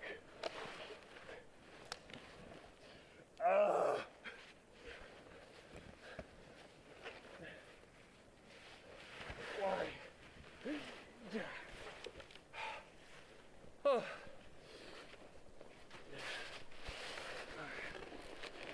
Okay, maybe I'll just carry him back one at a time. A little more reasonable.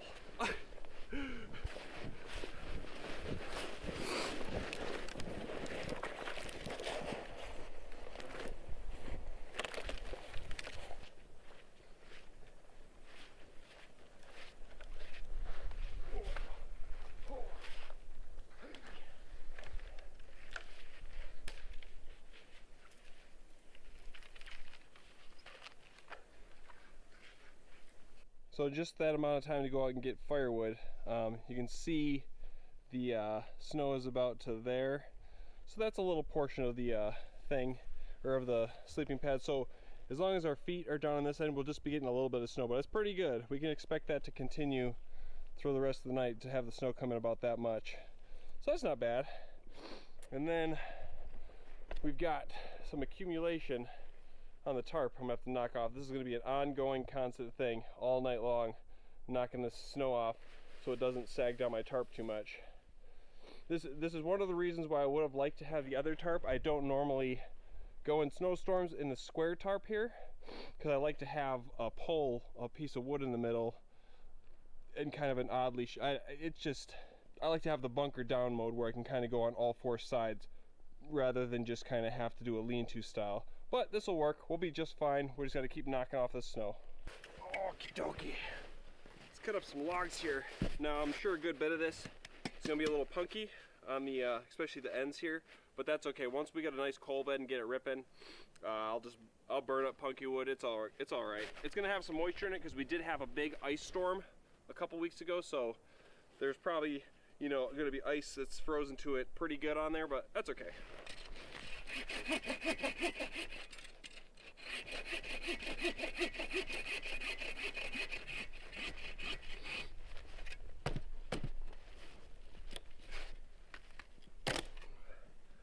Oh wow, I was not expecting that. It is barely punky at all, one little spot. That's solid. All right, so we've got some nice wood here. Solid.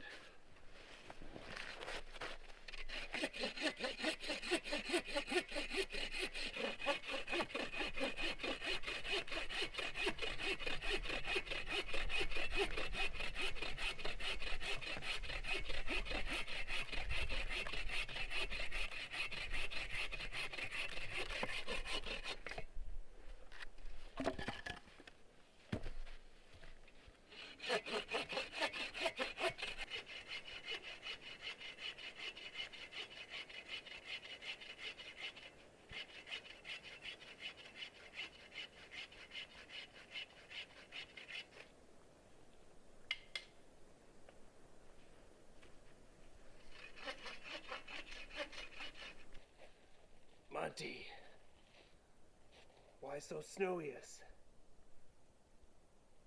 Monty, help! Monty, Timmy fell in the well! Monty, Timmy fell in the well! There's a fire in the barn! Monty, help, hurry! Okay, just gonna split up a few here, just for some nice dry wood.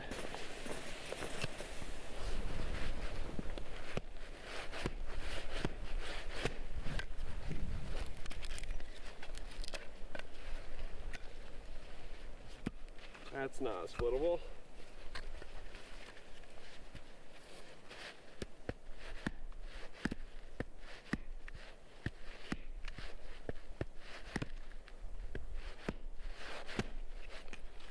Oh, a little punky in the center.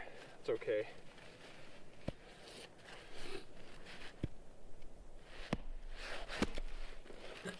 He's just such a great guy, dude. He goes out into the woods like every week or every 2 weeks. Makes a new video. Doesn't matter which season it is, he's out there doing his stuff. For a little bit he didn't upload though, I'm kind of sad about that, but he's back to it again. But he probably needs to pick up the pace again and get regular with his uploads again, and then it will be continuous content, I guess. He doesn't mind going out into the snowstorms and shit. Make a little base. There's still a bunch of snow there, so the fire's gonna sink in. But it's gonna make this base so he can put the fire on top of it. And then it doesn't go out as it sinks in the Hands are a snow. little wet, that's not good. So I've got some birch bark that has been in my pocket for quite some time. I got this the last time I was out in the woods.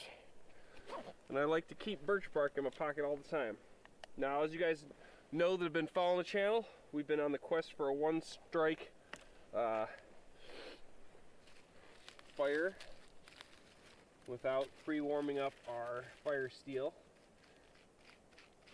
And I don't know if it's going to be today because it's snowing hard and this is going to get a little damp. But we'll try. We'll try our best. Get it nice and flaky. Take some of this. Crumple that in there. Okay. Oh no, this got wet. Oh. Game over. Game over. Everything's just damp because of the snow melting off my hands, but we'll try. Nope. Nope.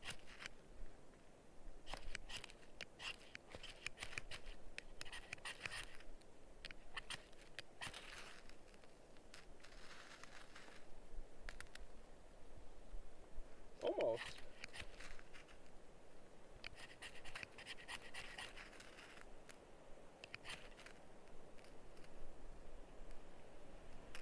There it goes.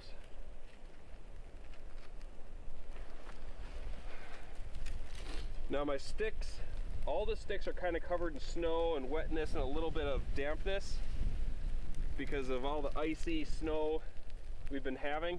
So I'm gonna have to, I've got a bunch of birch bark. There's like 4 dead trees right over there next to camp. Ooh, there's some wind. And I'm just gonna have to keep feeding this thing with birch bark until I get I've a got nice, myself some ringlings, dude. nice fire going. It's gonna I just be a ate, minute so I'm not here. gonna eat them yet, but I have just some for being later. delicate with this thing.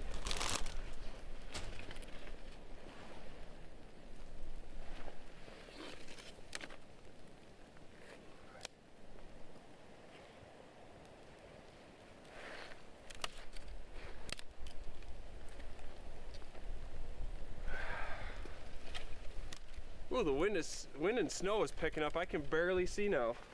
Wow. Holy crap.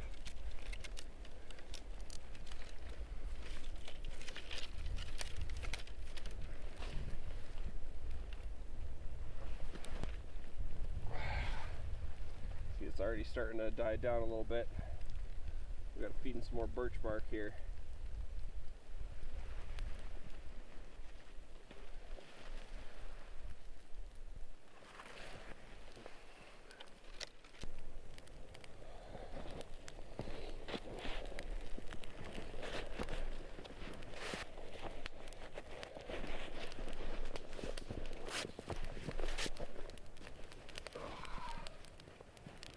Alright, now that I've got the fire going good, it ain't going out. Even with all this snow on this wood and everything, I'm just going to keep kind of piling it on. We're going to develop a nice coal bed, then we can burn anything. It won't go out.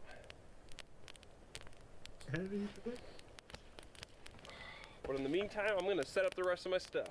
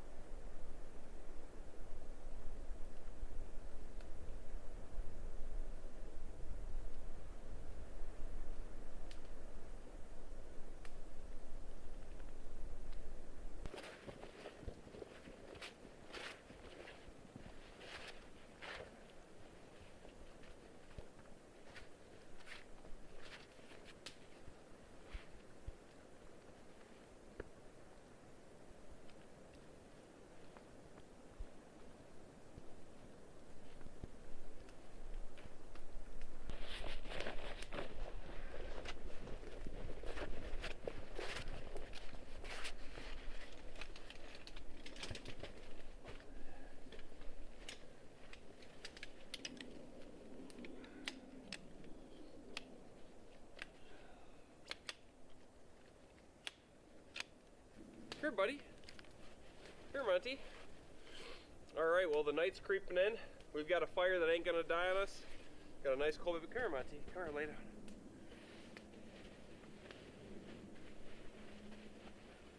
Good boy.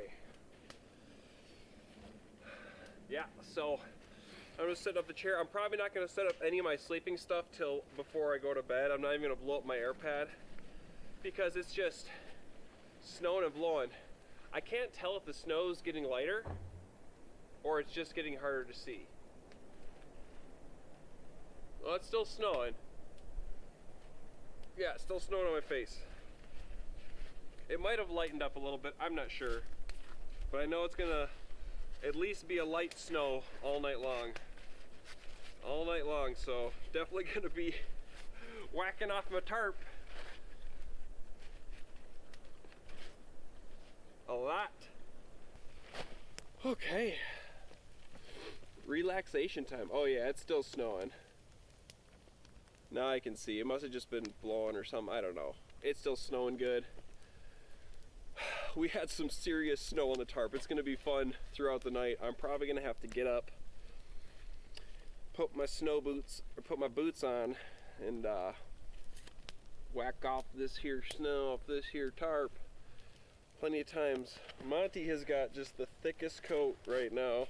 He's just a fluff ball. So tonight I want to address something really quick. Monty is not going to get his normal sweet potatoes and venison, and there's a reason for that. We went to the vet because Monty does this thing where he likes to poop like 5 times.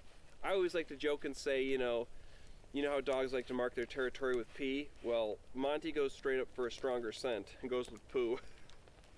It's not true, but we were brought up to the vet, and the vet thought he has serious allergies, and that's why he licks his paws. He doesn't like snow in there, so that's why he's on a special diet, and he doesn't get many treats or anything. He usually upset his stomach, and right now the vet suggested that we try, because we've got him on a grain-free food with salmon and pork. He thought it was chicken.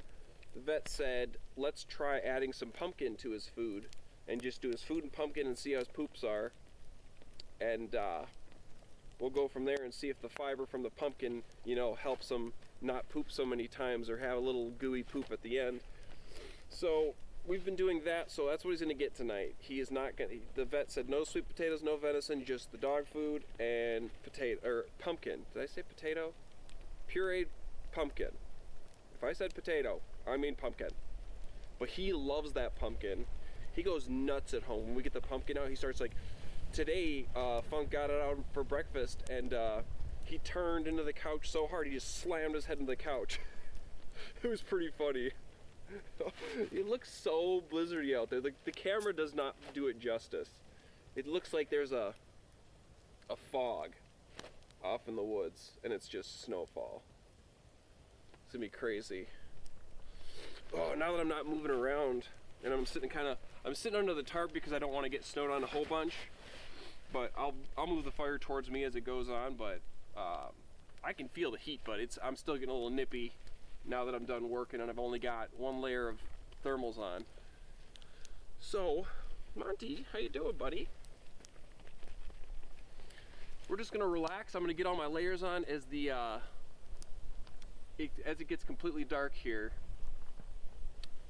And yeah, I'll put my layers on. And then we're gonna throw the light on there, and we'll get to cooking.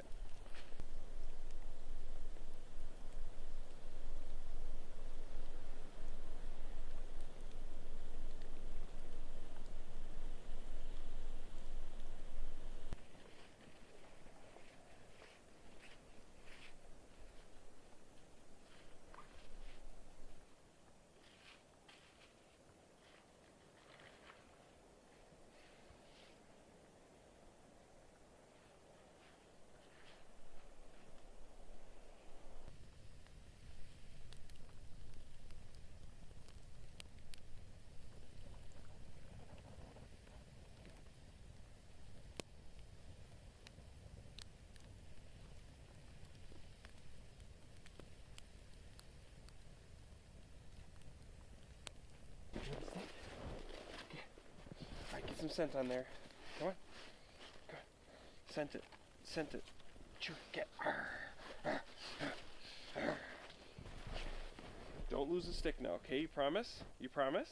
You promise? Do you promise? Okay, that's a yes.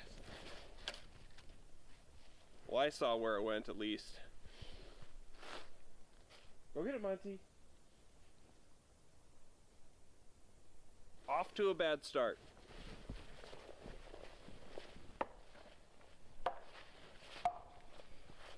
Oh, heaven to Betsy.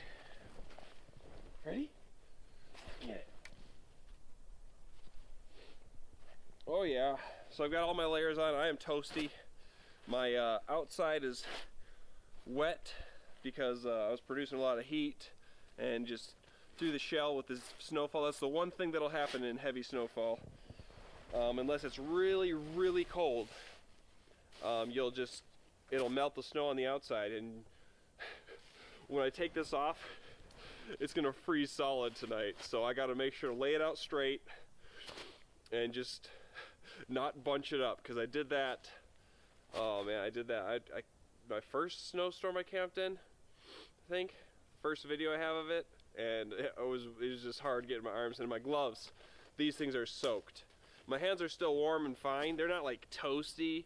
They're a little wet and damp, and I've got dry gloves that I'll use when I'm sitting at camp. Monty, you got that stick? Get it, Monty.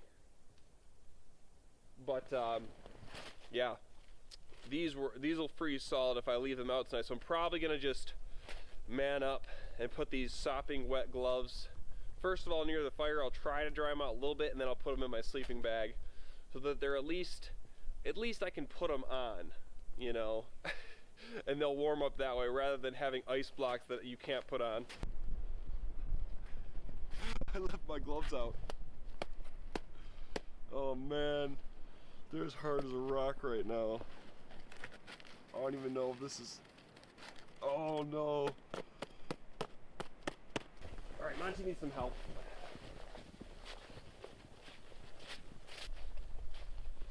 Monty, you're supposed to have a scent, or a sense of smell that's like 10,000 times better than mine or something. 1,000 or 10,000. You should be able to smell your own slobber, because you got stinky breath. Get it, Monty. Get it, Monty. Come on, bring it here. Bring it here. So I'm really surprised. He lost his booties right off the bat, but he has not gotten snowpack in the center of his paws at all. And I'm thinking it's because like I said earlier, we were talking to the vet. Oh yeah, I must have got sidetracked and didn't finish that conversation. I'm a scatterbrain sometimes. But anyways, we were talking to the vet, and we were talking like, he runs sled dogs, and we were like, hey, how is his feet gonna be out in the cold? I told him, he goes winter camping all the time. How are his feet gonna be? How is he gonna be laying on the ground, sitting around? And he's just like, he's totally fine. His coat is so thick. He's not getting cold. Like, he might get cold after many, many hours of just laying on the ground, but he's totally fine. And he said, just cut the feet flush so you don't shave the palm, but you don't want long hair sticking out. Maybe put some wax or booties on there. And I mean, so far, even with just no booties and the hair being flush on his feet, he's not getting snowpack. I keep checking, but he's fine. I'm not sure if the camera is picking up this snow right now, but it's still just coming down just as hard as it was earlier. Come on, Monty, bring it here. Bring me that stick, Monty. Bring me that stick, Monty. Monty, bring it here. Monty. Monty, you bring it here. You bring it here right now. You bring it here right now, mister. Mister, I will ground you. Go to your room. Monty. Monty, help me with this stick. Please, please. Please bring me the stick. Good boy. Good boy.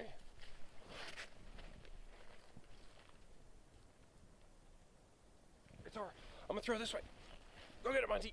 Yeah. Go get it, Monty. Yeah. Oh, you got me.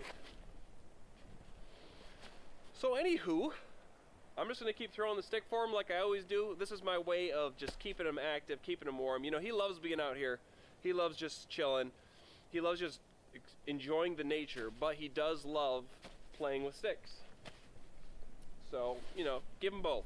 Give him both. Yeah, you, Monty. All right, I'm just gonna keep doing this for a while, and then we'll get to cooking.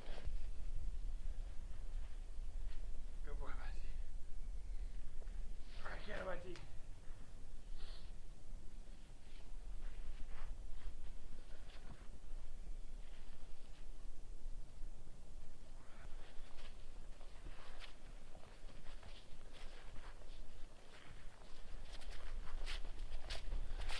Monty, do you want a treat? Do you want to go to the dog park? Do you want a treat? You want to go for dog park? Dog park? Treat?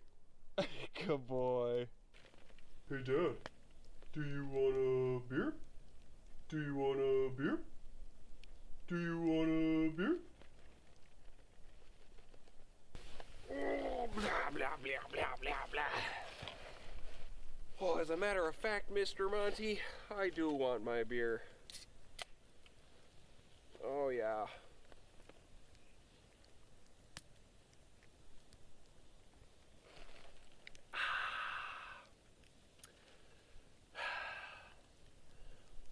It is nice being out here.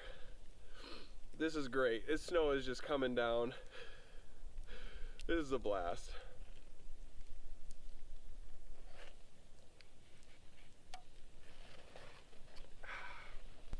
Ooh. Snow just sounds like it picked up pretty hard. So what I'm making for dinner tonight is a classic, one of my favorite meals.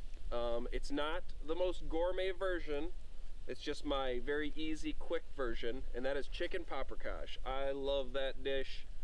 It's Hungarian. Pay tribute to my Hungarian ancestors. Represent. This is going to be a very simple, easy to do. Anybody could do this, no problem. So you at home, if you want something delicious, you like paprika, you like chicken, you like onions, make this dish. You also gotta like sour cream. But I've made this one before quite a few times. I have made this many a times. We don't got much to prepare, but we'll get cooking in a minute here. I'm not in a crazy rush. Let's see what time we got. Oh yeah, the night is young. The night is young. So what I'm gonna do is I'm gonna relax by this fire, let that coal bed continue to roast, finish this beer. I've got 2 beers with me. I'm gonna finish this one, and then we are going to get cooking, get preparing. I'm just gonna enjoy this pitter patter of the snow. When I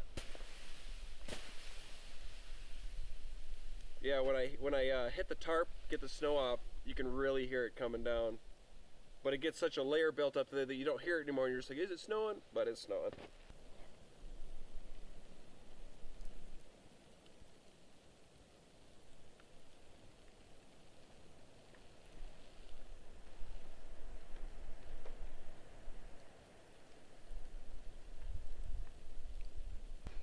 Okie dokie, let's prepare some food here. What do you think, Monty? Huh? I wrapped him in his blanket there because it's not that I thought he was cold or anything. It just sounded more comfy, you know? Right, Monty? He's hearing all sorts of wrappers crinkle, and he's just like, what is that? I heard a crinkly wrapper. Get out some pans here. Okay. This is gonna be my cooking dish for my paprikash.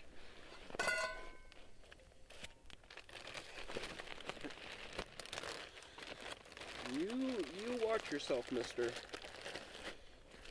Okay, so we're gonna start with some onion. I got a chunk of butter here. Now normally I would cook up my onions, saute them in a little bit of olive oil just to get them translucent, but out here I prefer butter. Chunk of butter. Get these onions cut up. Love me some white onion. Put that in there with the butter.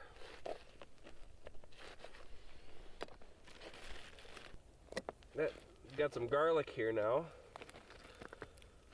No, this is not gonna work. I'm just gonna crush it with my thumb, my big thick thumbs. Oops. Oh, I pulverized that one. Alright. I'm not going to cut this up too crazy fine, just nice chunks. I like garlic. I always add extra garlic. I rarely measure everything.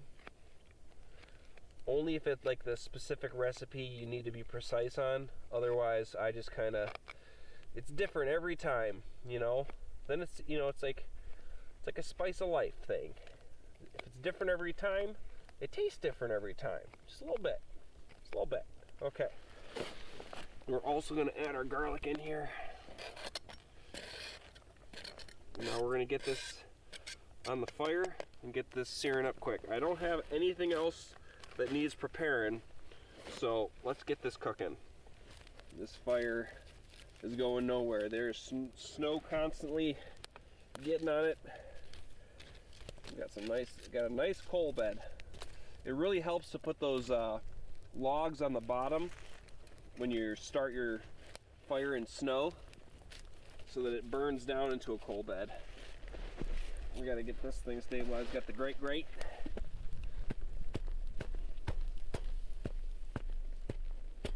I love this thing. I do not love smoke in my eyes. Ah. Oh, that burns. But I love this grate. I've learned the power of packing it down with a stick. Get this. See, we can always scrape coals under here, but we don't want this loosey-goosey to start.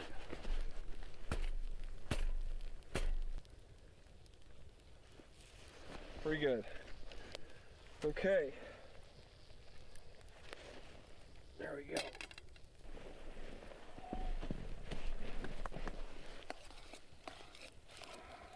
All right. Just getting them heated up a little bit. Onions and garlic.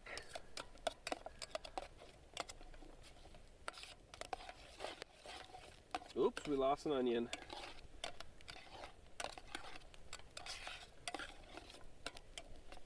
Okay, so the first thing we're going to add is some chicken broth. I'm not going to try to add too much, and I brought out extra just in case.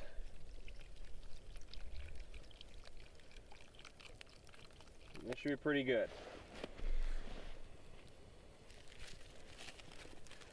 And then we're going to add a little pepper, black pepper. I never measure, I just kind of, that much is how much I put in this time around. Then we've got some salt. Not too much salt, not too little salt, just the right amount of salt.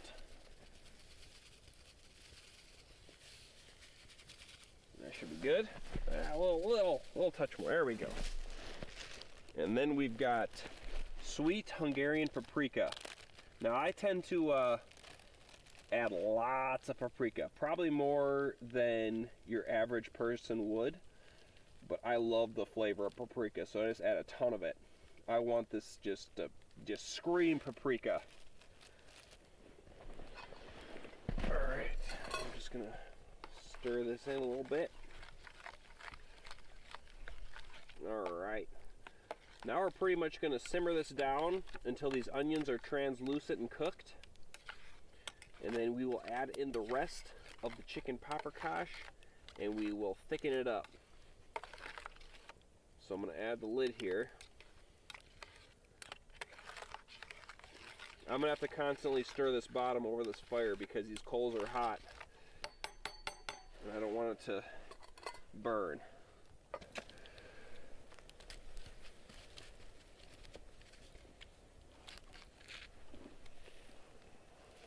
Oh, hi, Monty.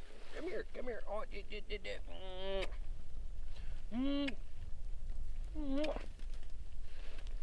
good boy. He knows he's getting something tasty. If there's one thing he can associate with being out in the woods, winter camping, is that he gets a tasty dinner. And though it won't be, you know, sweet potato and venison, it is going to be pumpkin mixed in with his food. Maybe I'll put some hot water in there. We'll see. It is still snowing hard. Hasn't let up a wink the whole time. It's been going steady the whole time, which is awesome. It's so beautiful looking in the light. It actually makes it look even more intense. But I've been knocking off the tarp the whole time. Every 45 to an hour, whack off the tarp. So yeah, our setup's working pretty good. Pretty good. I mean, it's not 100% perfect, but it's never perfect when you're out here. You know, you can say it's perfect, but it doesn't matter. As long as you're comfortable, as long as you're not getting snowed on, like right now. I can see it just hitting my feet, my toes. It's definitely not getting Monty right now. But it's getting to like right there. So if we get some crazy wind throughout the night, maybe we'll get a little snow on us, but we'll be fine. But one thing I will say is my camera there. This thing is going to be the most just battle-hardened DSLR there is. That thing is, it's, let's just say it's pretty icy from my hand touching the buttons, and it's getting snowed on. That thing is, the lens is like caked with ice. I don't take the best care of my camera, but that thing has done me justice. It has lasted a year now, and I have just, you'd probably cringe at how I take care of that thing, but I like to say, you know, you get a piece of gear, like a camera like that, you put it through thick and thin, and it still comes through. That's just a quality item. In the line of, you know, the mass production, thousands, millions made, this one has somehow been great. But it's definitely covered in snow. And that mic too. The mic, the light. It's nice when you're out here. It stays frozen, but when I get it home and it gets melty, that's the danger zone. And I don't hear the pitter-patter of the snow on the tarp anymore, so that means there's a nice layer that I need to whack off. So let's do that, Monty. Let's do that. Whack it off. No, whack it off.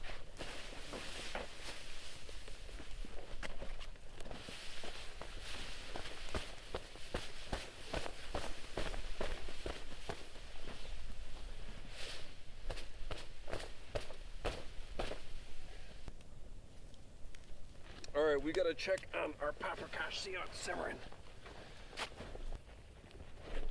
Uh-oh. This fire got ripping. Oh, it's simmering strong.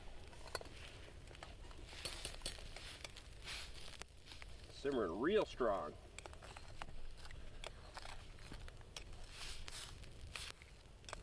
Ooh, I can smell that paprika already. Oh, it's gonna be so good. This is just one of my favorite comfort foods.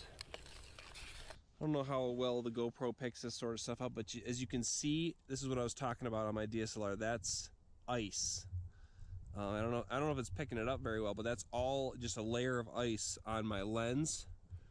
You can see there's snow and wetness all over the camera. The mic is completely coated. Go ahead, Buddy. And back here.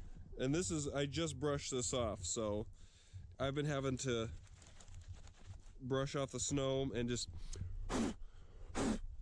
every time I make a clip, every single time I'm doing a clip in this video, I am brushing off the snow. So yeah, I'm abusing it a little bit, but you know what? It's okay. That's why I got this GoPro backup. If things go crazy, then we just switch to this. Let's take a gander here. Oh, ooh, ooh, ooh, ooh. Oh man, that smells amazing. Oh. Oh yeah. Now the onions aren't, see how that one still got a little bit of whiteness left to it? Not quite translucent yet. So we're gonna keep simmering until these onions are translucent. Oh, but it smells so good right now. Okay. Since we're almost getting ready for the next step, I've got a pot of snow here to melt for boiling my noodles. Gotta have those noodles. Now, if you've never boiled snow before, or melted snow for drinking water or whatever, it takes a lot more than you think. So my recommendation is to pack it as much as you can until it's like a block of ice. Melt it down and then add more snow to the water, and it kind of melts instantly. And that's usually how I do it. But it takes so much more snow than you think to get a nice pot full of water, or to melt your algae, and especially if it's fluffy. If you got straight up ice, it's not so bad. It's, you know, as much ice as you got, but snow is fluffy. Pack it down as much as you can.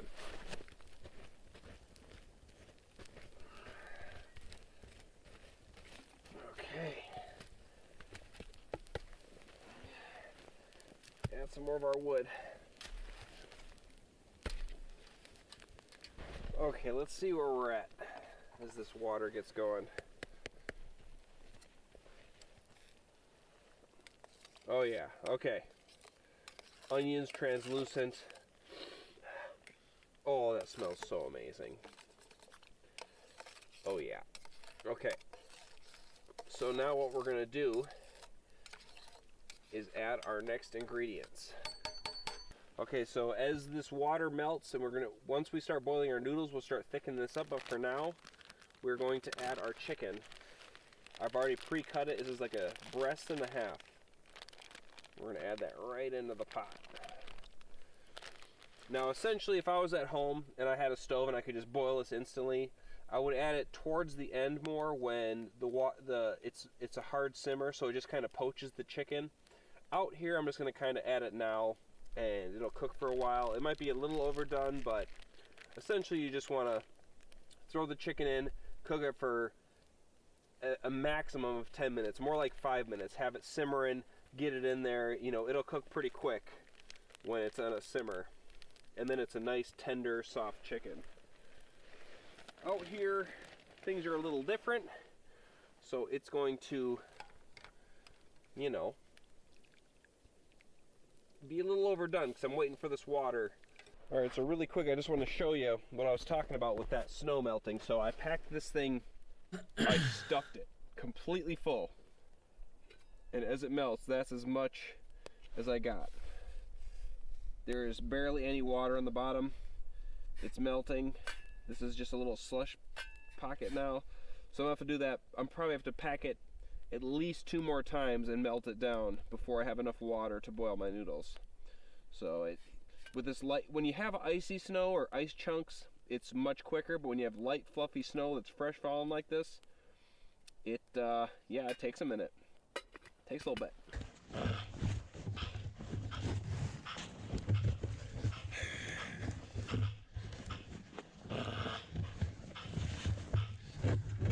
Whoa! Monty! You made me fall!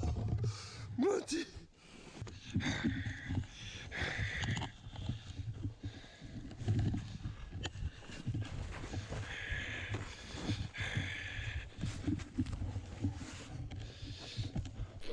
So pretty much in between cooking, I've been throwing the stick for Monty constantly, and he keeps looking over here. I'm not sure what it is, but we've definitely got a little critter that's running around on top of the snow. It's probably a mole, maybe? I don't know. Definitely a little creature.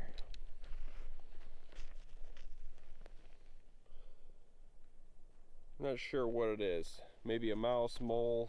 I don't think it's a squirrel. I don't know. But Monty, we've been throwing the stick over here, and Monty was just like acting nuts. So he must have spotted it or smelled it. Whatever it was, Monty, right, Monty? Monty? Is it still snowing? It's definitely still snowing. Okay, so our pot of water here is full enough, and it's right on the verge of boiling. So we're gonna do the final steps to this meal. Oh yeah, this is looking good. Guarantee you that chicken's cooked. So, this is pretty much the only technical thing you've got to do for this whole meal. And that is stir up some cornstarch and add it. So what you want to do when you want to stir up cornstarch is you want cold water. You cannot have lukewarm or warm. You want cold water. You only need a little bit. Don't need a ton. You add your cornstarch to that cold water.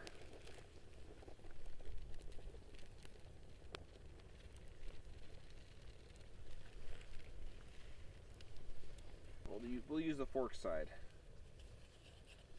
You just watch it. See, it stirs right in. We'll catch the rest of that. Now it gets a little like gummy in spots. You just stir through it and it'll all turn to a liquid. There's no clumps whatsoever when you use cold water and cornstarch. You just capture it all. Make sure you just, as long as you stir the chunks, break them up. Look at that. It's like milk. No clumps whatsoever. And now I would like this to be boiling, but like I've said before, we're cooking over a fire and it won't be perfect, but it'll do. We're going to add this in and get this heated up. Sorry to say, I'm just going to rinse Monty's food dish out here with water. Got a little schmutz in there.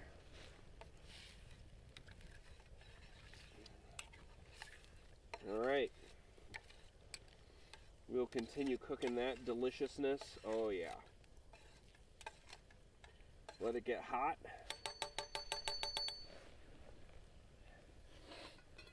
Add this back to it. And then we've got to add noodles to this here. Oh yeah. Oh yeah, it's boiling. It is a boiling. For noodles for the chicken paprikash, we are going with thick, wide egg noodles. These are like, these are not the no egg noodles. They're the very thick, you can see, they're a very thick noodle. Thick egg noodles. Oops. Oh. It's always a hard thing to gauge how many noodles you're going to use, because I could eat a ton out here. As soon as these noodles are boiled, we are eating. There's only one final thing left to add to this masterpiece here, but we're gonna save that. You probably already know what it is, but we're still gonna wait until it's the time, you know. Let's take a look at these noodles. Oh yeah, boiling away. All right.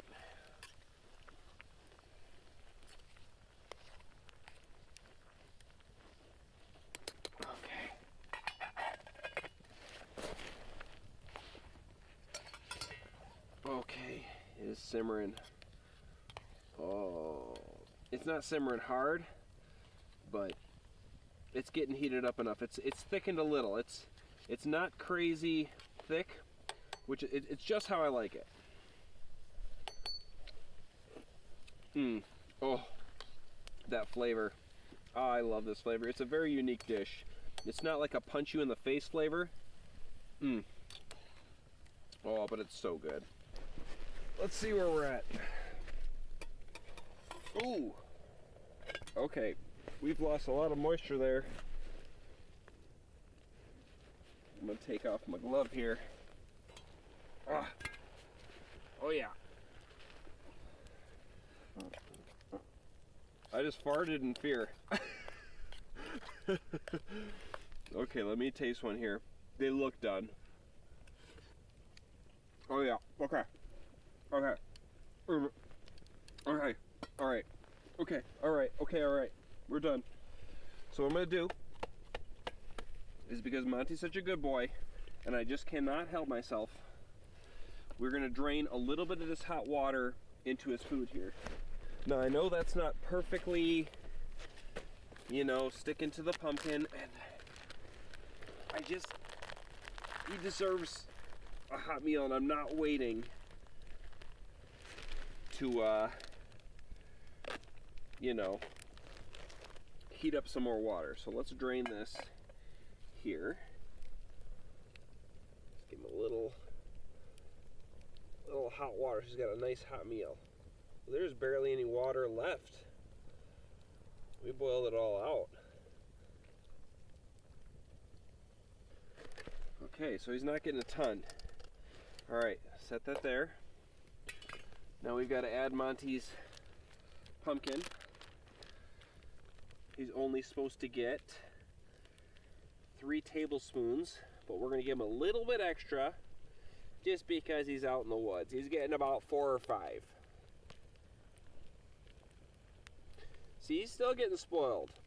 I'm still not following all the rules 100%. Oh yeah, that's about perfect. He has just a little bit of hot water in there. It'll be a nice, tasty meal. He's gonna love that. He is gonna love that. You guys have given me the suggestion to put my noodles into my sauce bowl, and that is a very smart idea. So that's what we're gonna do. Take my fork. Oh, these noodles are they're pretty cooked.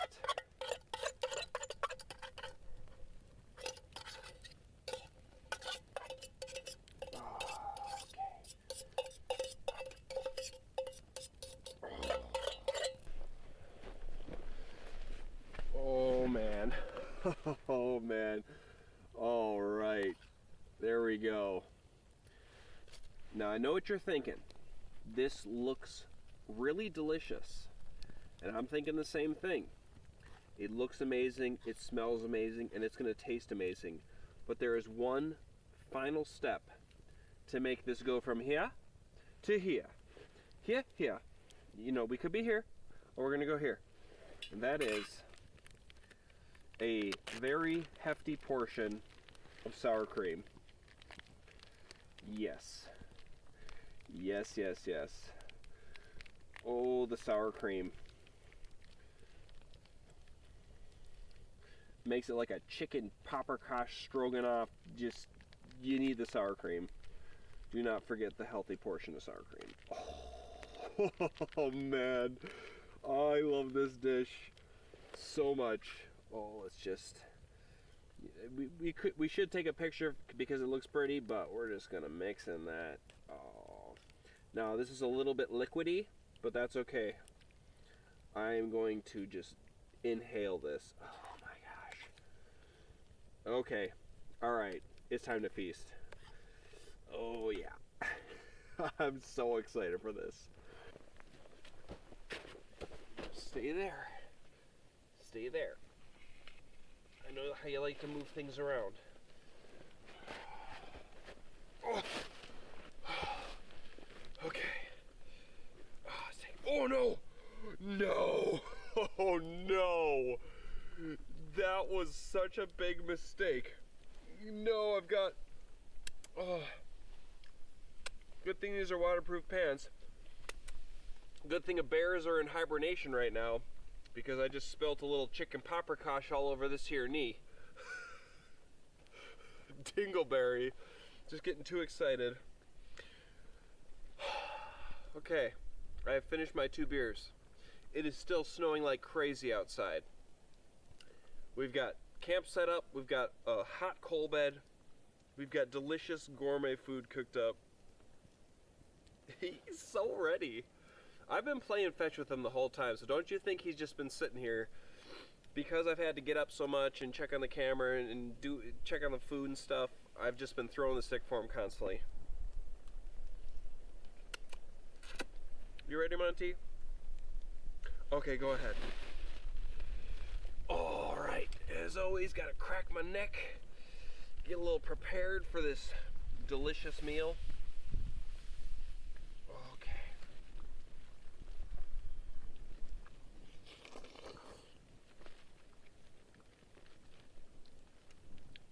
Oh man.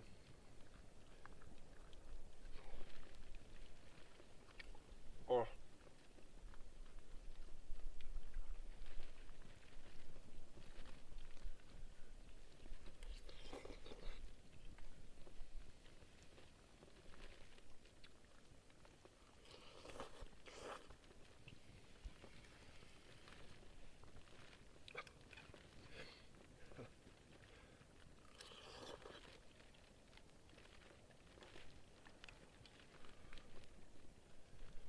Nice piece of chicken.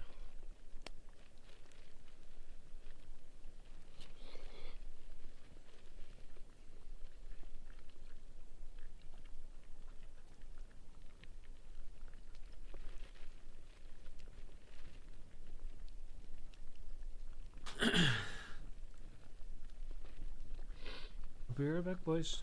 Go to the toilet real quick.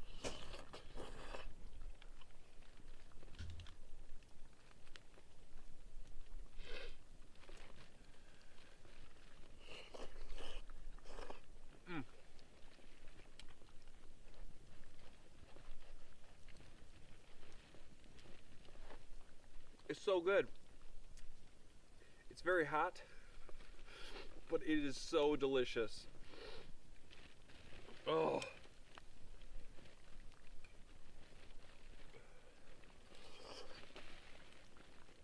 Now I know some of you guys had mentioned that when I'm eating it seems like I'm eating it seems like I haven't eaten for 30 days every time I eat. And the reason is that I just love food. I love food cooked over a campfire. I love delicious food when I'm out in the woods camping. And yeah, I'm a food monster. I love food. I'm struggling right now because it's kind of hot. That's my problem. Once it cools down, I'll be able to shovel this into my face very fast, be very satisfied, then very full and uncomfortable.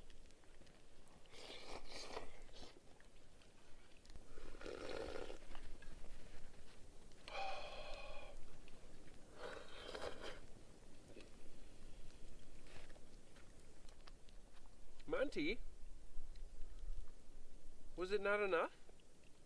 I feel that way too sometimes. Oh, he's nosing around his bowl. How rude. That's rude. That's rude. I know that was enough. Lay down. Lay down. Lay down, Monty. Jeez. Monty, enough of that. You ate plenty. Lay down. You don't need to be eating snow, looking for scraps. I provide plenty for you. Yeah, I sure do. You little stinker. So, you guys don't need to watch any more of me slurping this up, so I'm gonna finish up here, and I will check back in with you when I'm all done. And we're gonna be getting ready for bed. I still gotta set up all my stuff, get out Monty's sleeping bag, everything. So I'm gonna put the rest of the wood on the fire, and we'll check back in with you in a bit.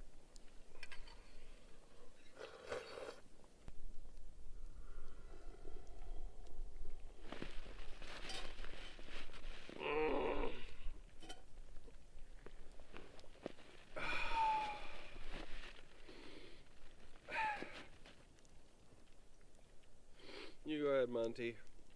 You beg like a dog, boy.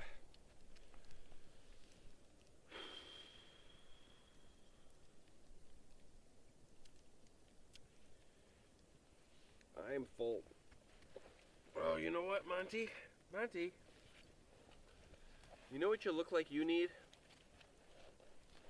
Come here. Come here, buddy. Oh, yeah. I'm gonna get ya. I'm gonna get ya. I'm gonna get ya.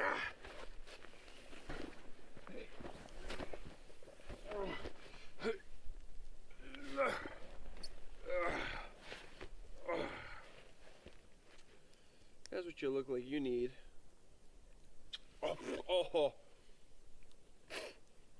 Oh man. Out of all the decisions I've made, I just put my lips up and you just tongued my lips. That was gross. That was really gross. Yeah. It was really gross. Probably the worst thing I could have tasted after all that delicious food. Oh, you're okay. You're okay. You're okay. He just wants to search for treats. This is not good enough for him.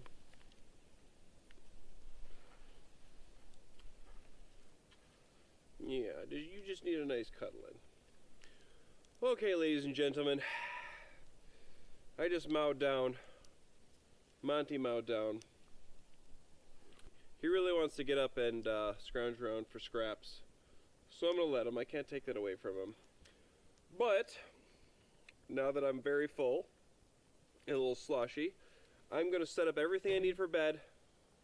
Get all set up. I'm gonna dig out some snow behind the tarp here at the back edges so that when I'm whacking it off throughout the night, it's not piling up, because we've already got a foot of snow built up from the tarps whacking off, and it's happened twice and I've had to dig it out. So I'm gonna dig it out nice, and so that when I don't have to get out of the tarp unless it gets really crazy. So I'll check back with you guys when I'm ready for bed. Right, Monty? All right, you can get down. Oh. Oh, there you go. Freedom. Okay. So I just want to take a second as I'm getting ready for bed to let everybody know what kind of creature we're dealing with here. Now this dog, Mr. Monty here, Monty Snowbeard the Great, when I was cooking, moving things around, he was following me around, he was up and down, didn't want to lay on the sleeping pad, wanted me to throw the stick, energetic, doing whatever. Right, Monty? Monty! But, yeah, you, mister. But as soon as we ate our meals, he knew what that meant, and he crawled over on the sleeping pad and has just been sitting there licking himself, getting ready for bed, because he knows that all the food is gone, all the stick throwing is done, and we're going to bed. This little creature has got me figured out to a science. He knows that there's only one big meal, one tasty, delicious treat, and then it's just bedtime. So he's given up.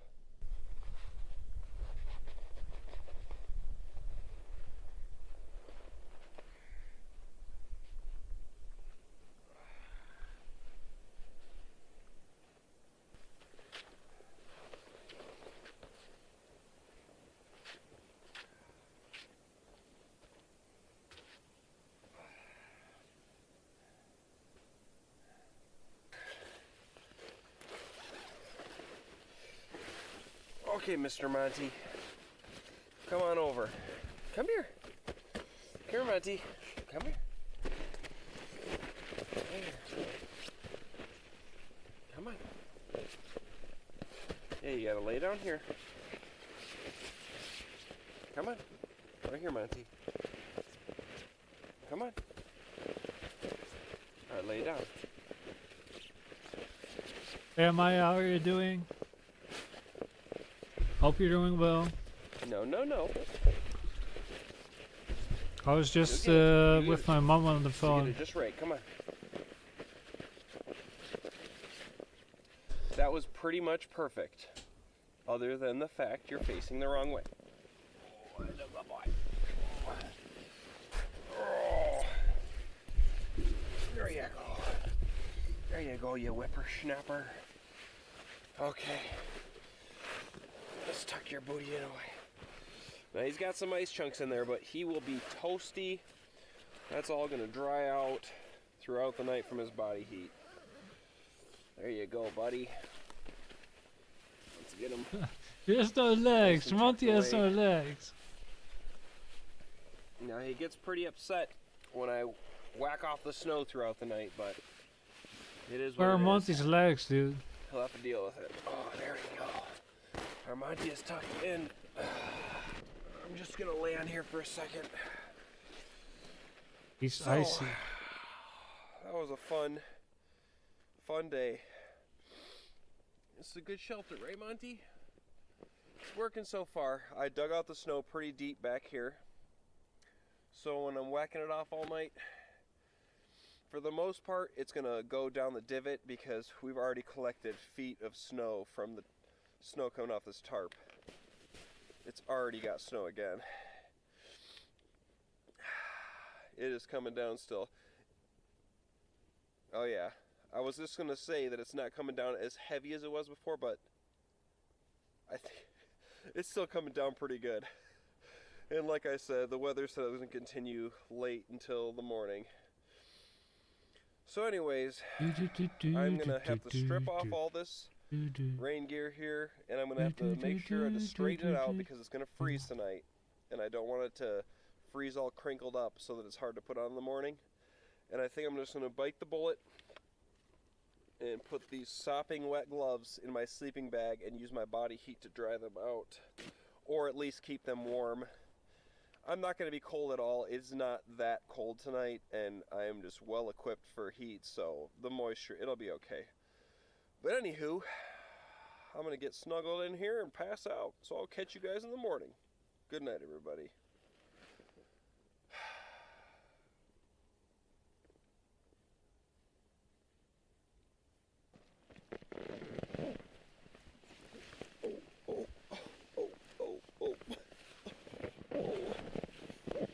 Hey, Monty.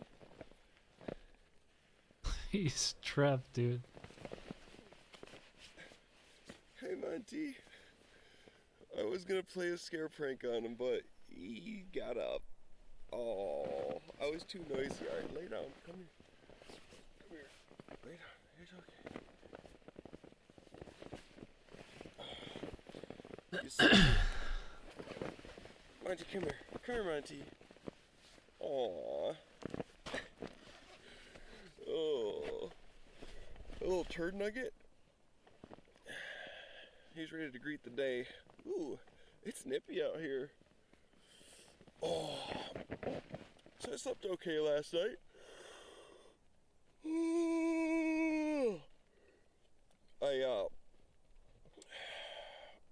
I was pretty restless at one point between like midnight and 3 or something. I don't know. I was just like, you know, when your mind's racing, and I just couldn't sleep very well at that point. But then, you know, I was whacking off the snow all night, and I don't know if you can see, there's a big pile. It's coming down both sides. A lot of snow last night, a lot of snow. And then it felt like, you know, by 3, the snow had pretty much stopped. Like, couldn't hear it, so I was like, alright, you know, I'm just gonna kind of just check on Monty now and not worry about the snow. And then I woke up at 6, and this tarp was laying on both me and Monty's heads, and it was so saggy from so much snow that it was pulling it in. And we were getting snow. You could see there's snow on Monty's, like, back end, and there's some of my feet because yeah, it was just so much snow on the tarp. It was falling off the trees all night. And for a while it was scaring Monty every time it fell off the trees and like landed. It's on pretty top of it. cozy. Sleeping in a snowstorm like that. If you have a thick sleeping bag, it's pretty nice. I think. We've been sleeping But you have to get all everything. ready, get all set up, get all dug out into the snow. I guess it's time to get up and greet the day. It looks like it's sunny outside. Light amount of snow. It looks like a beautiful wintry scene. Monty's roaming around. So let's go check it out. Let's get up. I'm going to put some layers on and get moving here. Let's do it. Here's my jacket. It's frozen. Look at it. That's my jacket. Oh no. Oh, that's the arm. Oh, this is gonna be so much fun to put on. Gosh. Dang it. Alright, let's get it on and get moving. Let's see if we can get this thing on easily. Hey, Monty. Hi, Monty.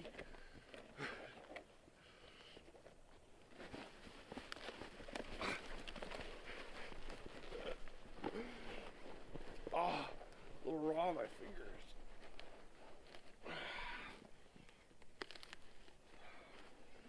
Nothing like a frozen solid jacket in the morning.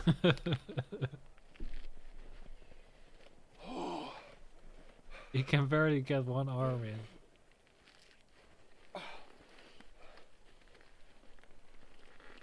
Oh. Whew. It's so crunchy.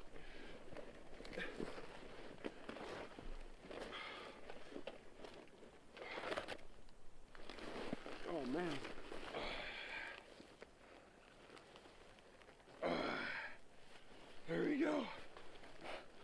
I just need a few minutes to be able to move around and warm it up.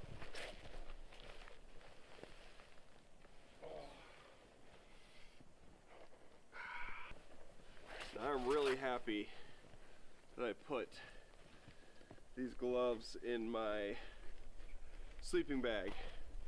The jacket is officially on. Hi, Monty. Hi. Hi, buddy. Come here. Hi. It's a new day. It's a new day. You want the stick? I saved it just for you. This was his favorite stick last night. He retrieved this one many a times. Don't got all my movement yet. Beautiful out here. Okay, boys, so I'm hopefully gonna stream for like a couple more hours. Maybe a bunch more hours. Then I'm gonna head to bed. Okay. And then I'll be back now tomorrow. It's only a matter of time. Give me that stick.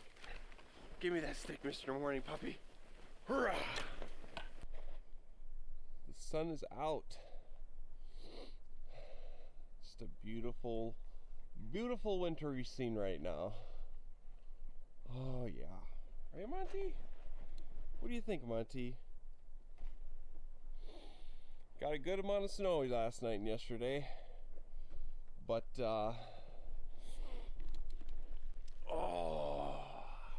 as my jacket thaws up, I think it's time we get packed up and get heading back to the car. Whew, a little nip to the air. Monty, what do you say before we get packed up? Do you want We to almost watched the entire thing, house? bro. What do you say? You want the stick? You want the stick? Okay, yeah, you do. Let's go throw the stick. Come on, let's throw the stick. Go ahead, go get your stick. Get your stick. Get your stick, Monty. Get your stick. Hi-ya! Bring her, Monty. Come on. Come on, Monty. Bring me that stick. Bring me that stick. Good boy.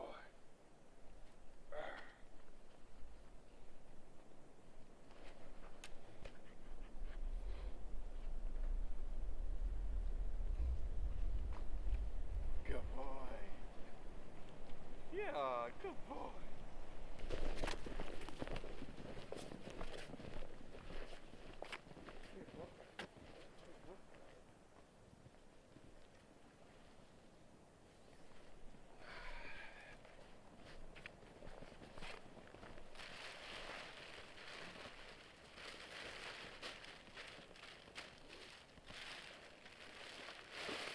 Must be hard to walk in and out of there. I'm not sure how far he is away from his car, but must be quite the effort to walk out there, especially with all the stuff he's bringing.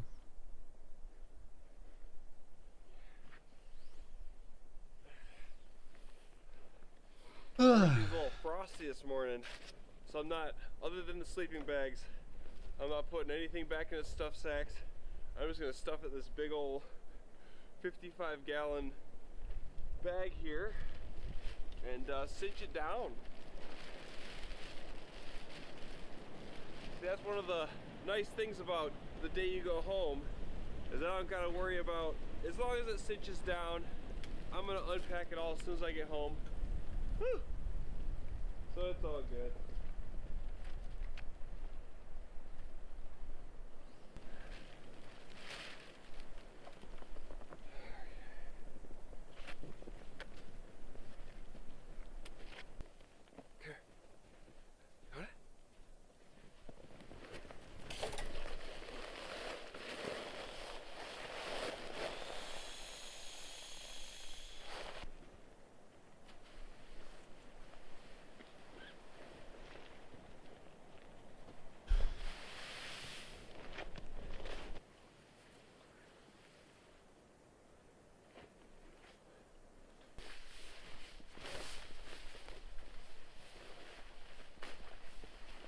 Well, you know, like usual, I'll just take this paracord here, deal with it later.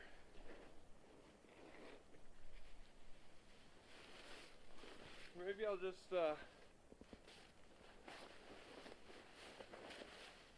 More like this.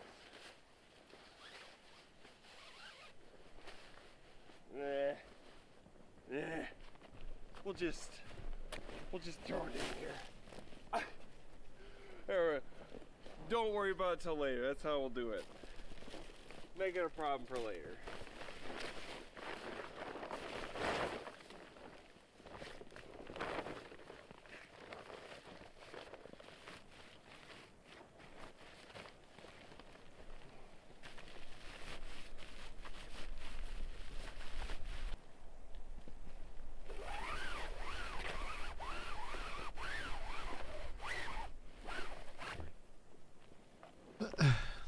I wonder how he's able to find all his stuff. Like, it just gets buried in the snow, no?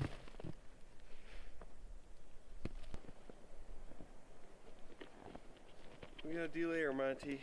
I guess he brought most of his stuff underneath the door. Yeah. But then his sled is, for example, in the snow. But I guess that's the only thing you have to find.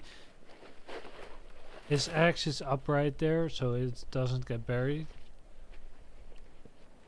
And his snowshoes as well.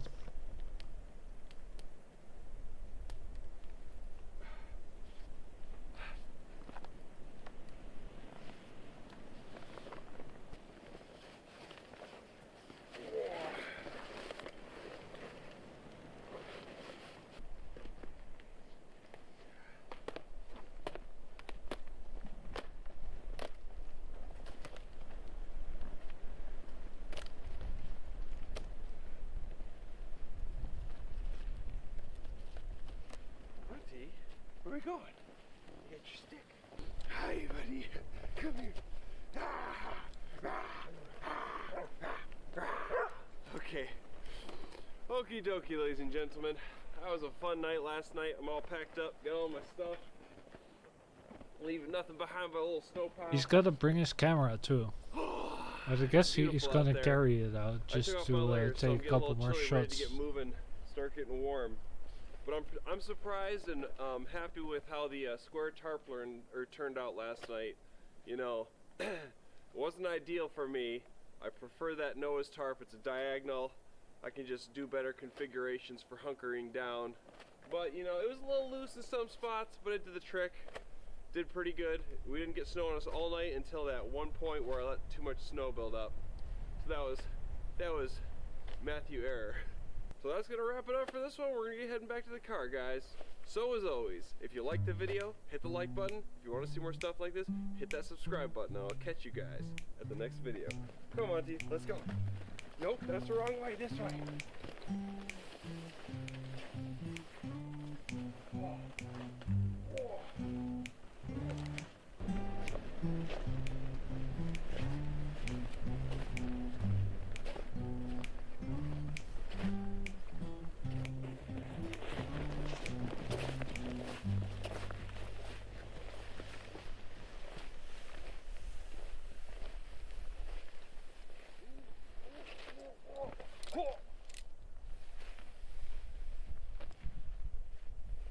I already liked the video, I already seen it.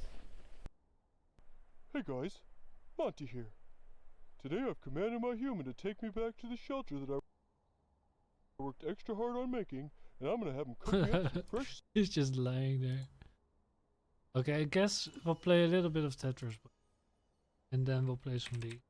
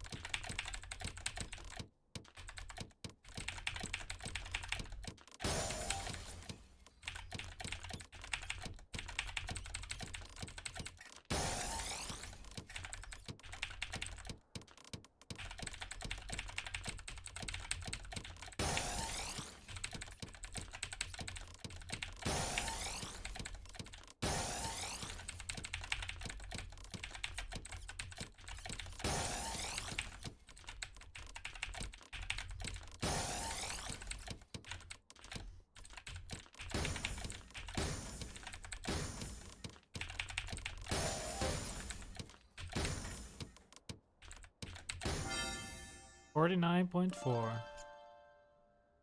I thought it was gonna be quicker, but that means we can just go play League now because we got a sub. I usually just want to get a sub 50 before I play League because then I know that my action speed is kind of up, you know. I got a 47 point something this morning, or when I started streaming, I mean. It was actually afternoon, but got a 47 point something, and that's when I know that I can play League and be good, you know.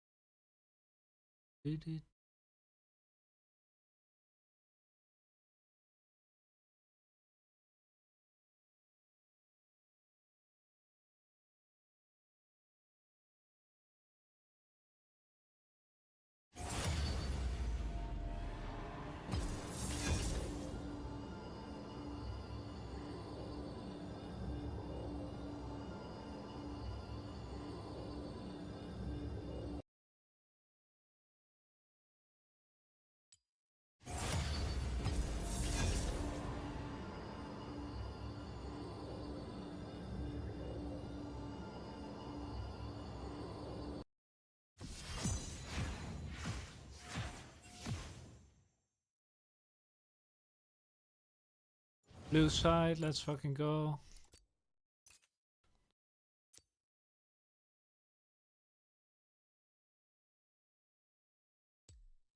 Do, do,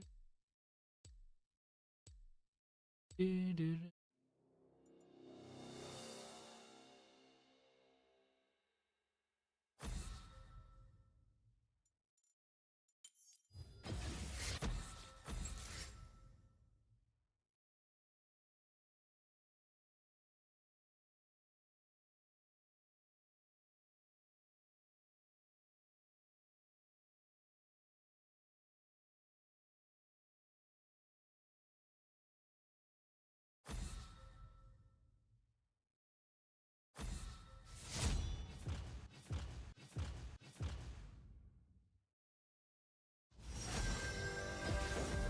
How about a magic trick?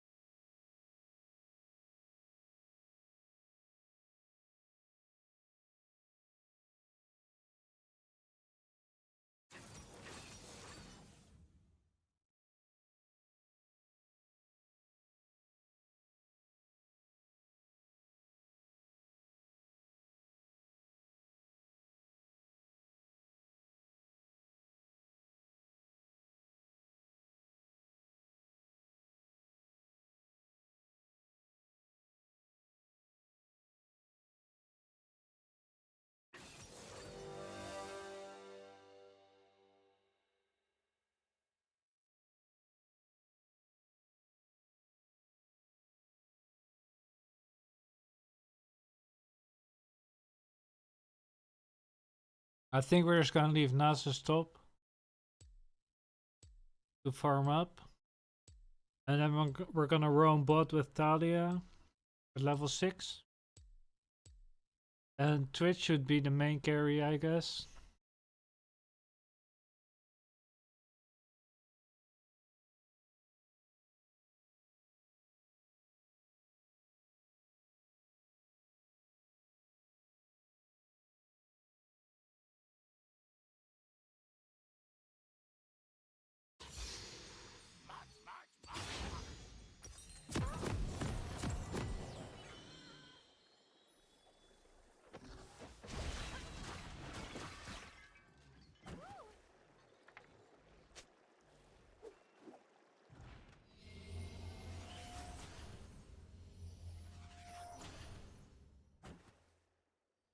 Now you see me.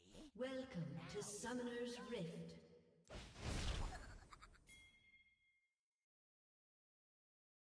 Shaco smurf, yes. 30 seconds until minions spawn.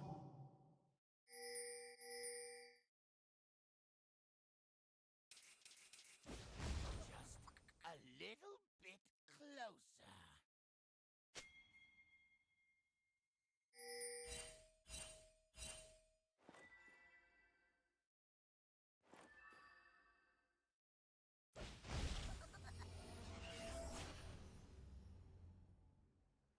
Minions have spawned. The joke's on you!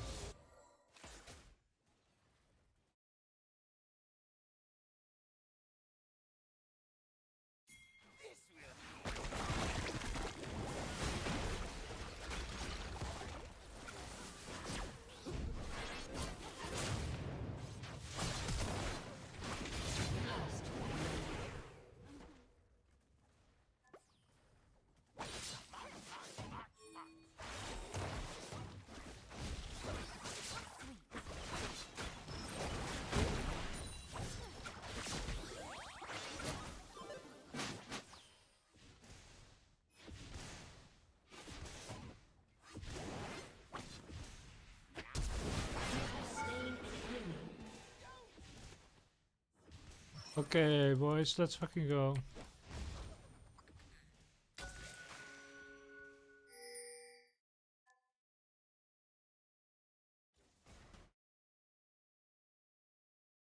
Just a little bit closer.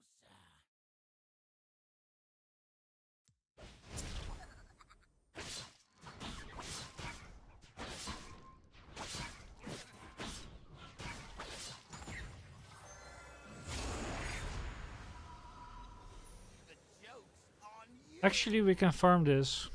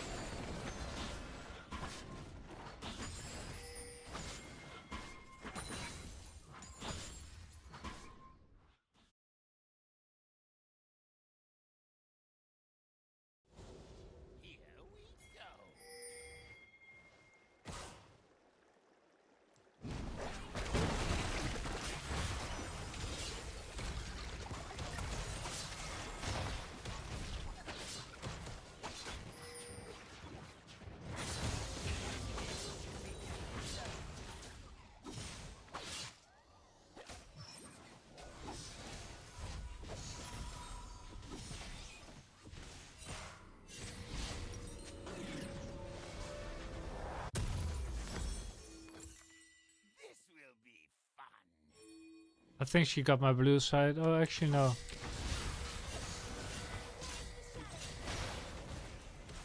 I don't think she did.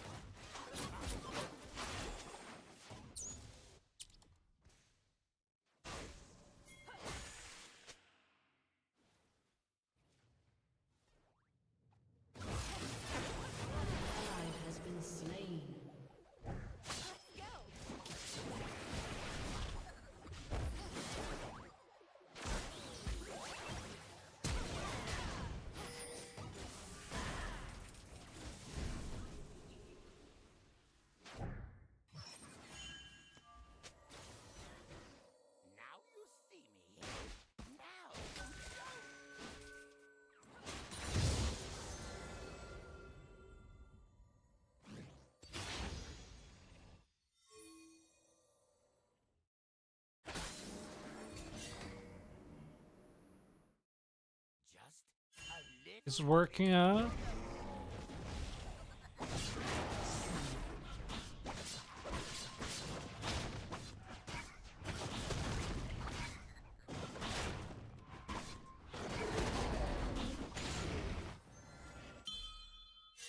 The joke's on you!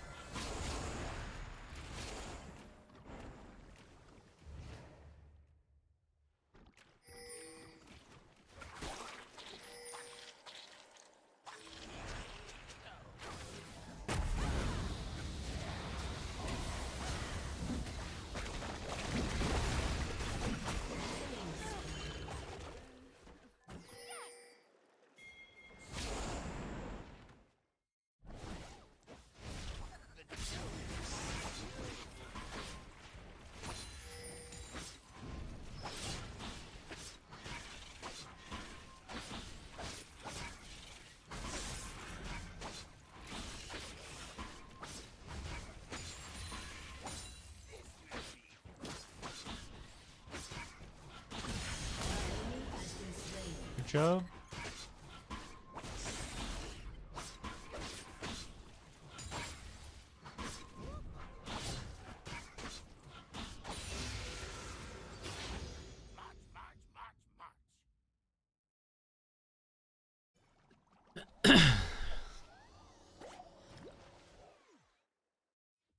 An ally has been slain.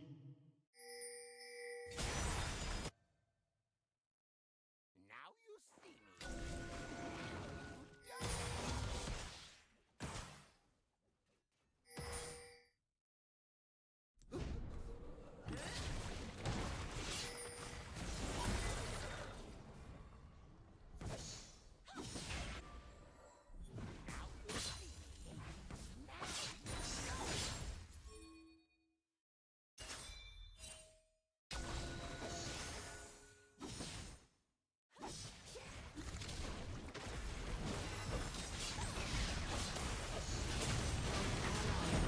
Oh god damn it, dude. I couldn't even press my ulti there.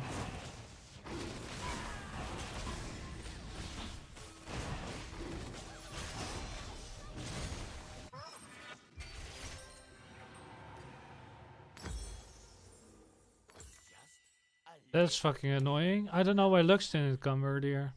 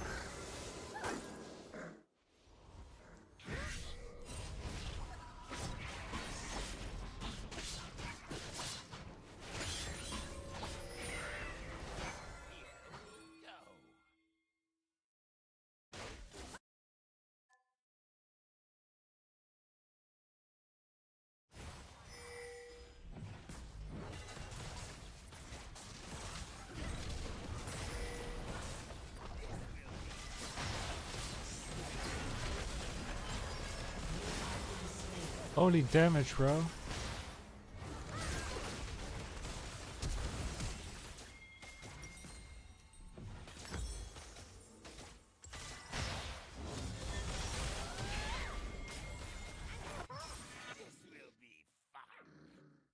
Fucking hell, how did they deal so much damage actually?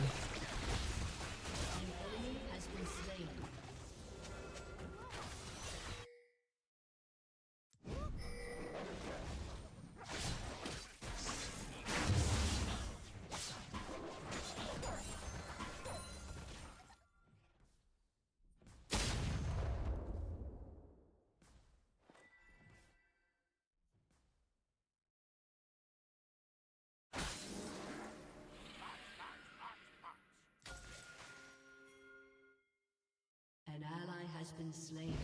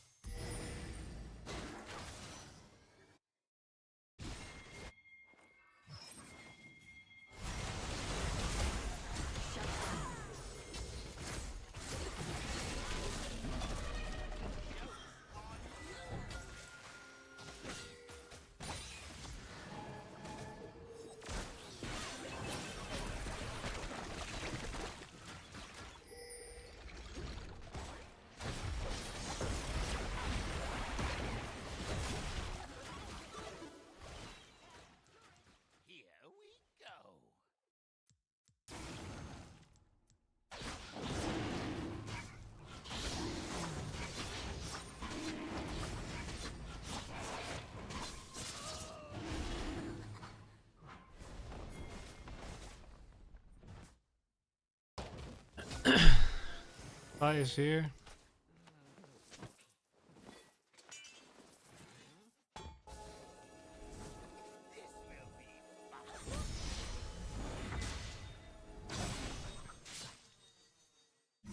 Your team has destroyed a turret. An ally has been slain.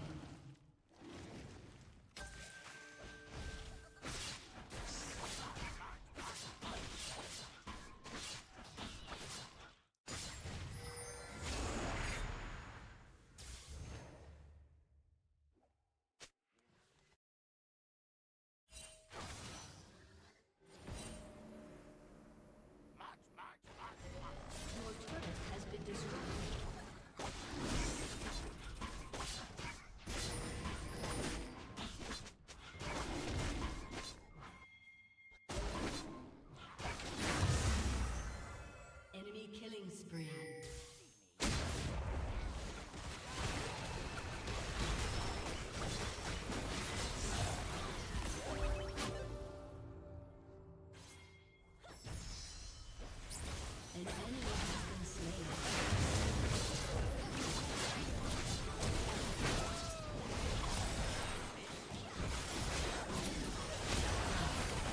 Where is my fucking ADC at?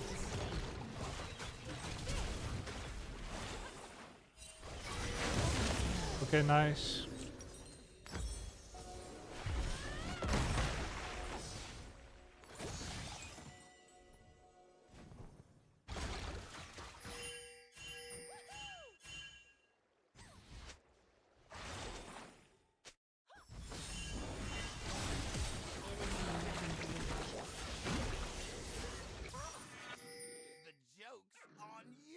Your team has destroyed a turret. I don't know when Nasus needs to come.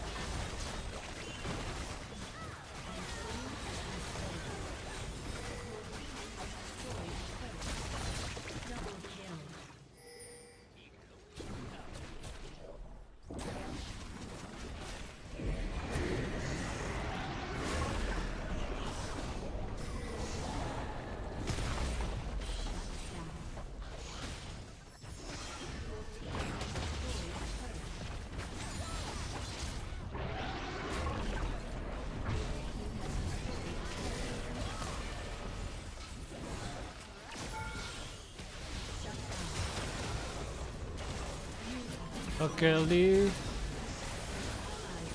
We get 2 tier 2 turrets, that's worth.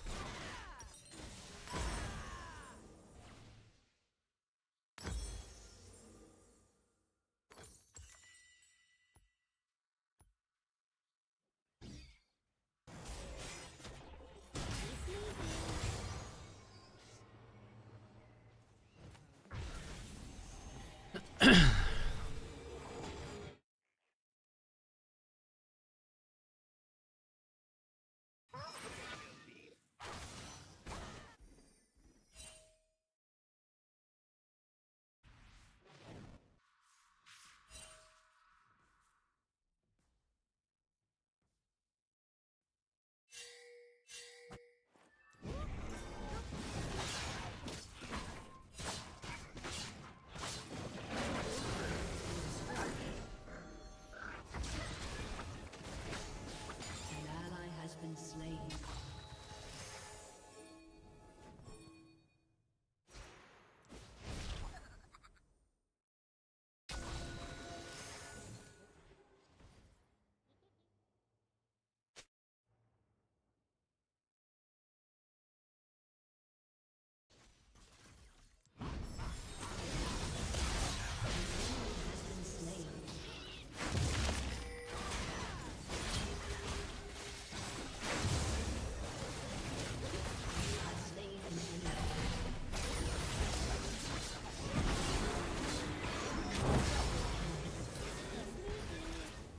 This is still so easy of a game.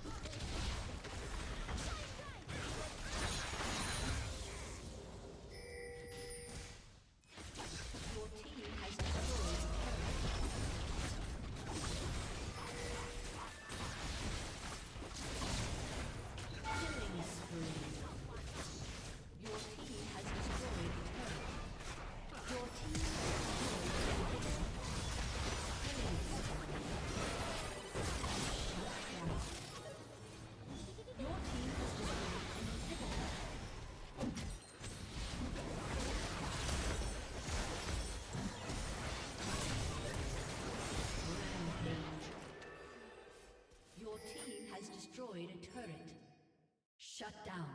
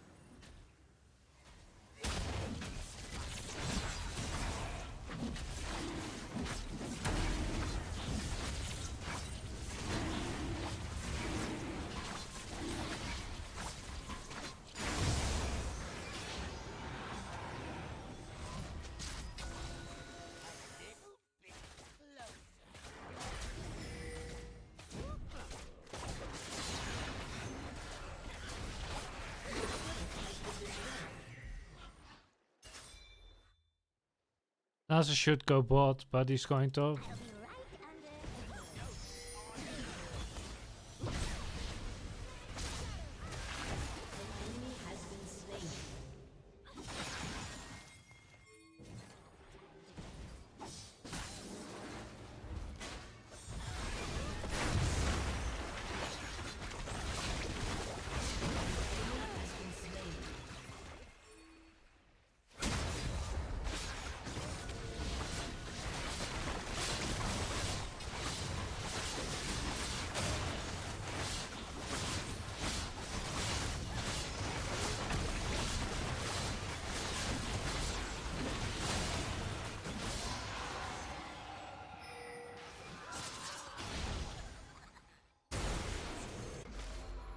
Nice, bro.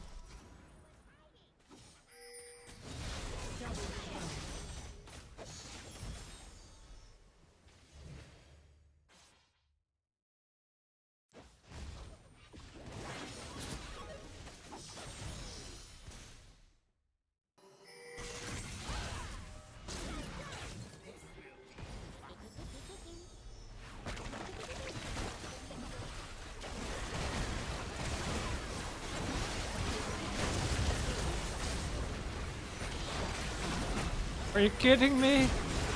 She fucking clips me through the wall. An enemy has been slain.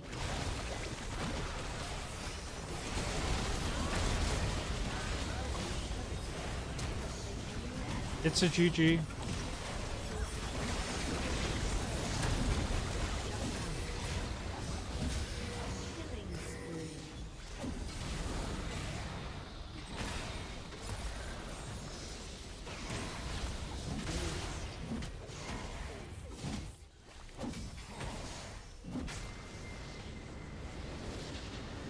Hey, what's up, Amaya? How are you doing?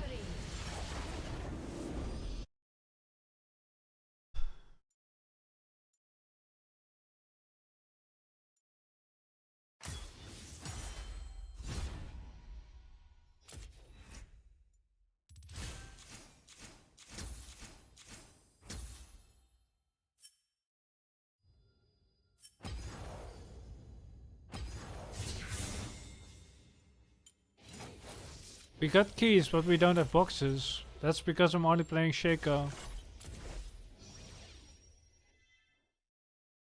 Yeah, I'm doing good too. Thanks for asking. I'm just playing some League. Just had some coffee. I'm doing good.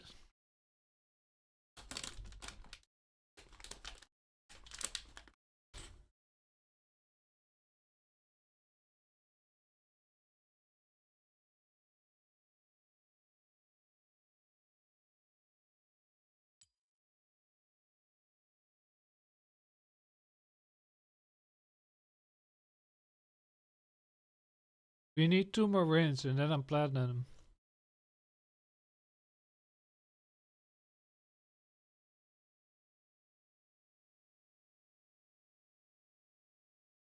But my MMR is already Emerald 4, I think.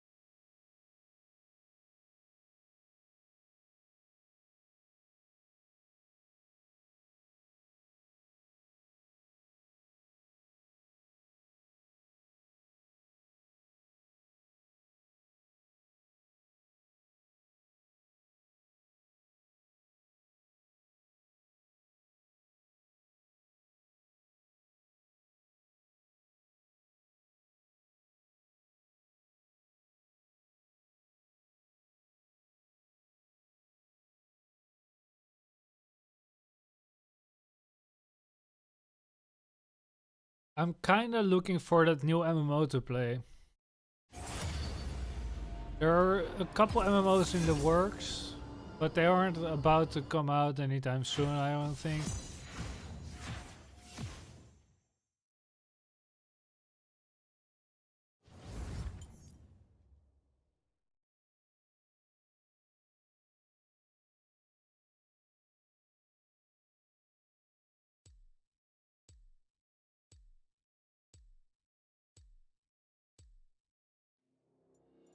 Okay, let's hope they don't ban shaco.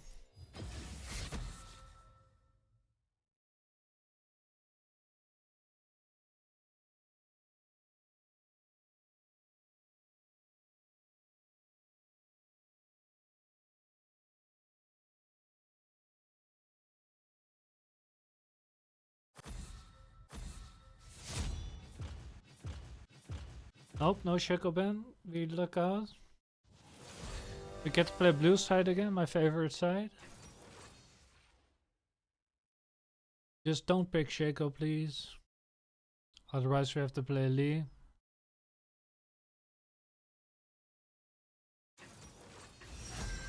Okay, nice. How about a magic trick? Let's get another easy win here.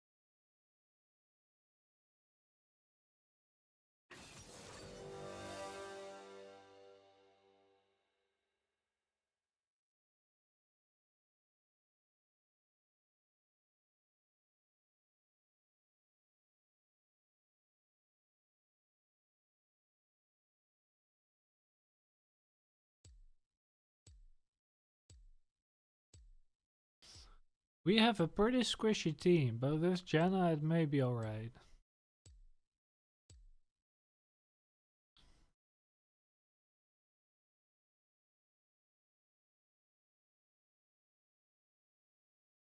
We're already getting some emeralds here.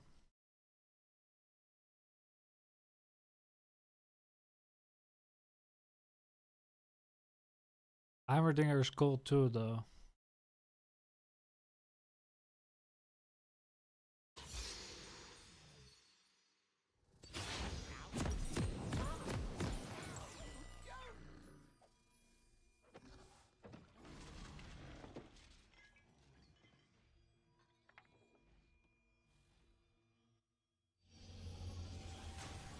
Let's just play our best and not tilt.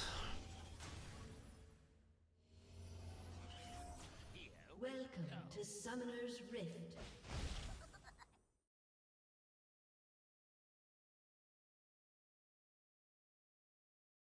30 seconds until minions spawn.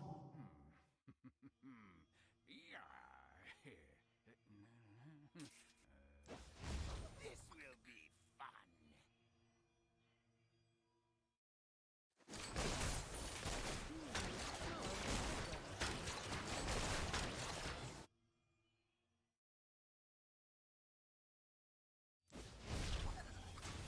Just a little bit closer. Minions have spawned.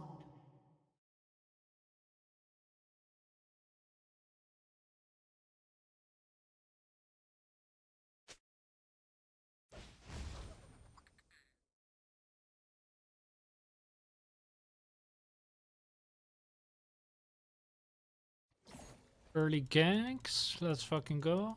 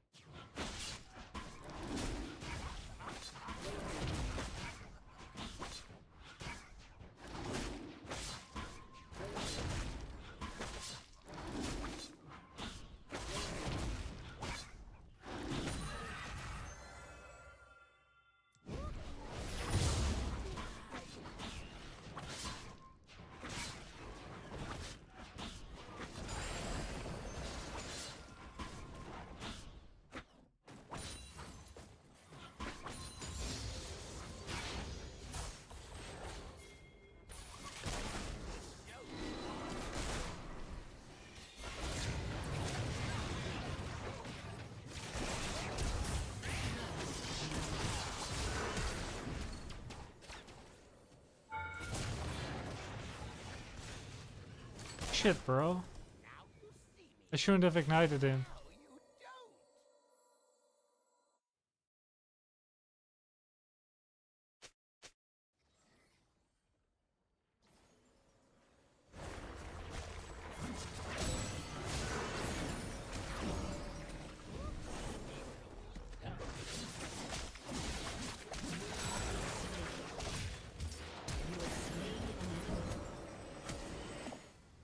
Ooh, he's close to dying, bro. An enemy has been slain.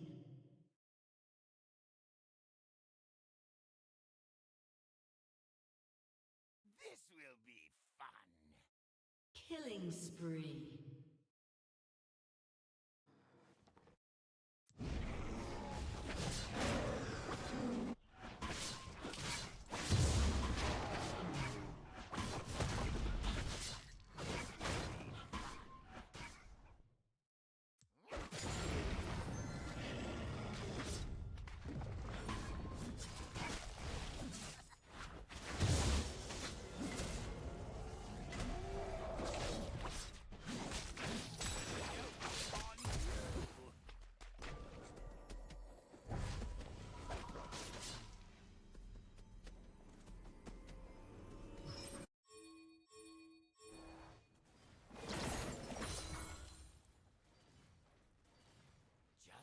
A little bit.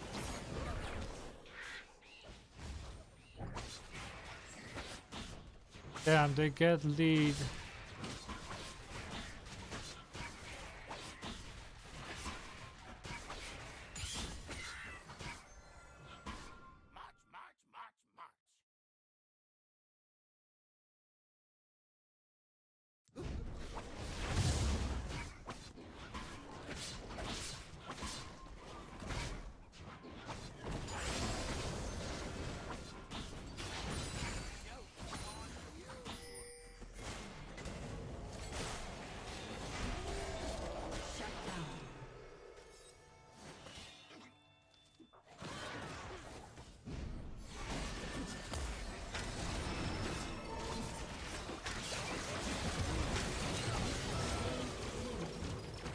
Fucking hell, bro. They didn't ward or anything.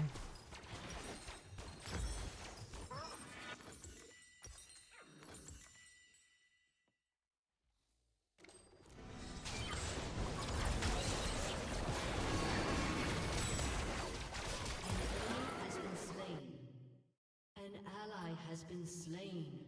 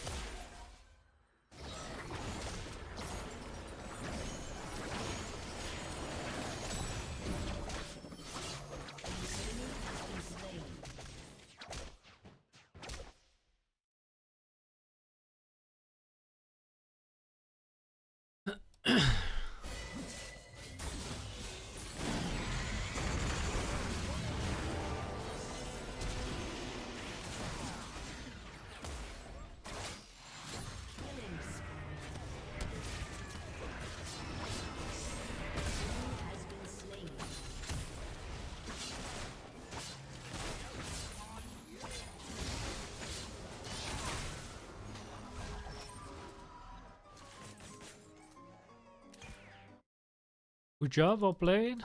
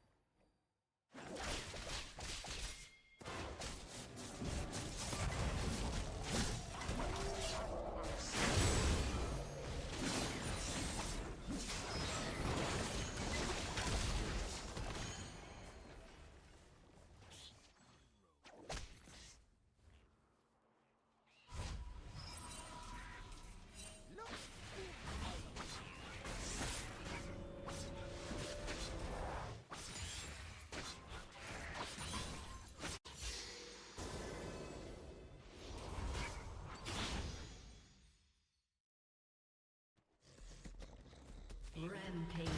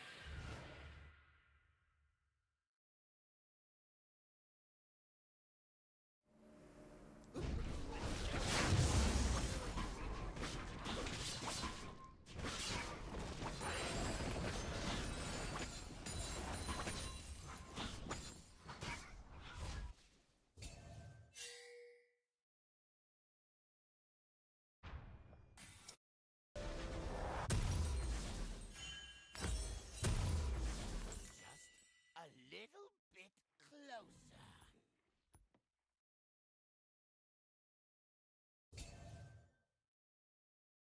Janna should have roamed, I guess.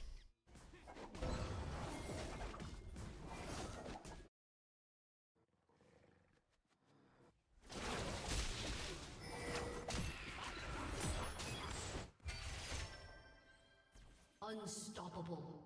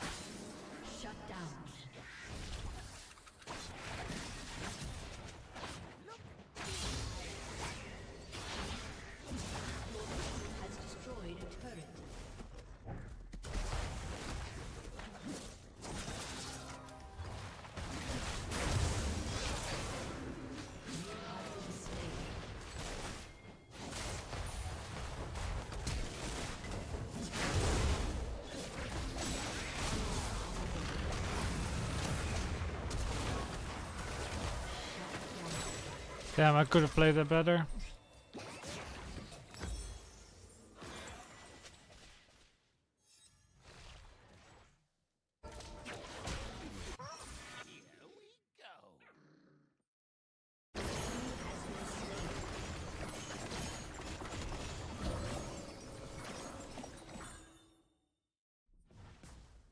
Double kill.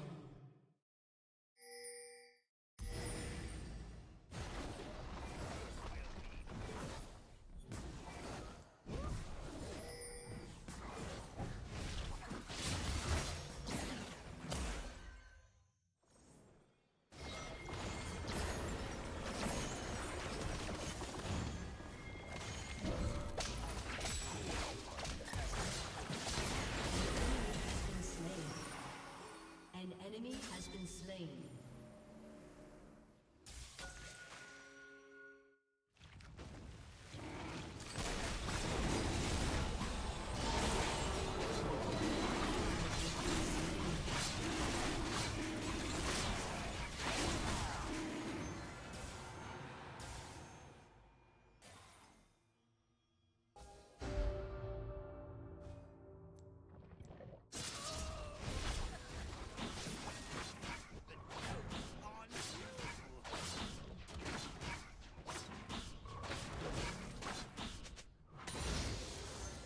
An ally has been slain.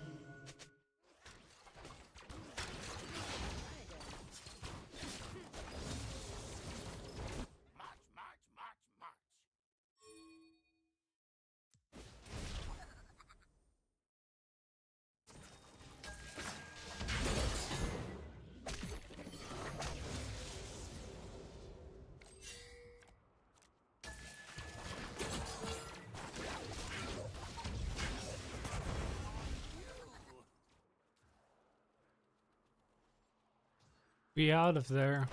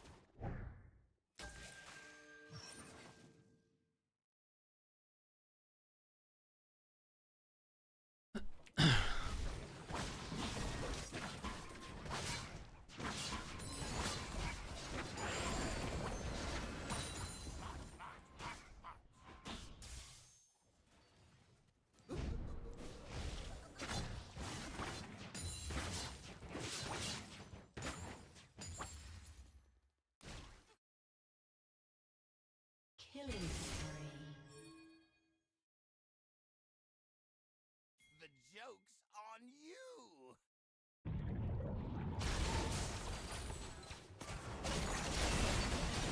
Enemy has been slain.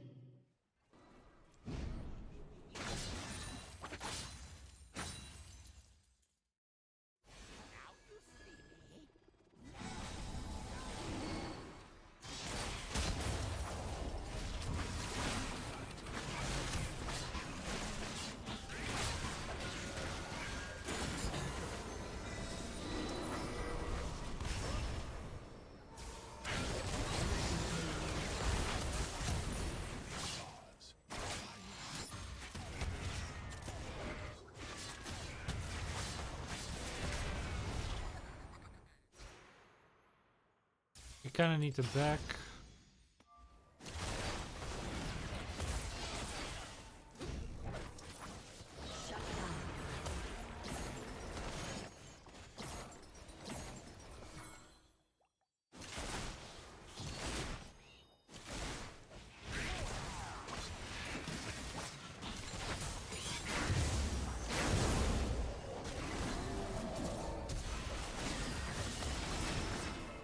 Killing spree.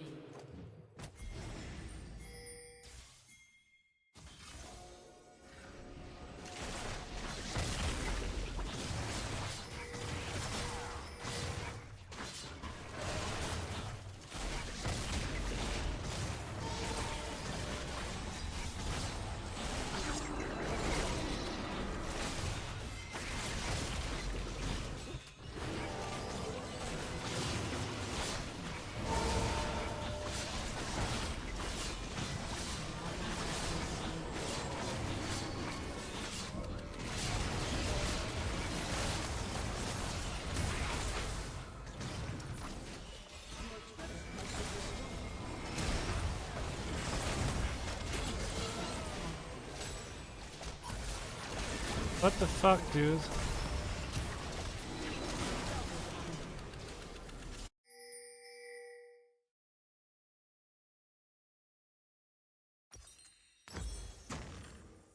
An enemy has been slain.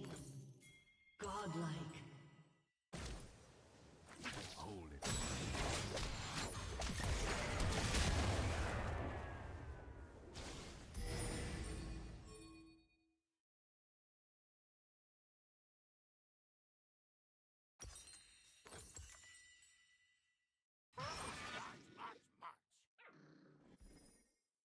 Your team has destroyed a turret.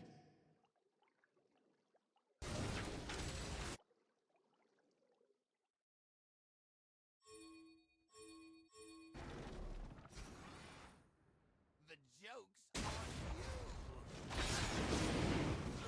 Legendary. An ally has been slain.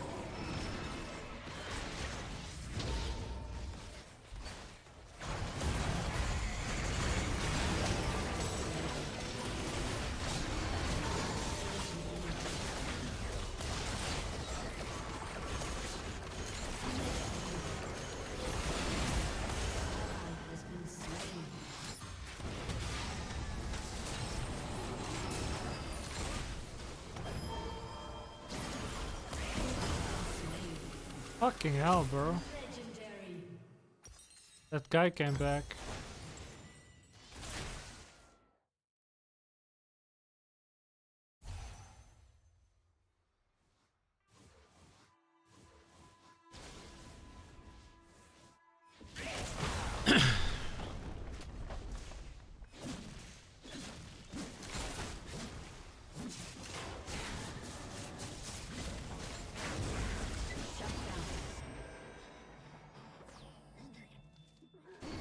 Yeah, that's not great.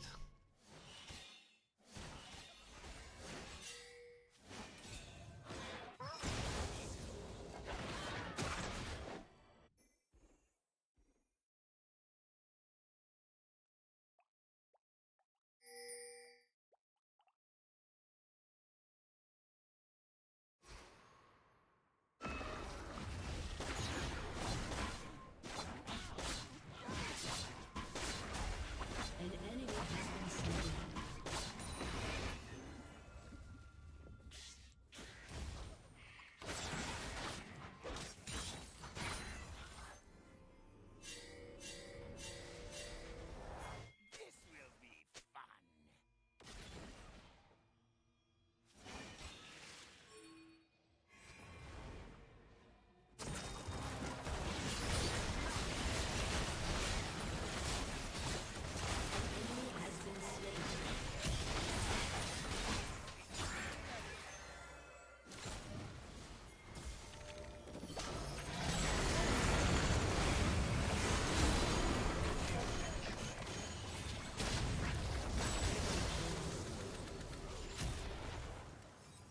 Okay, boys.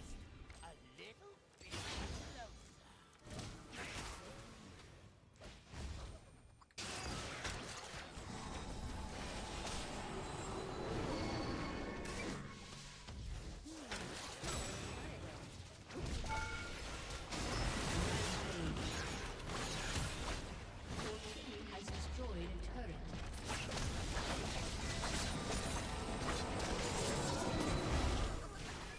An enemy has been slain. Your team has destroyed a turret. Your team has destroyed an inhibitor. Your team has destroyed a turret. An inhibitor.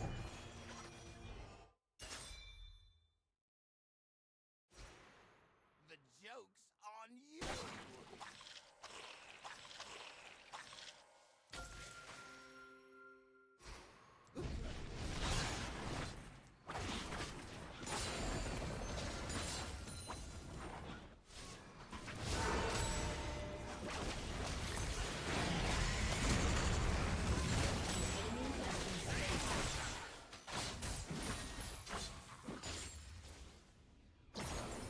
Your team has destroyed a turret.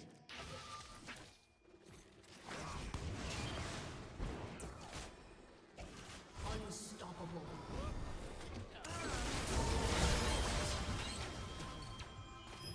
You have slain an enemy.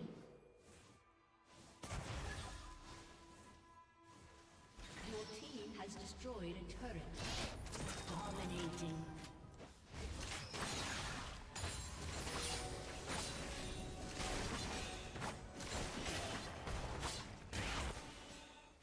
Your team has destroyed an inhibitor.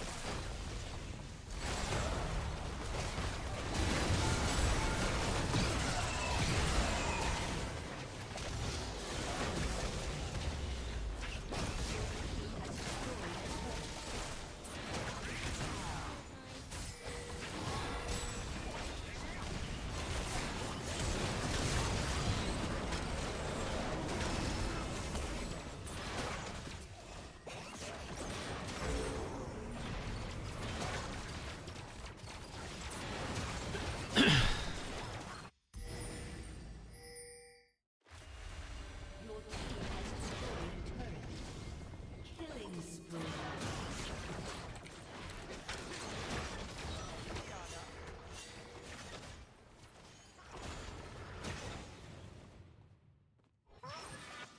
Just a little bit closer.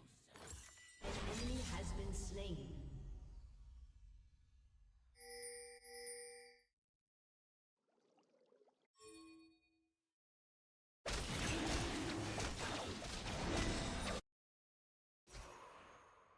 March, march, march, march.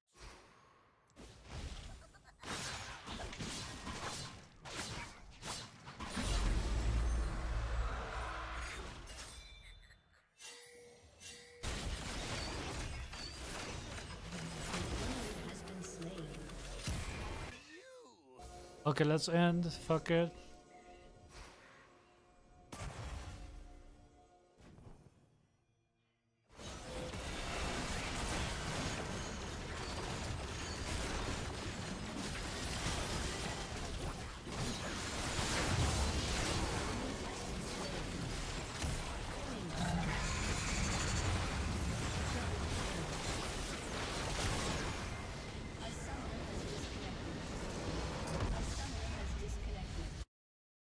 That's a GG right there, boys.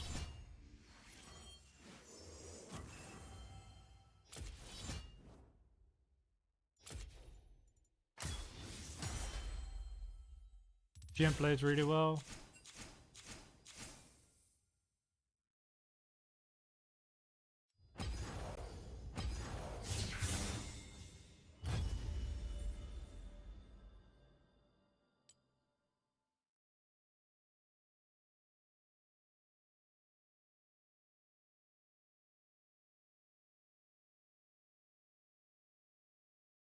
One more win and then we're plat.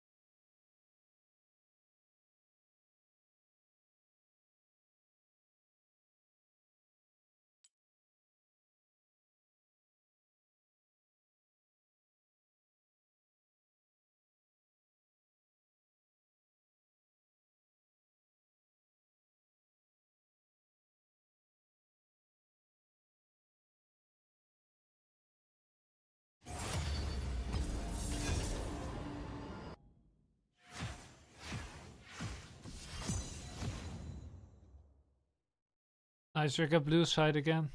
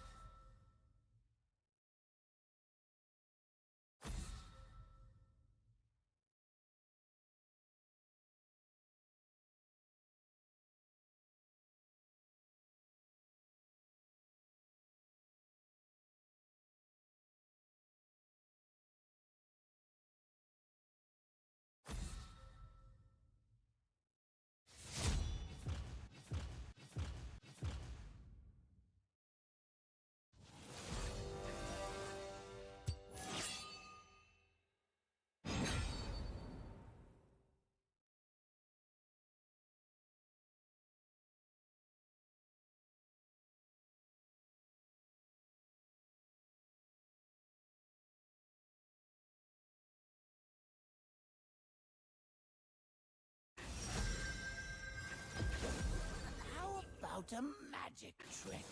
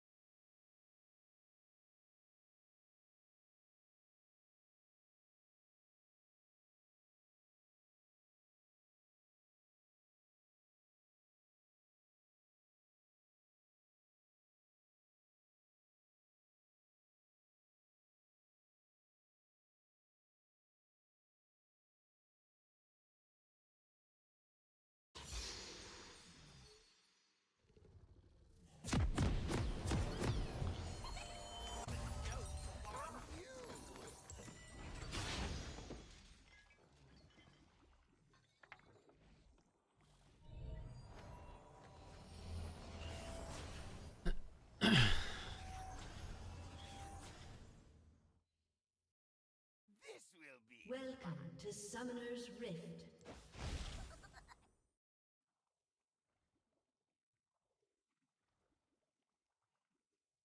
30 seconds until minions spawn.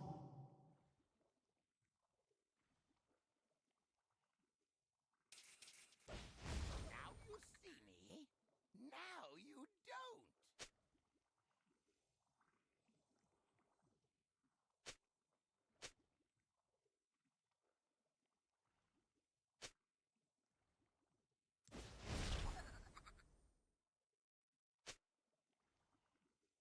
Minions have spawned.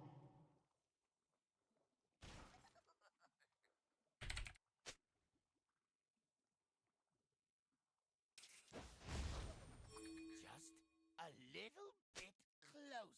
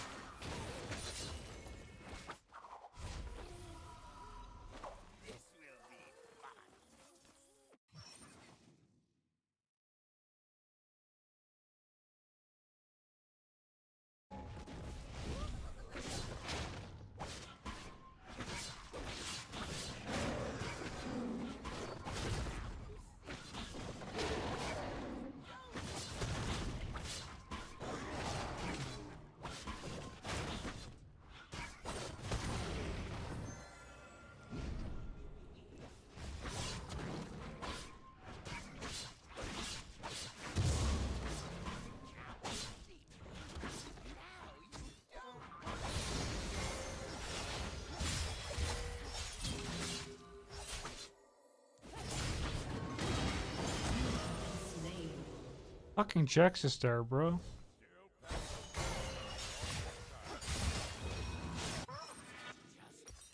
little bit closer. Ally has been slain.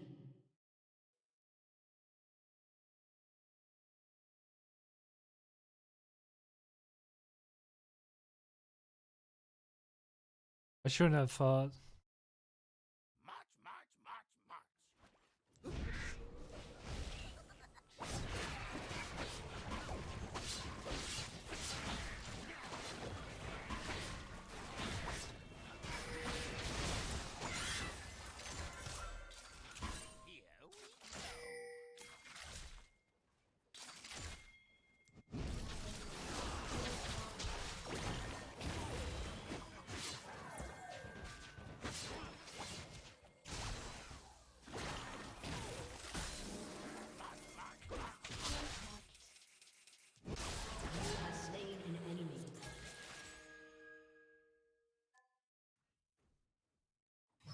An ally has been slain.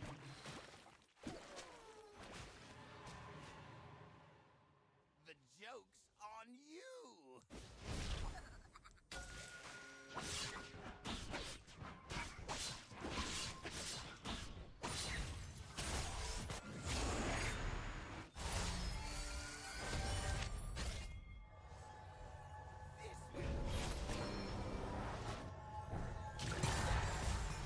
Fucking hell, so close.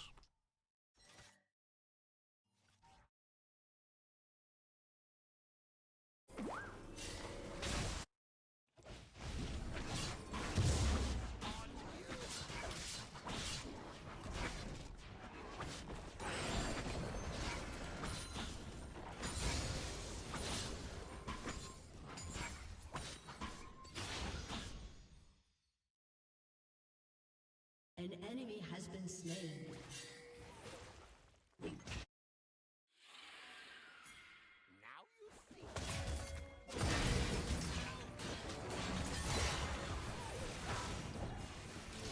Oh, he was almost level 6.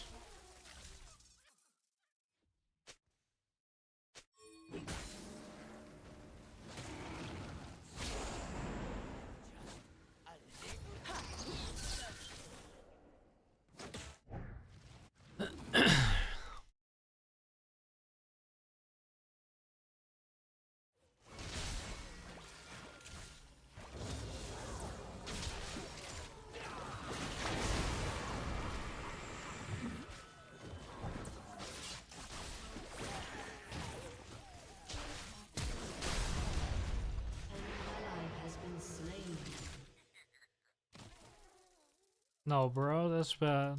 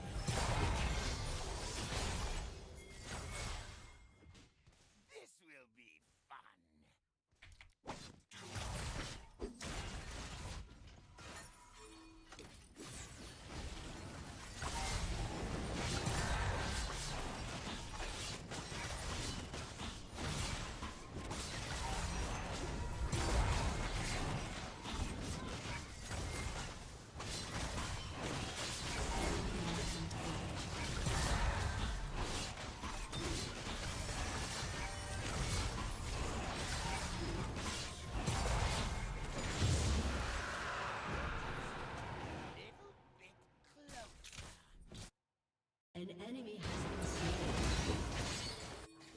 Shut down.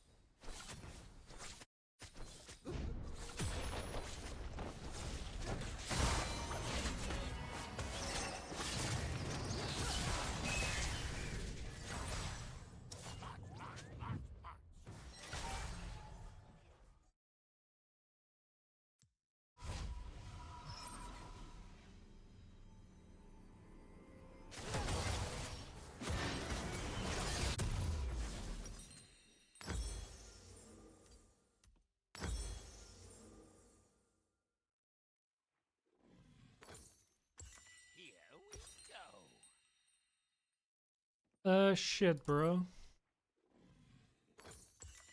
Let's buy this. Shut down.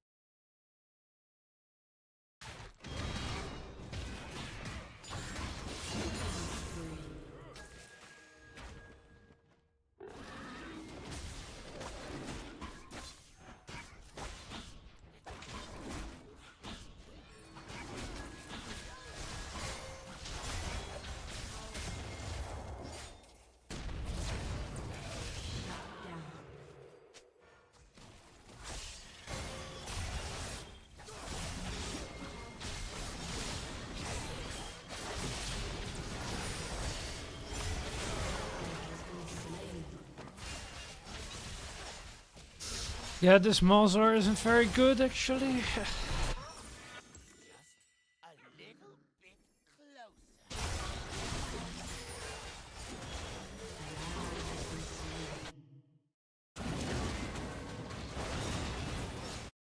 Enemy double kill.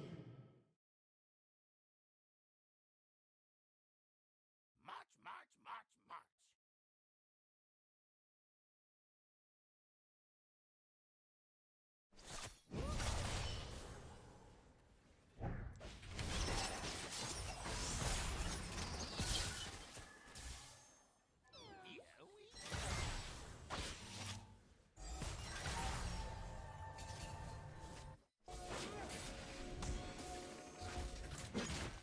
I need to heal up.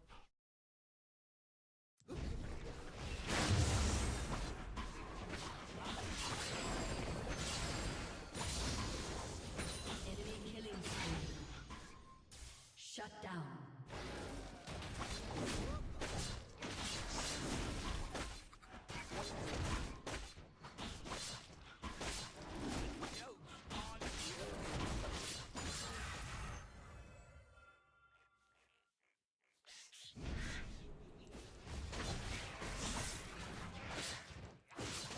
Your turret has been destroyed.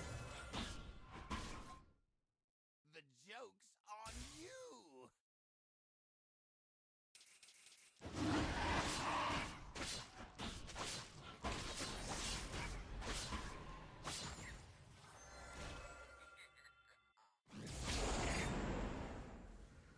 This will be fun.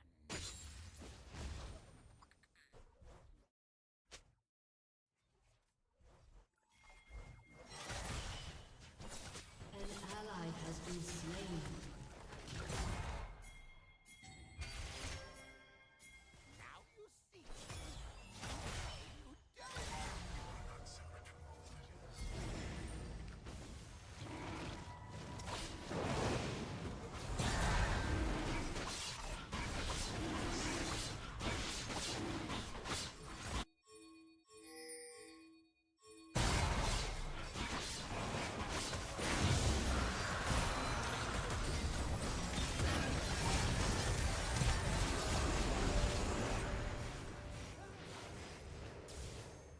Okay, good job. You have slain an enemy.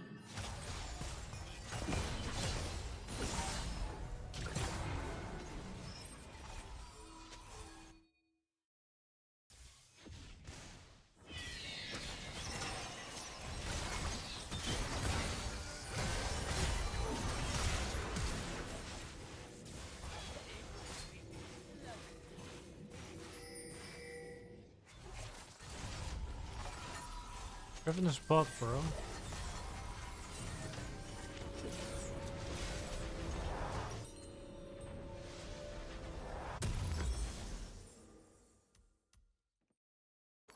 March, march, march, march.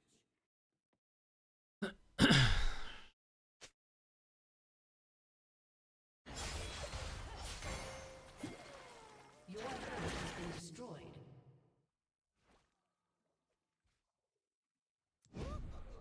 Here we go.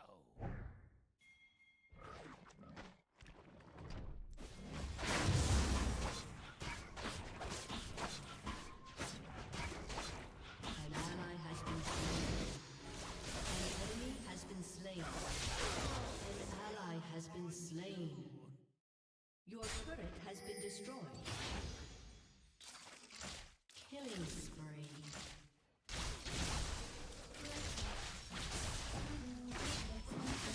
You have slain an enemy. Look behind you.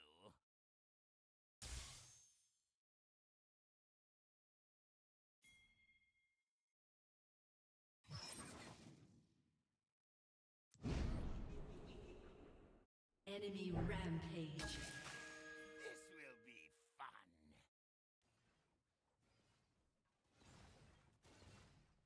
Shut down.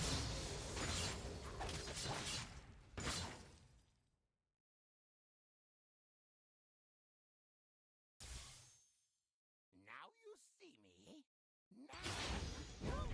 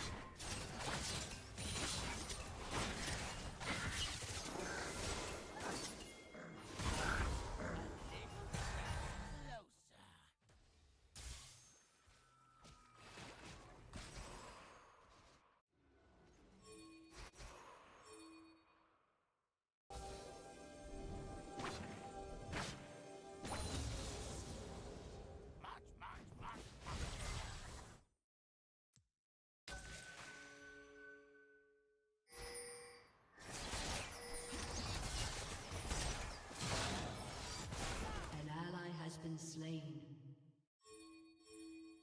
Here we go.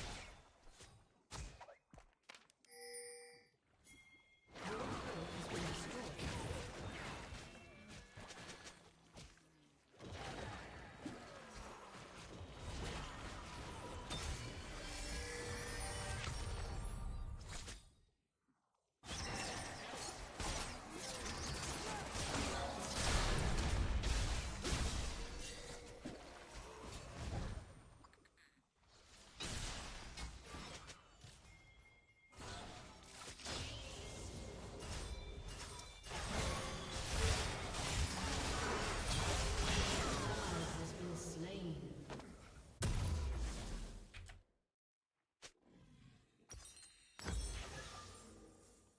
This will be fun.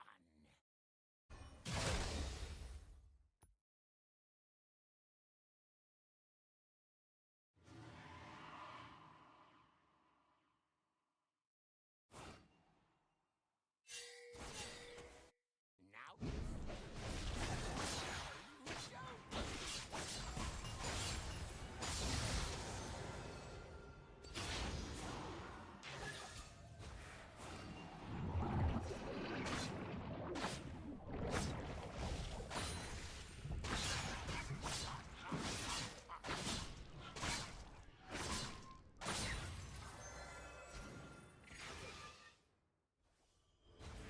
I'll stream for a couple more hours, Maya. Yeah, it's 11:30 for now.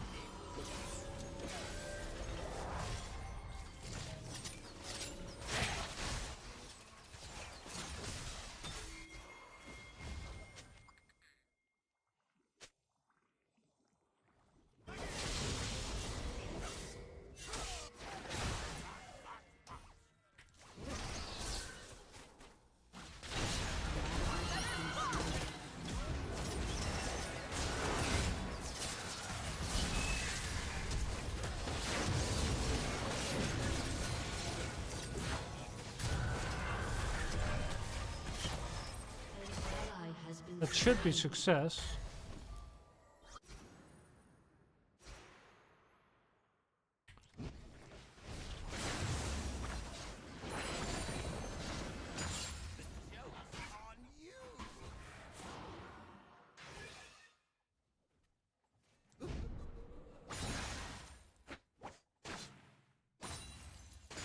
An ally has been slain.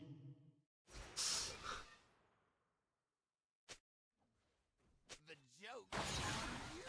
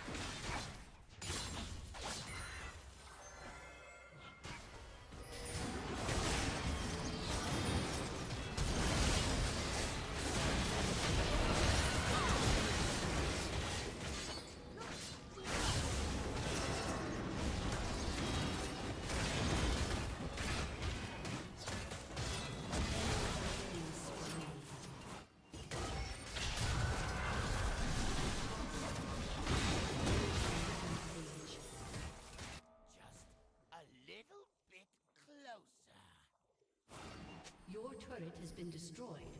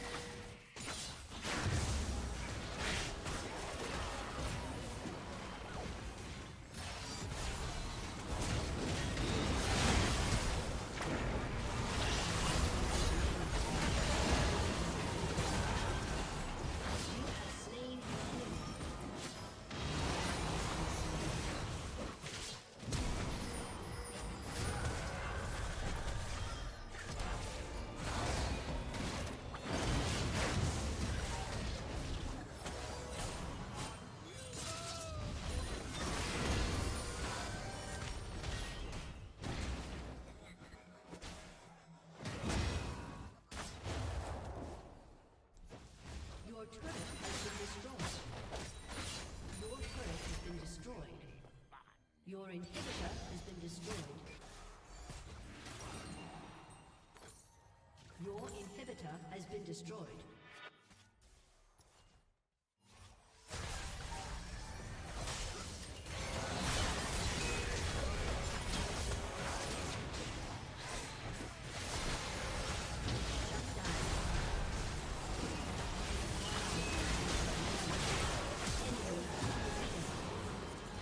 An ally has been slain. An enemy has been slain.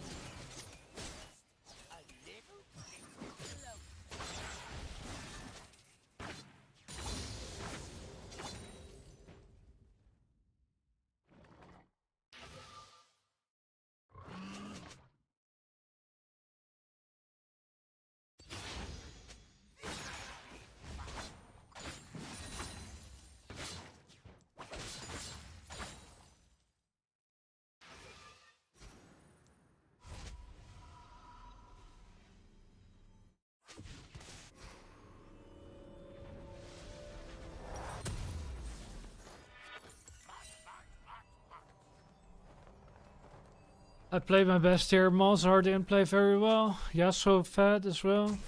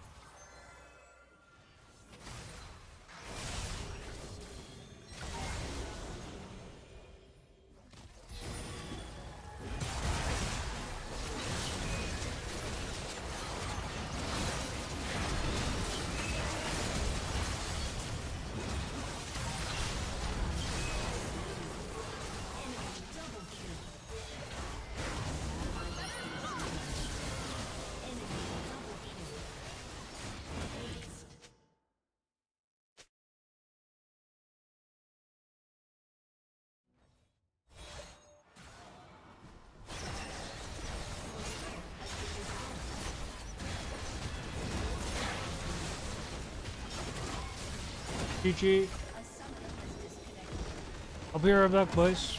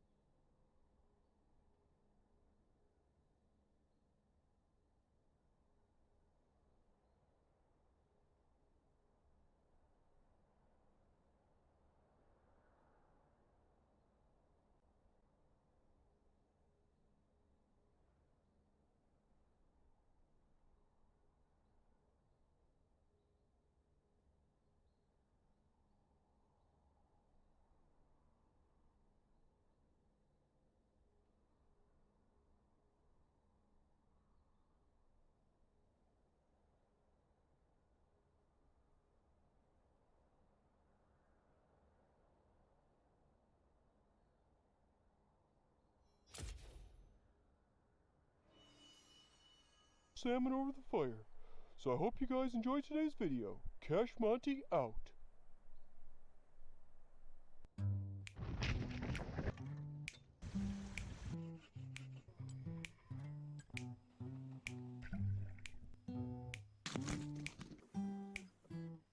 Meat.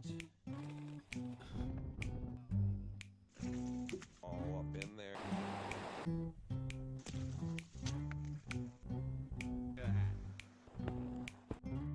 Look, you got a big old leech.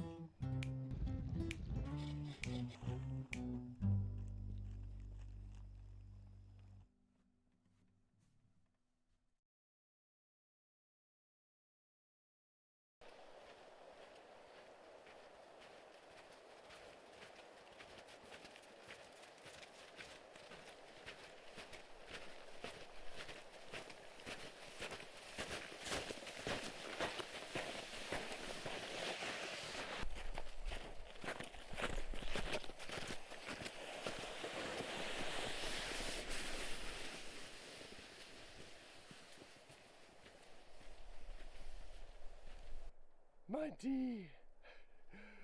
Hi, Monty! Where are we going? Oh, it's just beautiful outside. Right, Monty? Perfect day for a hike. Huh?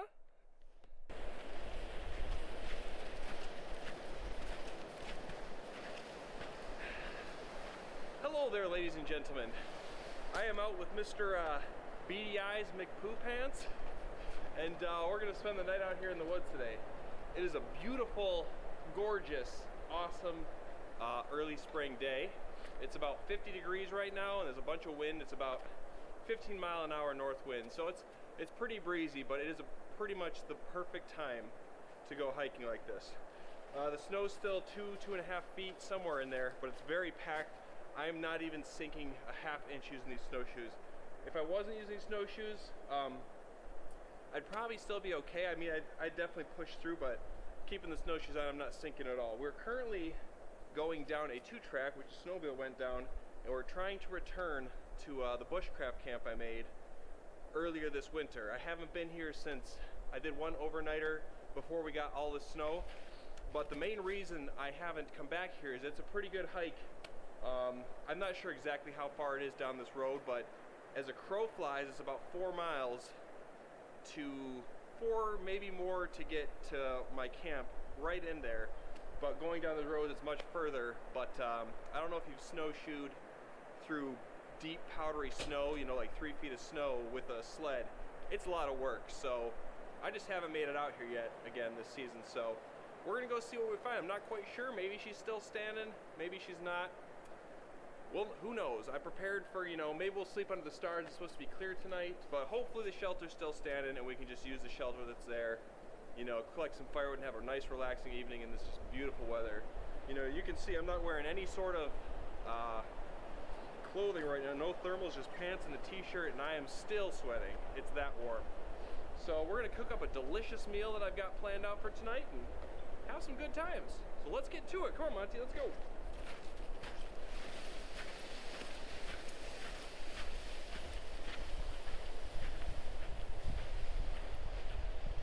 You know, it kind of goes without saying that the reason I have to hike down this road and I couldn't drive down it is the snow. It's too deep. I had to just pull off the road and kind of just drive up on a snowbank. So we'll see if I can get my car out even. And, you know, it also kind of goes without saying that got a little bit of a late start today. You know, per usual. So we're hustling right now. I don't know how fast I'm going. One day I'll get a GPS to track how fast I'm going. But I have not stopped other than a few times to, you know, set up the camera. No water yet. We're trying to hustle because we've only got about 3 hours of daylight. So I want to have at least an hour or two of, you know, relaxing in the light. So we'll see. We're moving quick. We're hiking. No brakes, no stops.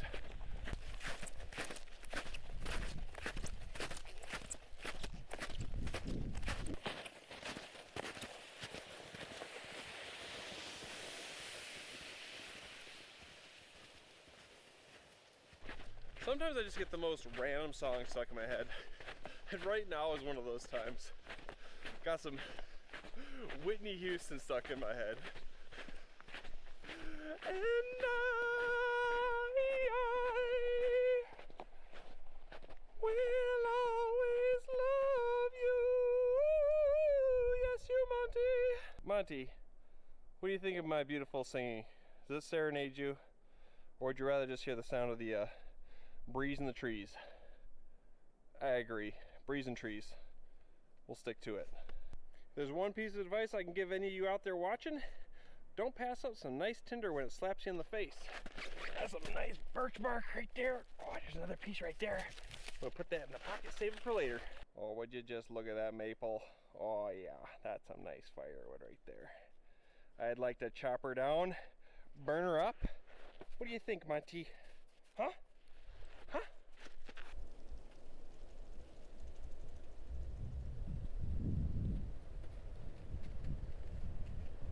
Okay, Mr. Monty, we made it to where I normally park the car, so we're gonna take a little breather here. We've got to go another 1.5 to 2 miles, somewhere in there. I'm not really good at guesstimating, as you'll know. I'm really terrible at it. I just go off of usually how long it takes me, so I think another hour, maybe less, I don't know, but we cruised down that road. It took me less time than I thought, so I don't know, when I started we had like 5 hours till daylight. You know, we'll get there, but take a little breather. But it is definitely a lot faster going since that snowmobile went down that road, and yeah, just this packiness, it's awesome. So, let's keep going.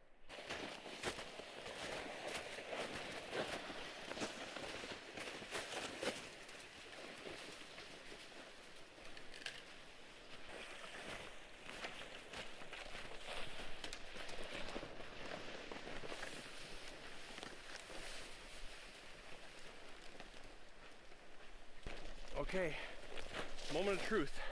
It's somewhere right up here. Somewhere, where is it?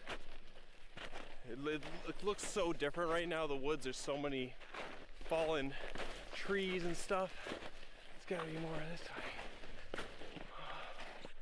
Oh, I think I see it. Oh, is it still standing? I got that like nervous, excited. Ooh. Oh, this is thick. Oh, I love these trees. These fresh budding little maples. Oh, they're stinging my chest. Whoa, whoa, whoa, jeez.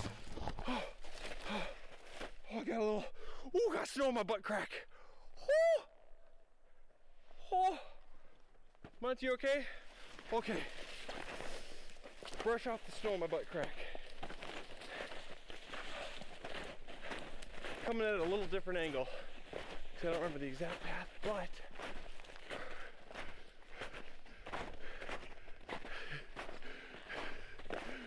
oh, there goes the snowshoe. We're never gonna make it, Monty. It's still 2 feet deep. My voice cracked. It's definitely, I haven't been out here with this much snow, but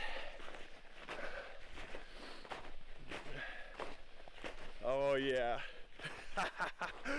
Oh, check that out. Oh yeah. It's still standing. Nice job. Nice job, Monty. You made a nice shelter that withstand the 3-4 feet of snow we got. Most of it's melted off the top, but as you can see, there's my fire reflector.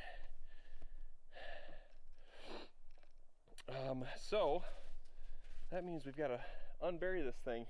First thing I'm gonna have to do is clear that out if we want to use this, fire reflector in the fire pit. I'm definitely gonna, I brought my shovel just in case. I didn't know what we were gonna be sleeping with dealing with, but like I said, those tree branches that broke off right there, they're everywhere. I mean, it is just, there was definitely some wind going through this forest, knocked a bunch of stuff down. I was pretty sure this was gonna have a 50-50 chance of, being up, but there it is, still going strong. Awesome. Now we can just set up in there. Yeah, Monty, that's your den. Go ahead. But I've got some snow to clear.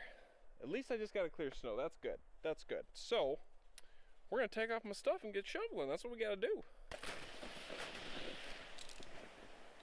Okay. Man, it is definitely a nice cozy den in there. I'd almost like to keep the snow here, but then we won't have a place for a fire. It's just so cozy.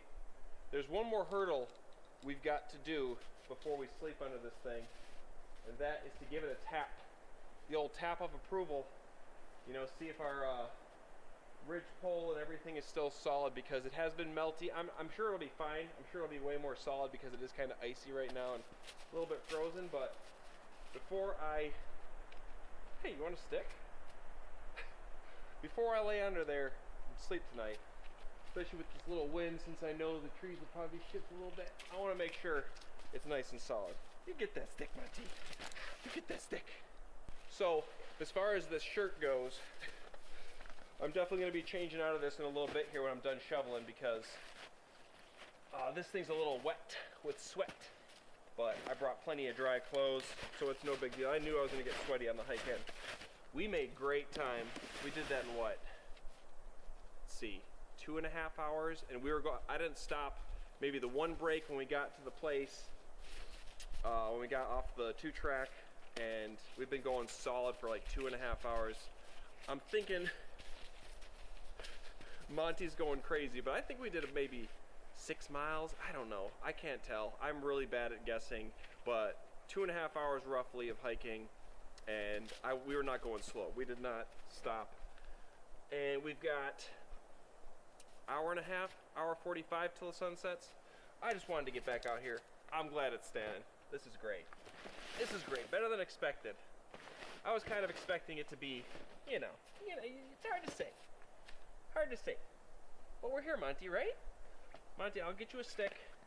So let me shovel some snow, okay? Let me just get the rest of the work out of the way. Then we'll get some firewood, get a fire going. You know the drill.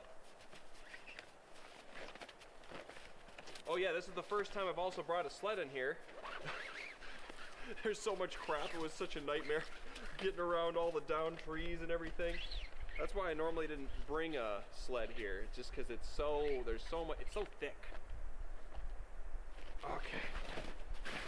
Well, let's just see how this goes.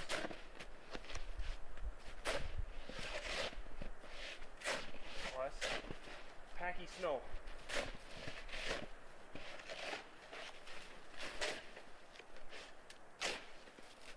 Ooh, that's icy.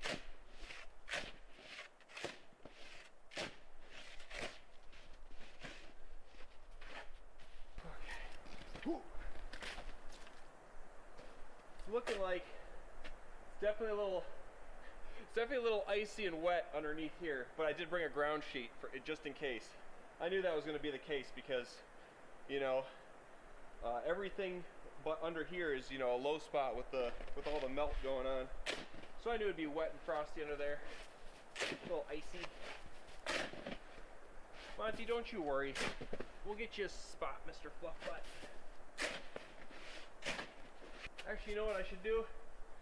Let's see. I'm scared.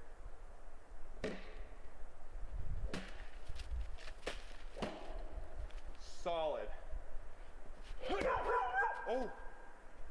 Monty, I'm just testing the integrity of the old bushcraft shelter. Don't worry. Don't freak out. Don't freak out. Hey! Hey!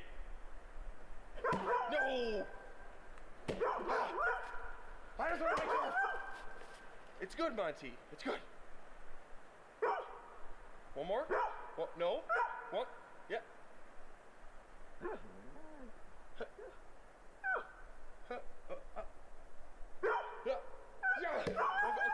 Okay. I'll stop. I'm sorry.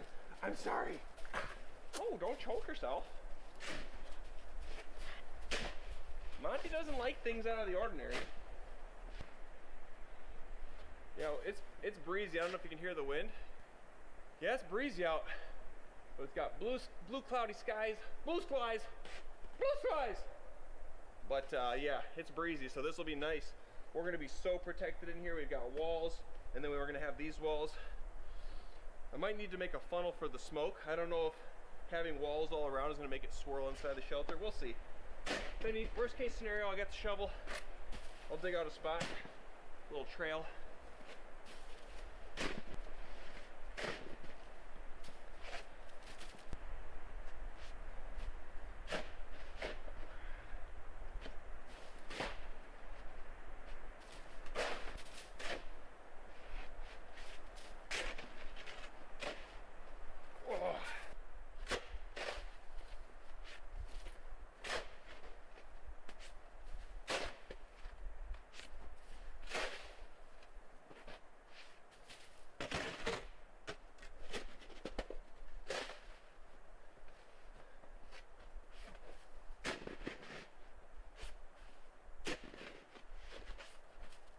Okay, so as you can see, there's a bunch of snow on there, and since it is 50 degrees and melty, we've got the nice spot cleared out here.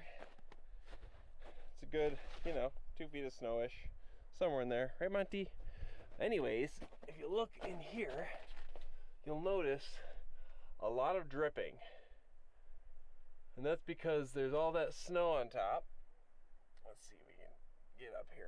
But yeah, it's kind of a wet, sloppy mess under here, and that would just be because all that snow on top is melting. But what is happening, or what's going to happen, is that this is solid. What I'm going to have to do is try to knock off some of that snow, but it is not going to stop the dripping by any means, because these logs are kind of soaked a little bit, so I am going to chip off that ice and snow on the top. I've got plenty of time, and then I'm going to lay a tarp probably on the underside of this and just kind of tie it up tight around the edges here, stuff it as best I can, just so we can get some of this, the dripping off. I don't want to get dripped on all night. You can see. Can you pick that up? It's a little too dark, but I don't know if you can pick it all up, but there's lots of dripping, so let's keep cleaning up. Spring cleanup out in the woods, eh? Okay. Let's get this off here.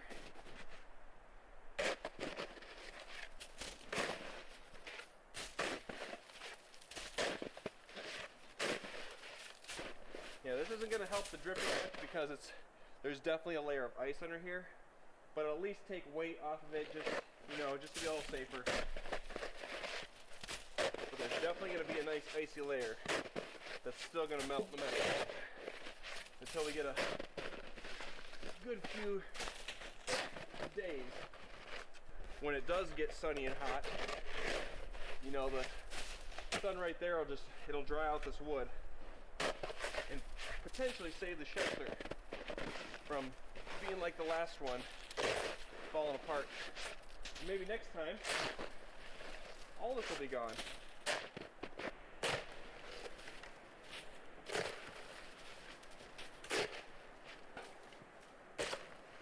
Okay, good enough.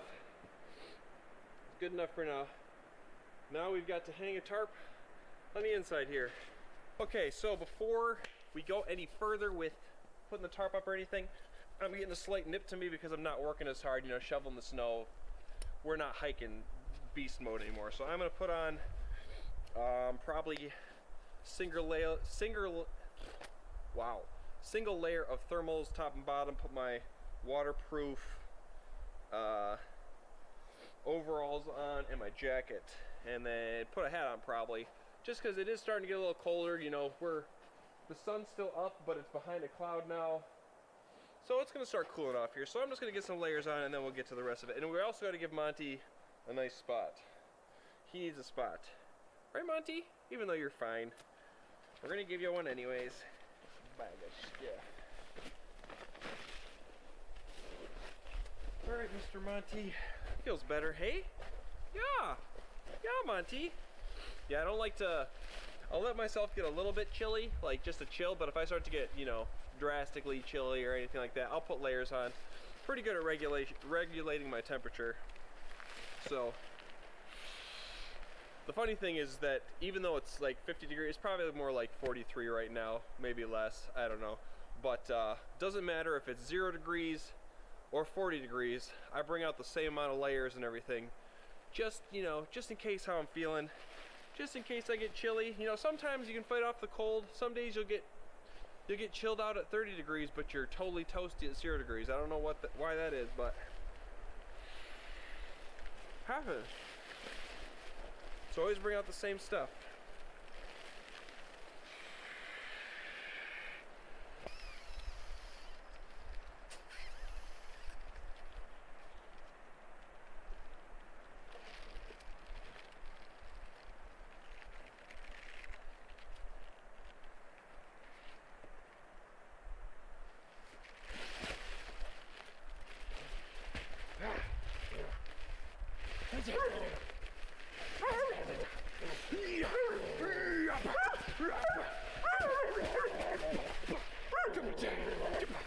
Oh, sorry, Monty. I'm so sorry.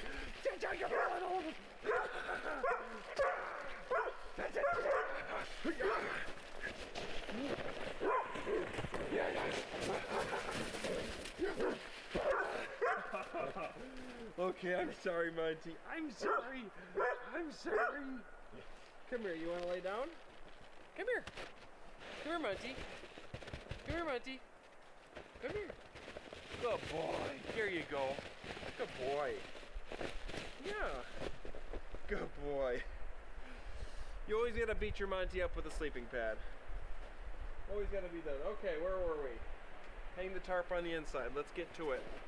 Okay, so instead of using my tarp, which is a 10 by 10 tarp, I'm just gonna use my ground sheet.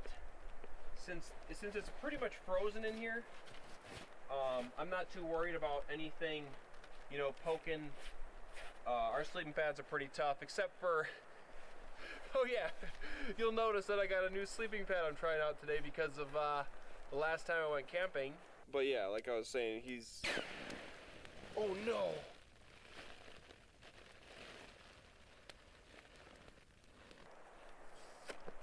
Yeah, learned that lesson.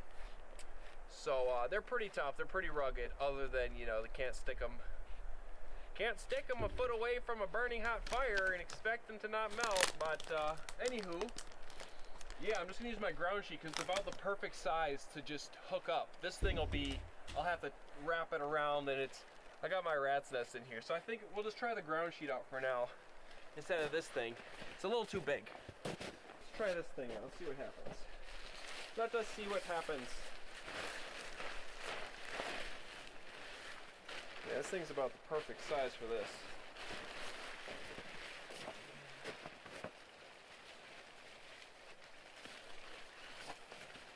It's like it was made for this. Can we? Under these posts. Oh, it's so perfect.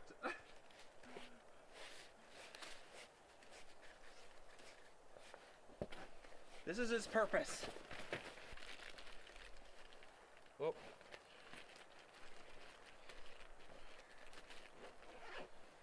Okay.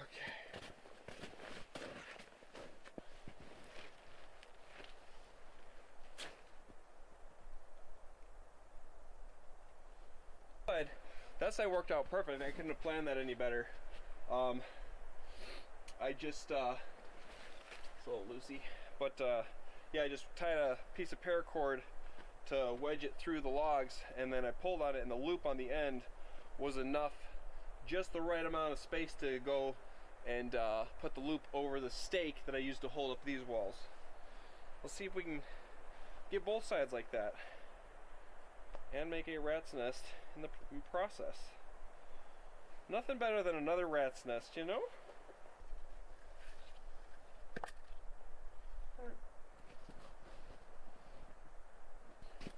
Okay, that one didn't work out quite as perfectly, but as you can see, we've got an overhang now. The tips of our feet, it's not going to be perfect. There's like, you know, a foot back, but our feet only go to here anyways. Let me see. Let's just see. Oh yeah, so just the tips of our feet. It might drip on the edge, but Monty doesn't sleep that far back, and I generally don't anyways, so it'll be just fine. Woo! Get this. The firewood I put, it's all frozen into the birch bark. I'm gonna need my axe to get that out. It's like an ice rink under here. Right, Monty? Yeah, you can see there's just right here is where it stops, but our feet will probably only go to here, so you might get a little drips. He won't matter as much, and the water on the ground, honestly, it's not gonna matter because our stuff's, those sleeping pads are waterproof anyways. Just gotta get this. Meant to keep it dry, but it just froze to the ground since it's spring. That is frozen in there. gonna have to take this off here. Okay.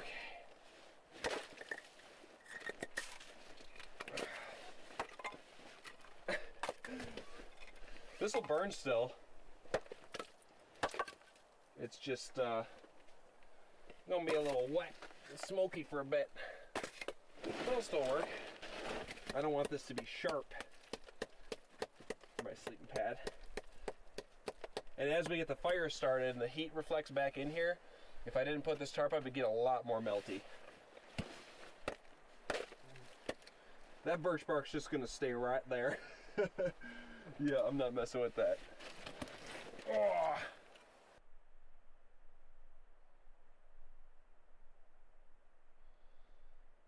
All Monty needs is a nice walk in the woods and a sleeping pad, and he is satisfied.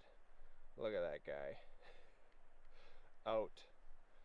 He is out. It's beautiful out here. Oh, it sure is beautiful. Sun's still up.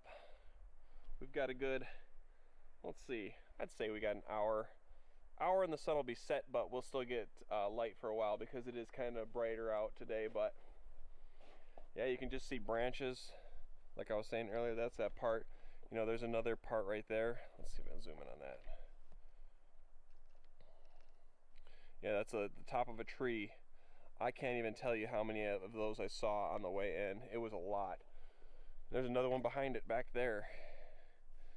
So, you know, if I was normally when I do this sort of thing, I only collect it from dead, broken down trees like that. So, I mean, if I wanted to, I've got a whole plethora of it right around here, but I don't need to, you know, it's ice packed. Anyways, so what we're gonna do now, get some firewood.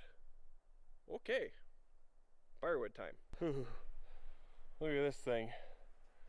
That's a Widowmaker. Ugh. I always feel nervous standing under these, even if it's just for a second. Ugh. Ugh.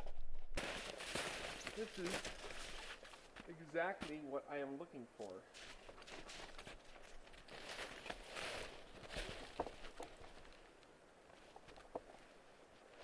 Could you? Let's see. Let's see. Oh, over here.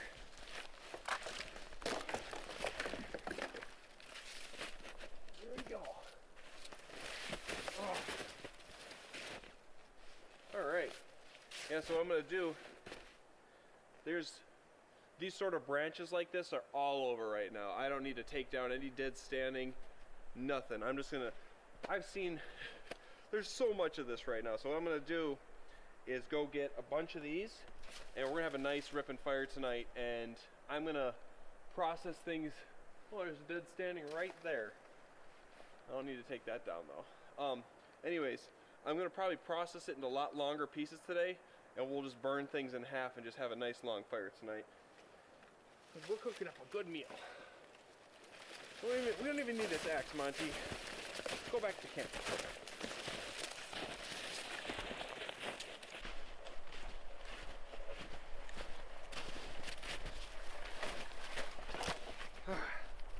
Okay, well, all it took was one trip of going to get some logs, and I'm way too warm again.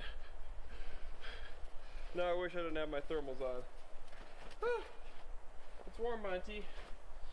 It's warm. Oh, you know what? You know what time it is? We both need some water.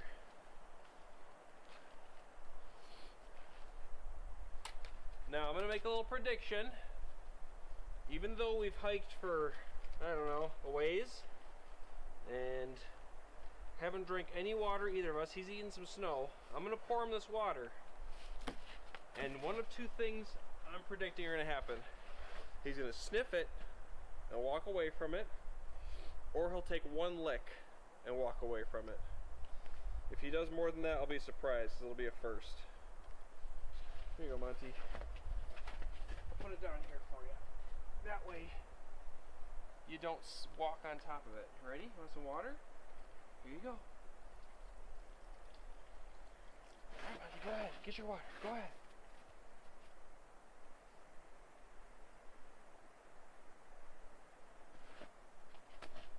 sniffed it and he walked away.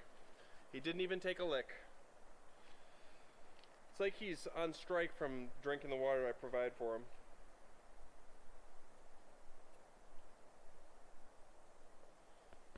Yeah, I try. That's why I put water in his food. Because he just eats a little bit of snow, he just won't drink it. He's just like, yeah, Dad, I don't need your water. All I need is your sleeping pad and your food. I'll get my own water.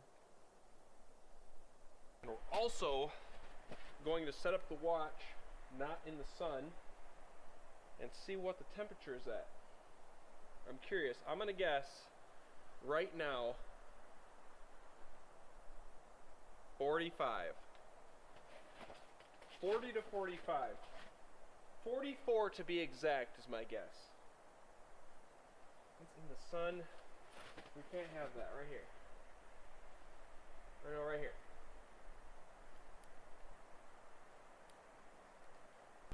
Let's go get more wood, Monty. Come on. Come on, bud. You know, there's not much out here that'll make me frustrated or upset or anything, but those young maples, their little budding branches, when they whip you in the face, oh, just, ugh. I just took one to the throat. I'm not sure. Oh yeah, it picks it up. I just got whipped with one right there on the Adam's apple. And I was just like, I want to break you, tree. Oh, it'll get you. They'll get you. You gotta watch out for them.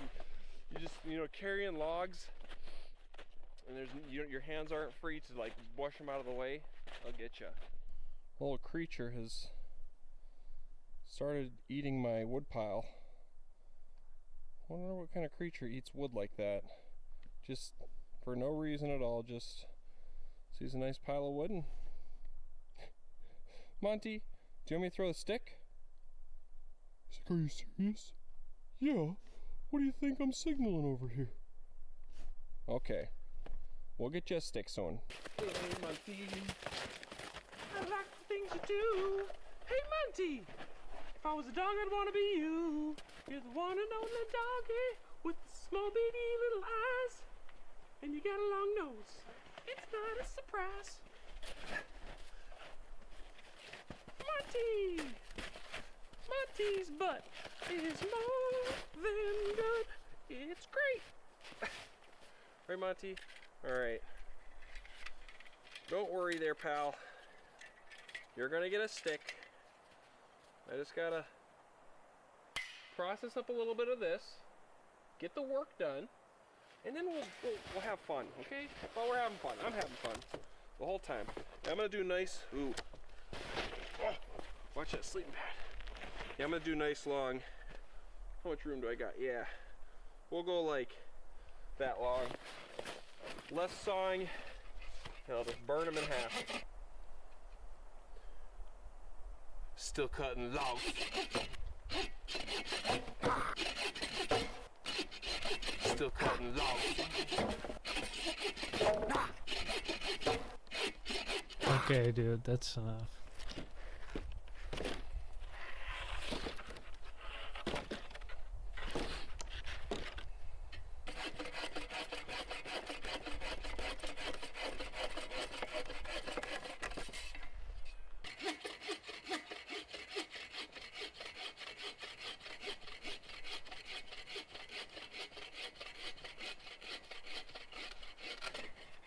I'm almost done cutting all the firewood. Sky is just beautiful. Sun's getting close to setting. Too bad we can't see it here. Monty's just looking at me like I'm crazy sometimes. Monty, there we go. We got a nice pile of firewood there. A lot of dense maple, not punky stuff. Now, you know, sometimes I'll opt for, you know, cutting it down to nice log sizes, and other times I just chop up logs like this. It all depends what's the mood I'm in. But this would take, you know, 3-4 times as long to cut all this into nice logs, but I'm just gonna let the fire, since we're gonna be burning a long fire tonight, just burn that all in half. So, since the sun is setting, I'm gonna go collect up a bunch of little sticks, and then we'll spark up a fire, and then I'm gonna pack down a trail, a nice spot, and we'll throw a nice stick for Monty, because he's been such a good boy. He's just relaxing over there, hasn't moved much. Whenever I'm starting up a fire, I always love having a nice little pile of twigs, a nice little pile of sticks, and a good old pile of logs for burning. Then you don't have to do much moving around. Got everything ready to go. That'll light easy. Those will keep the flame going, and those will build the coals. Oh, a little bit wet. That'll do the trick though. Got a little bit of birch bark from earlier. And once again, we're on the quest for a one-strike fire with no warm-up. No warm-up whatsoever. It would help if I had a lot longer of a fire steel, but this is what I got, this is what I use. We're gonna get it with this one. All right, here we go.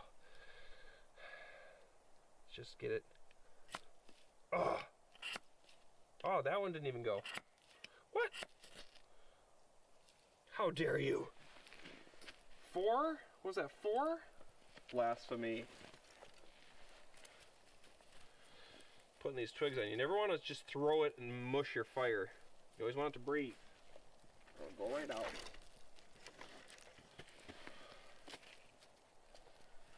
Even though sometimes I don't even listen to my own advice and I throw too much on there like just now. It's a little too much, but I'm going to keep piling sticks on there, you know, still not taking my own advice, not listening to myself. It's okay. It's okay. Well, maybe I should slow down here.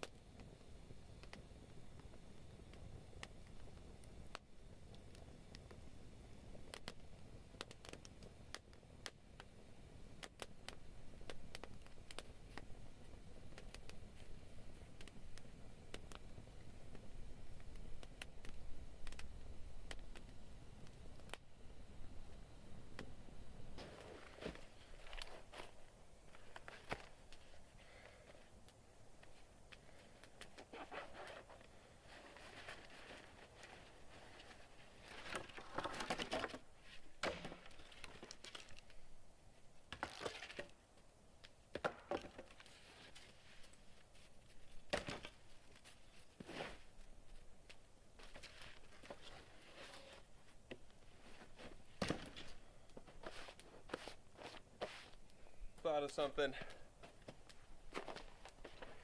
This thing is not going under the shelter yet. Don't want no rogue embers. No chances today. We brought out a special little something.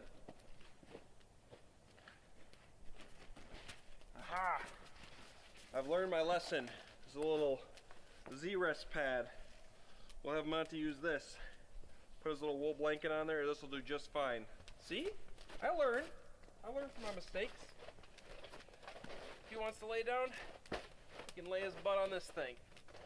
Ain't no embers gonna ruin this one. Might put a couple holes in it, but who cares? But do you want to fetch a stick? You want a stick? Do you want a stick? Do you want to go for a dog park? Do you want a stick? Okay, good boy, come here. Hey, you watch out there.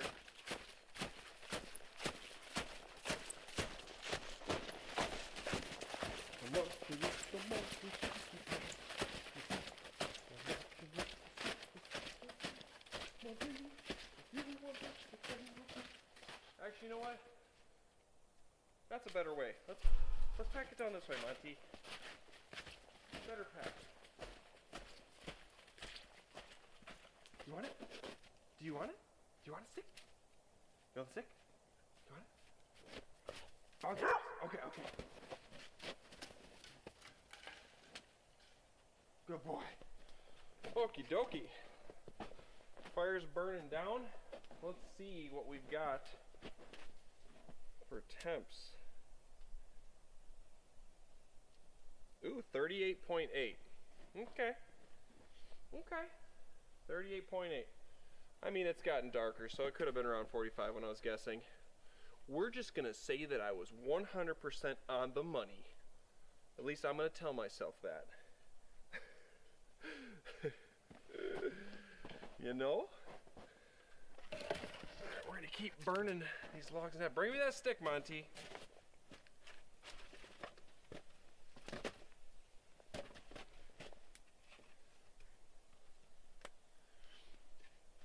Yeah, I want a nice hot cola. Bring me that stick, Monty. Bring it here. Hey, bring it here. Oh. So let's see. The sun is officially set. It's starting to get dark. Where are we at? 8:30. 8:30. Last time I camped here, what was that?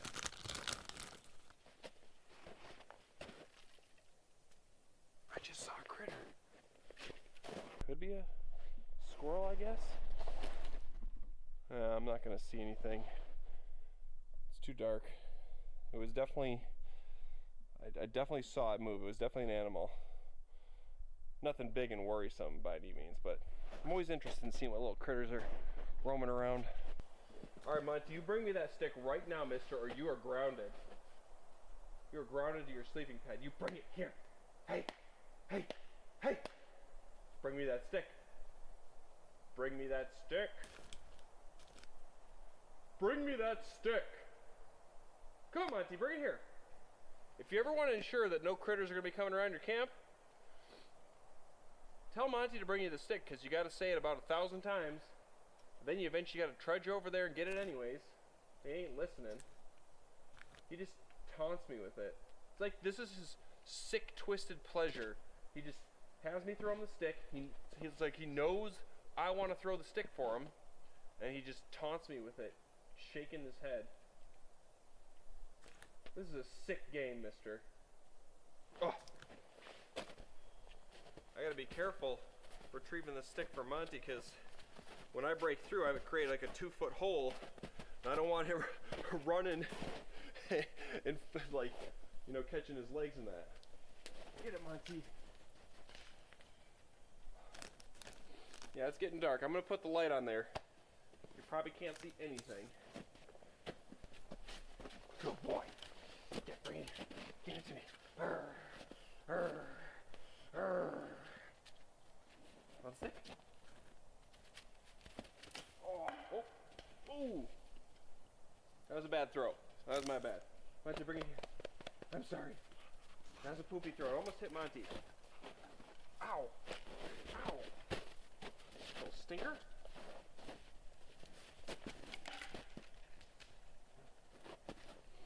Oh, so yeah, it's spring right now. We still got 2 feet of snow. It's let's see, what day is today? Well, April starts in a couple days.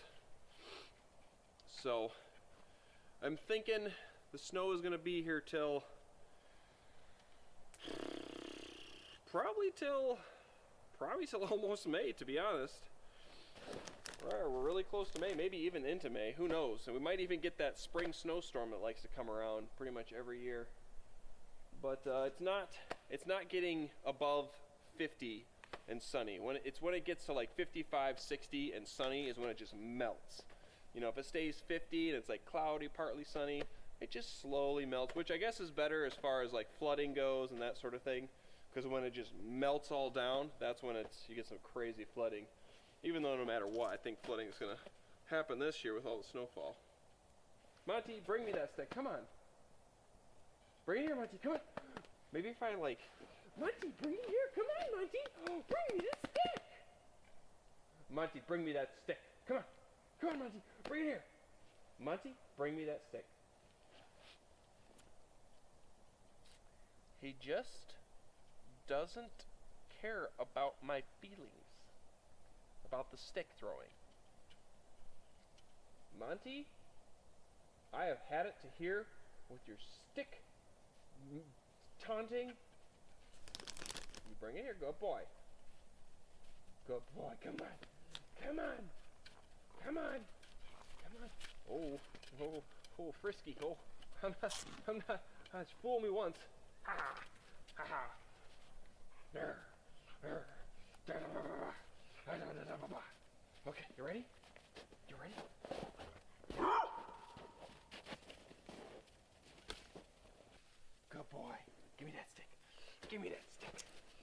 Give me that stick. Hey. Hey.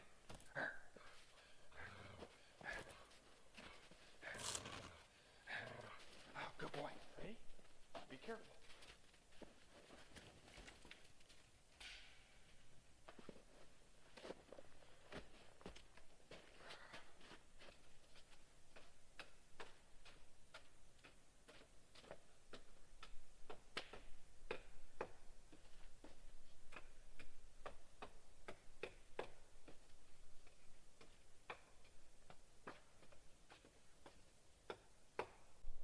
Monty, I've been throwing the stick for like 45 minutes now.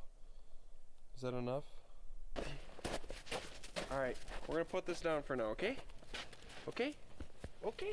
Alright. Please. Please. Here, Monty, check this out. Come on, right here. Yeah, you like that? Probably not really, hey? Not as cushy as the air pad, huh? Come on. This is all you need. Go ahead, lay down. Lay down on there. Yeah. He'll figure it out. I doubt he's gonna sit here anyways. It's too warm. So yeah, like I said. Oh, fire reflector's catching. Gotta be careful. I'm gonna have to scoot the fire away a little bit. But yeah, I've been throwing the stick for Monty for a good 45 minutes there, at least. Yeah. Just been relaxing, blew up the sleeping pad. By what I'm wearing, I'm sure you can tell the temperature. For those of you that are not used to colder temperatures or winter camping in general, you may think I'm crazy when I say, you know, it's 30 degrees out. It's very warm. I've got pretty much, you know, one little merino wool layer on. And for those of you that camp in colder temperatures that I do, you might be like, you should have your shirt off. But no, it's warm. Everything's relative, you know. It's warm right now. 30 degrees at night. That's warm. I mean, it might be more than that actually right now. It's probably like 35. 35 Fahrenheit. Which, what is that? That's like 1 or 2 Celsius, something like that. It's warm right now. I can hear the water hitting this, so this is definitely reflecting some heat back. Oh yeah, it's dripping. It's dripping like crazy. Yeah, it's too warm for him to want to sit near this fire. I'm probably not even gonna be able to wear my jacket sitting this close to the fire. It's hot. That's a hot fire. We got a coal bed going now. I've chopped up some little small pieces, just because I was thinking, you know, if I'm sitting here and I just want to keep the coals going, I might want some smaller pieces, but that's a hot fire. It's gonna melt all this. This is all gonna be slushy. Yeah. Yep. It's sure springtime. I just hope it doesn't get melted. I hope this stays frozen at least on the ground. I don't want it to turn into a slush mud puddle, because it's pretty icy. I think it'll stay frozen, which would be good, which is what I want. But you never know. We'll see. We'll be fine though. I'll just have some dirty sleeping pads. So we're gonna get cooking here pretty soon and start preparing dinner. And I bet you're wondering what we're having for dinner. We're having a good one tonight. For those of you that follow me on Instagram and you saw my latest post, you'll have a good hint as to what dinner is, and 2 of you have actually pretty much guessed it dead on. 1 of you guessed it dead on, and I sent out a sticker. I'm going to send out a sticker and patch combo to that person that guessed it exactly right, and the person that was very close. But what we are having tonight is a fresh caught, fire roasted coho salmon fettuccine alfredo. Oh yeah, it's gonna be good. You know, I was out with my buddy Jake a few nights ago, and we were just he's leaving town to go work, and it was his last night out, and he wanted to go fishing on the breakwall, and in Lake Superior, and yeah, I didn't expect to catch anything. You know, there was ice all over except for the one spot where we were fishing, and I was just going to, you know, shoot the shit with them, just talk, cast some lines. It's enjoyable, you know. I don't really expect to catch much this time of year, and few casts in, I was just chatting away. You know, I just casted out my line, I was chatting away, and I just let my lure sink, and yeah, this jumped on. Oh yeah, first fish of the year. Woo! Yeah, so I brought that in, yanked it right up off the ice, and caught. And that's what we're eating tonight. It's about as fresh as it gets. And I knew right away what I was cooking. I'm not quite sure how fire roasting salmon is gonna go. I wanted to sear it in a pan, but I like the flavor of fire roasted food better. So we're gonna try putting the fillet on the grate with the skin down, and I'm gonna pull coals out, and we're gonna slowly roast it that way while cooking everything else. Might go perfectly and be super delicious. Might go bad.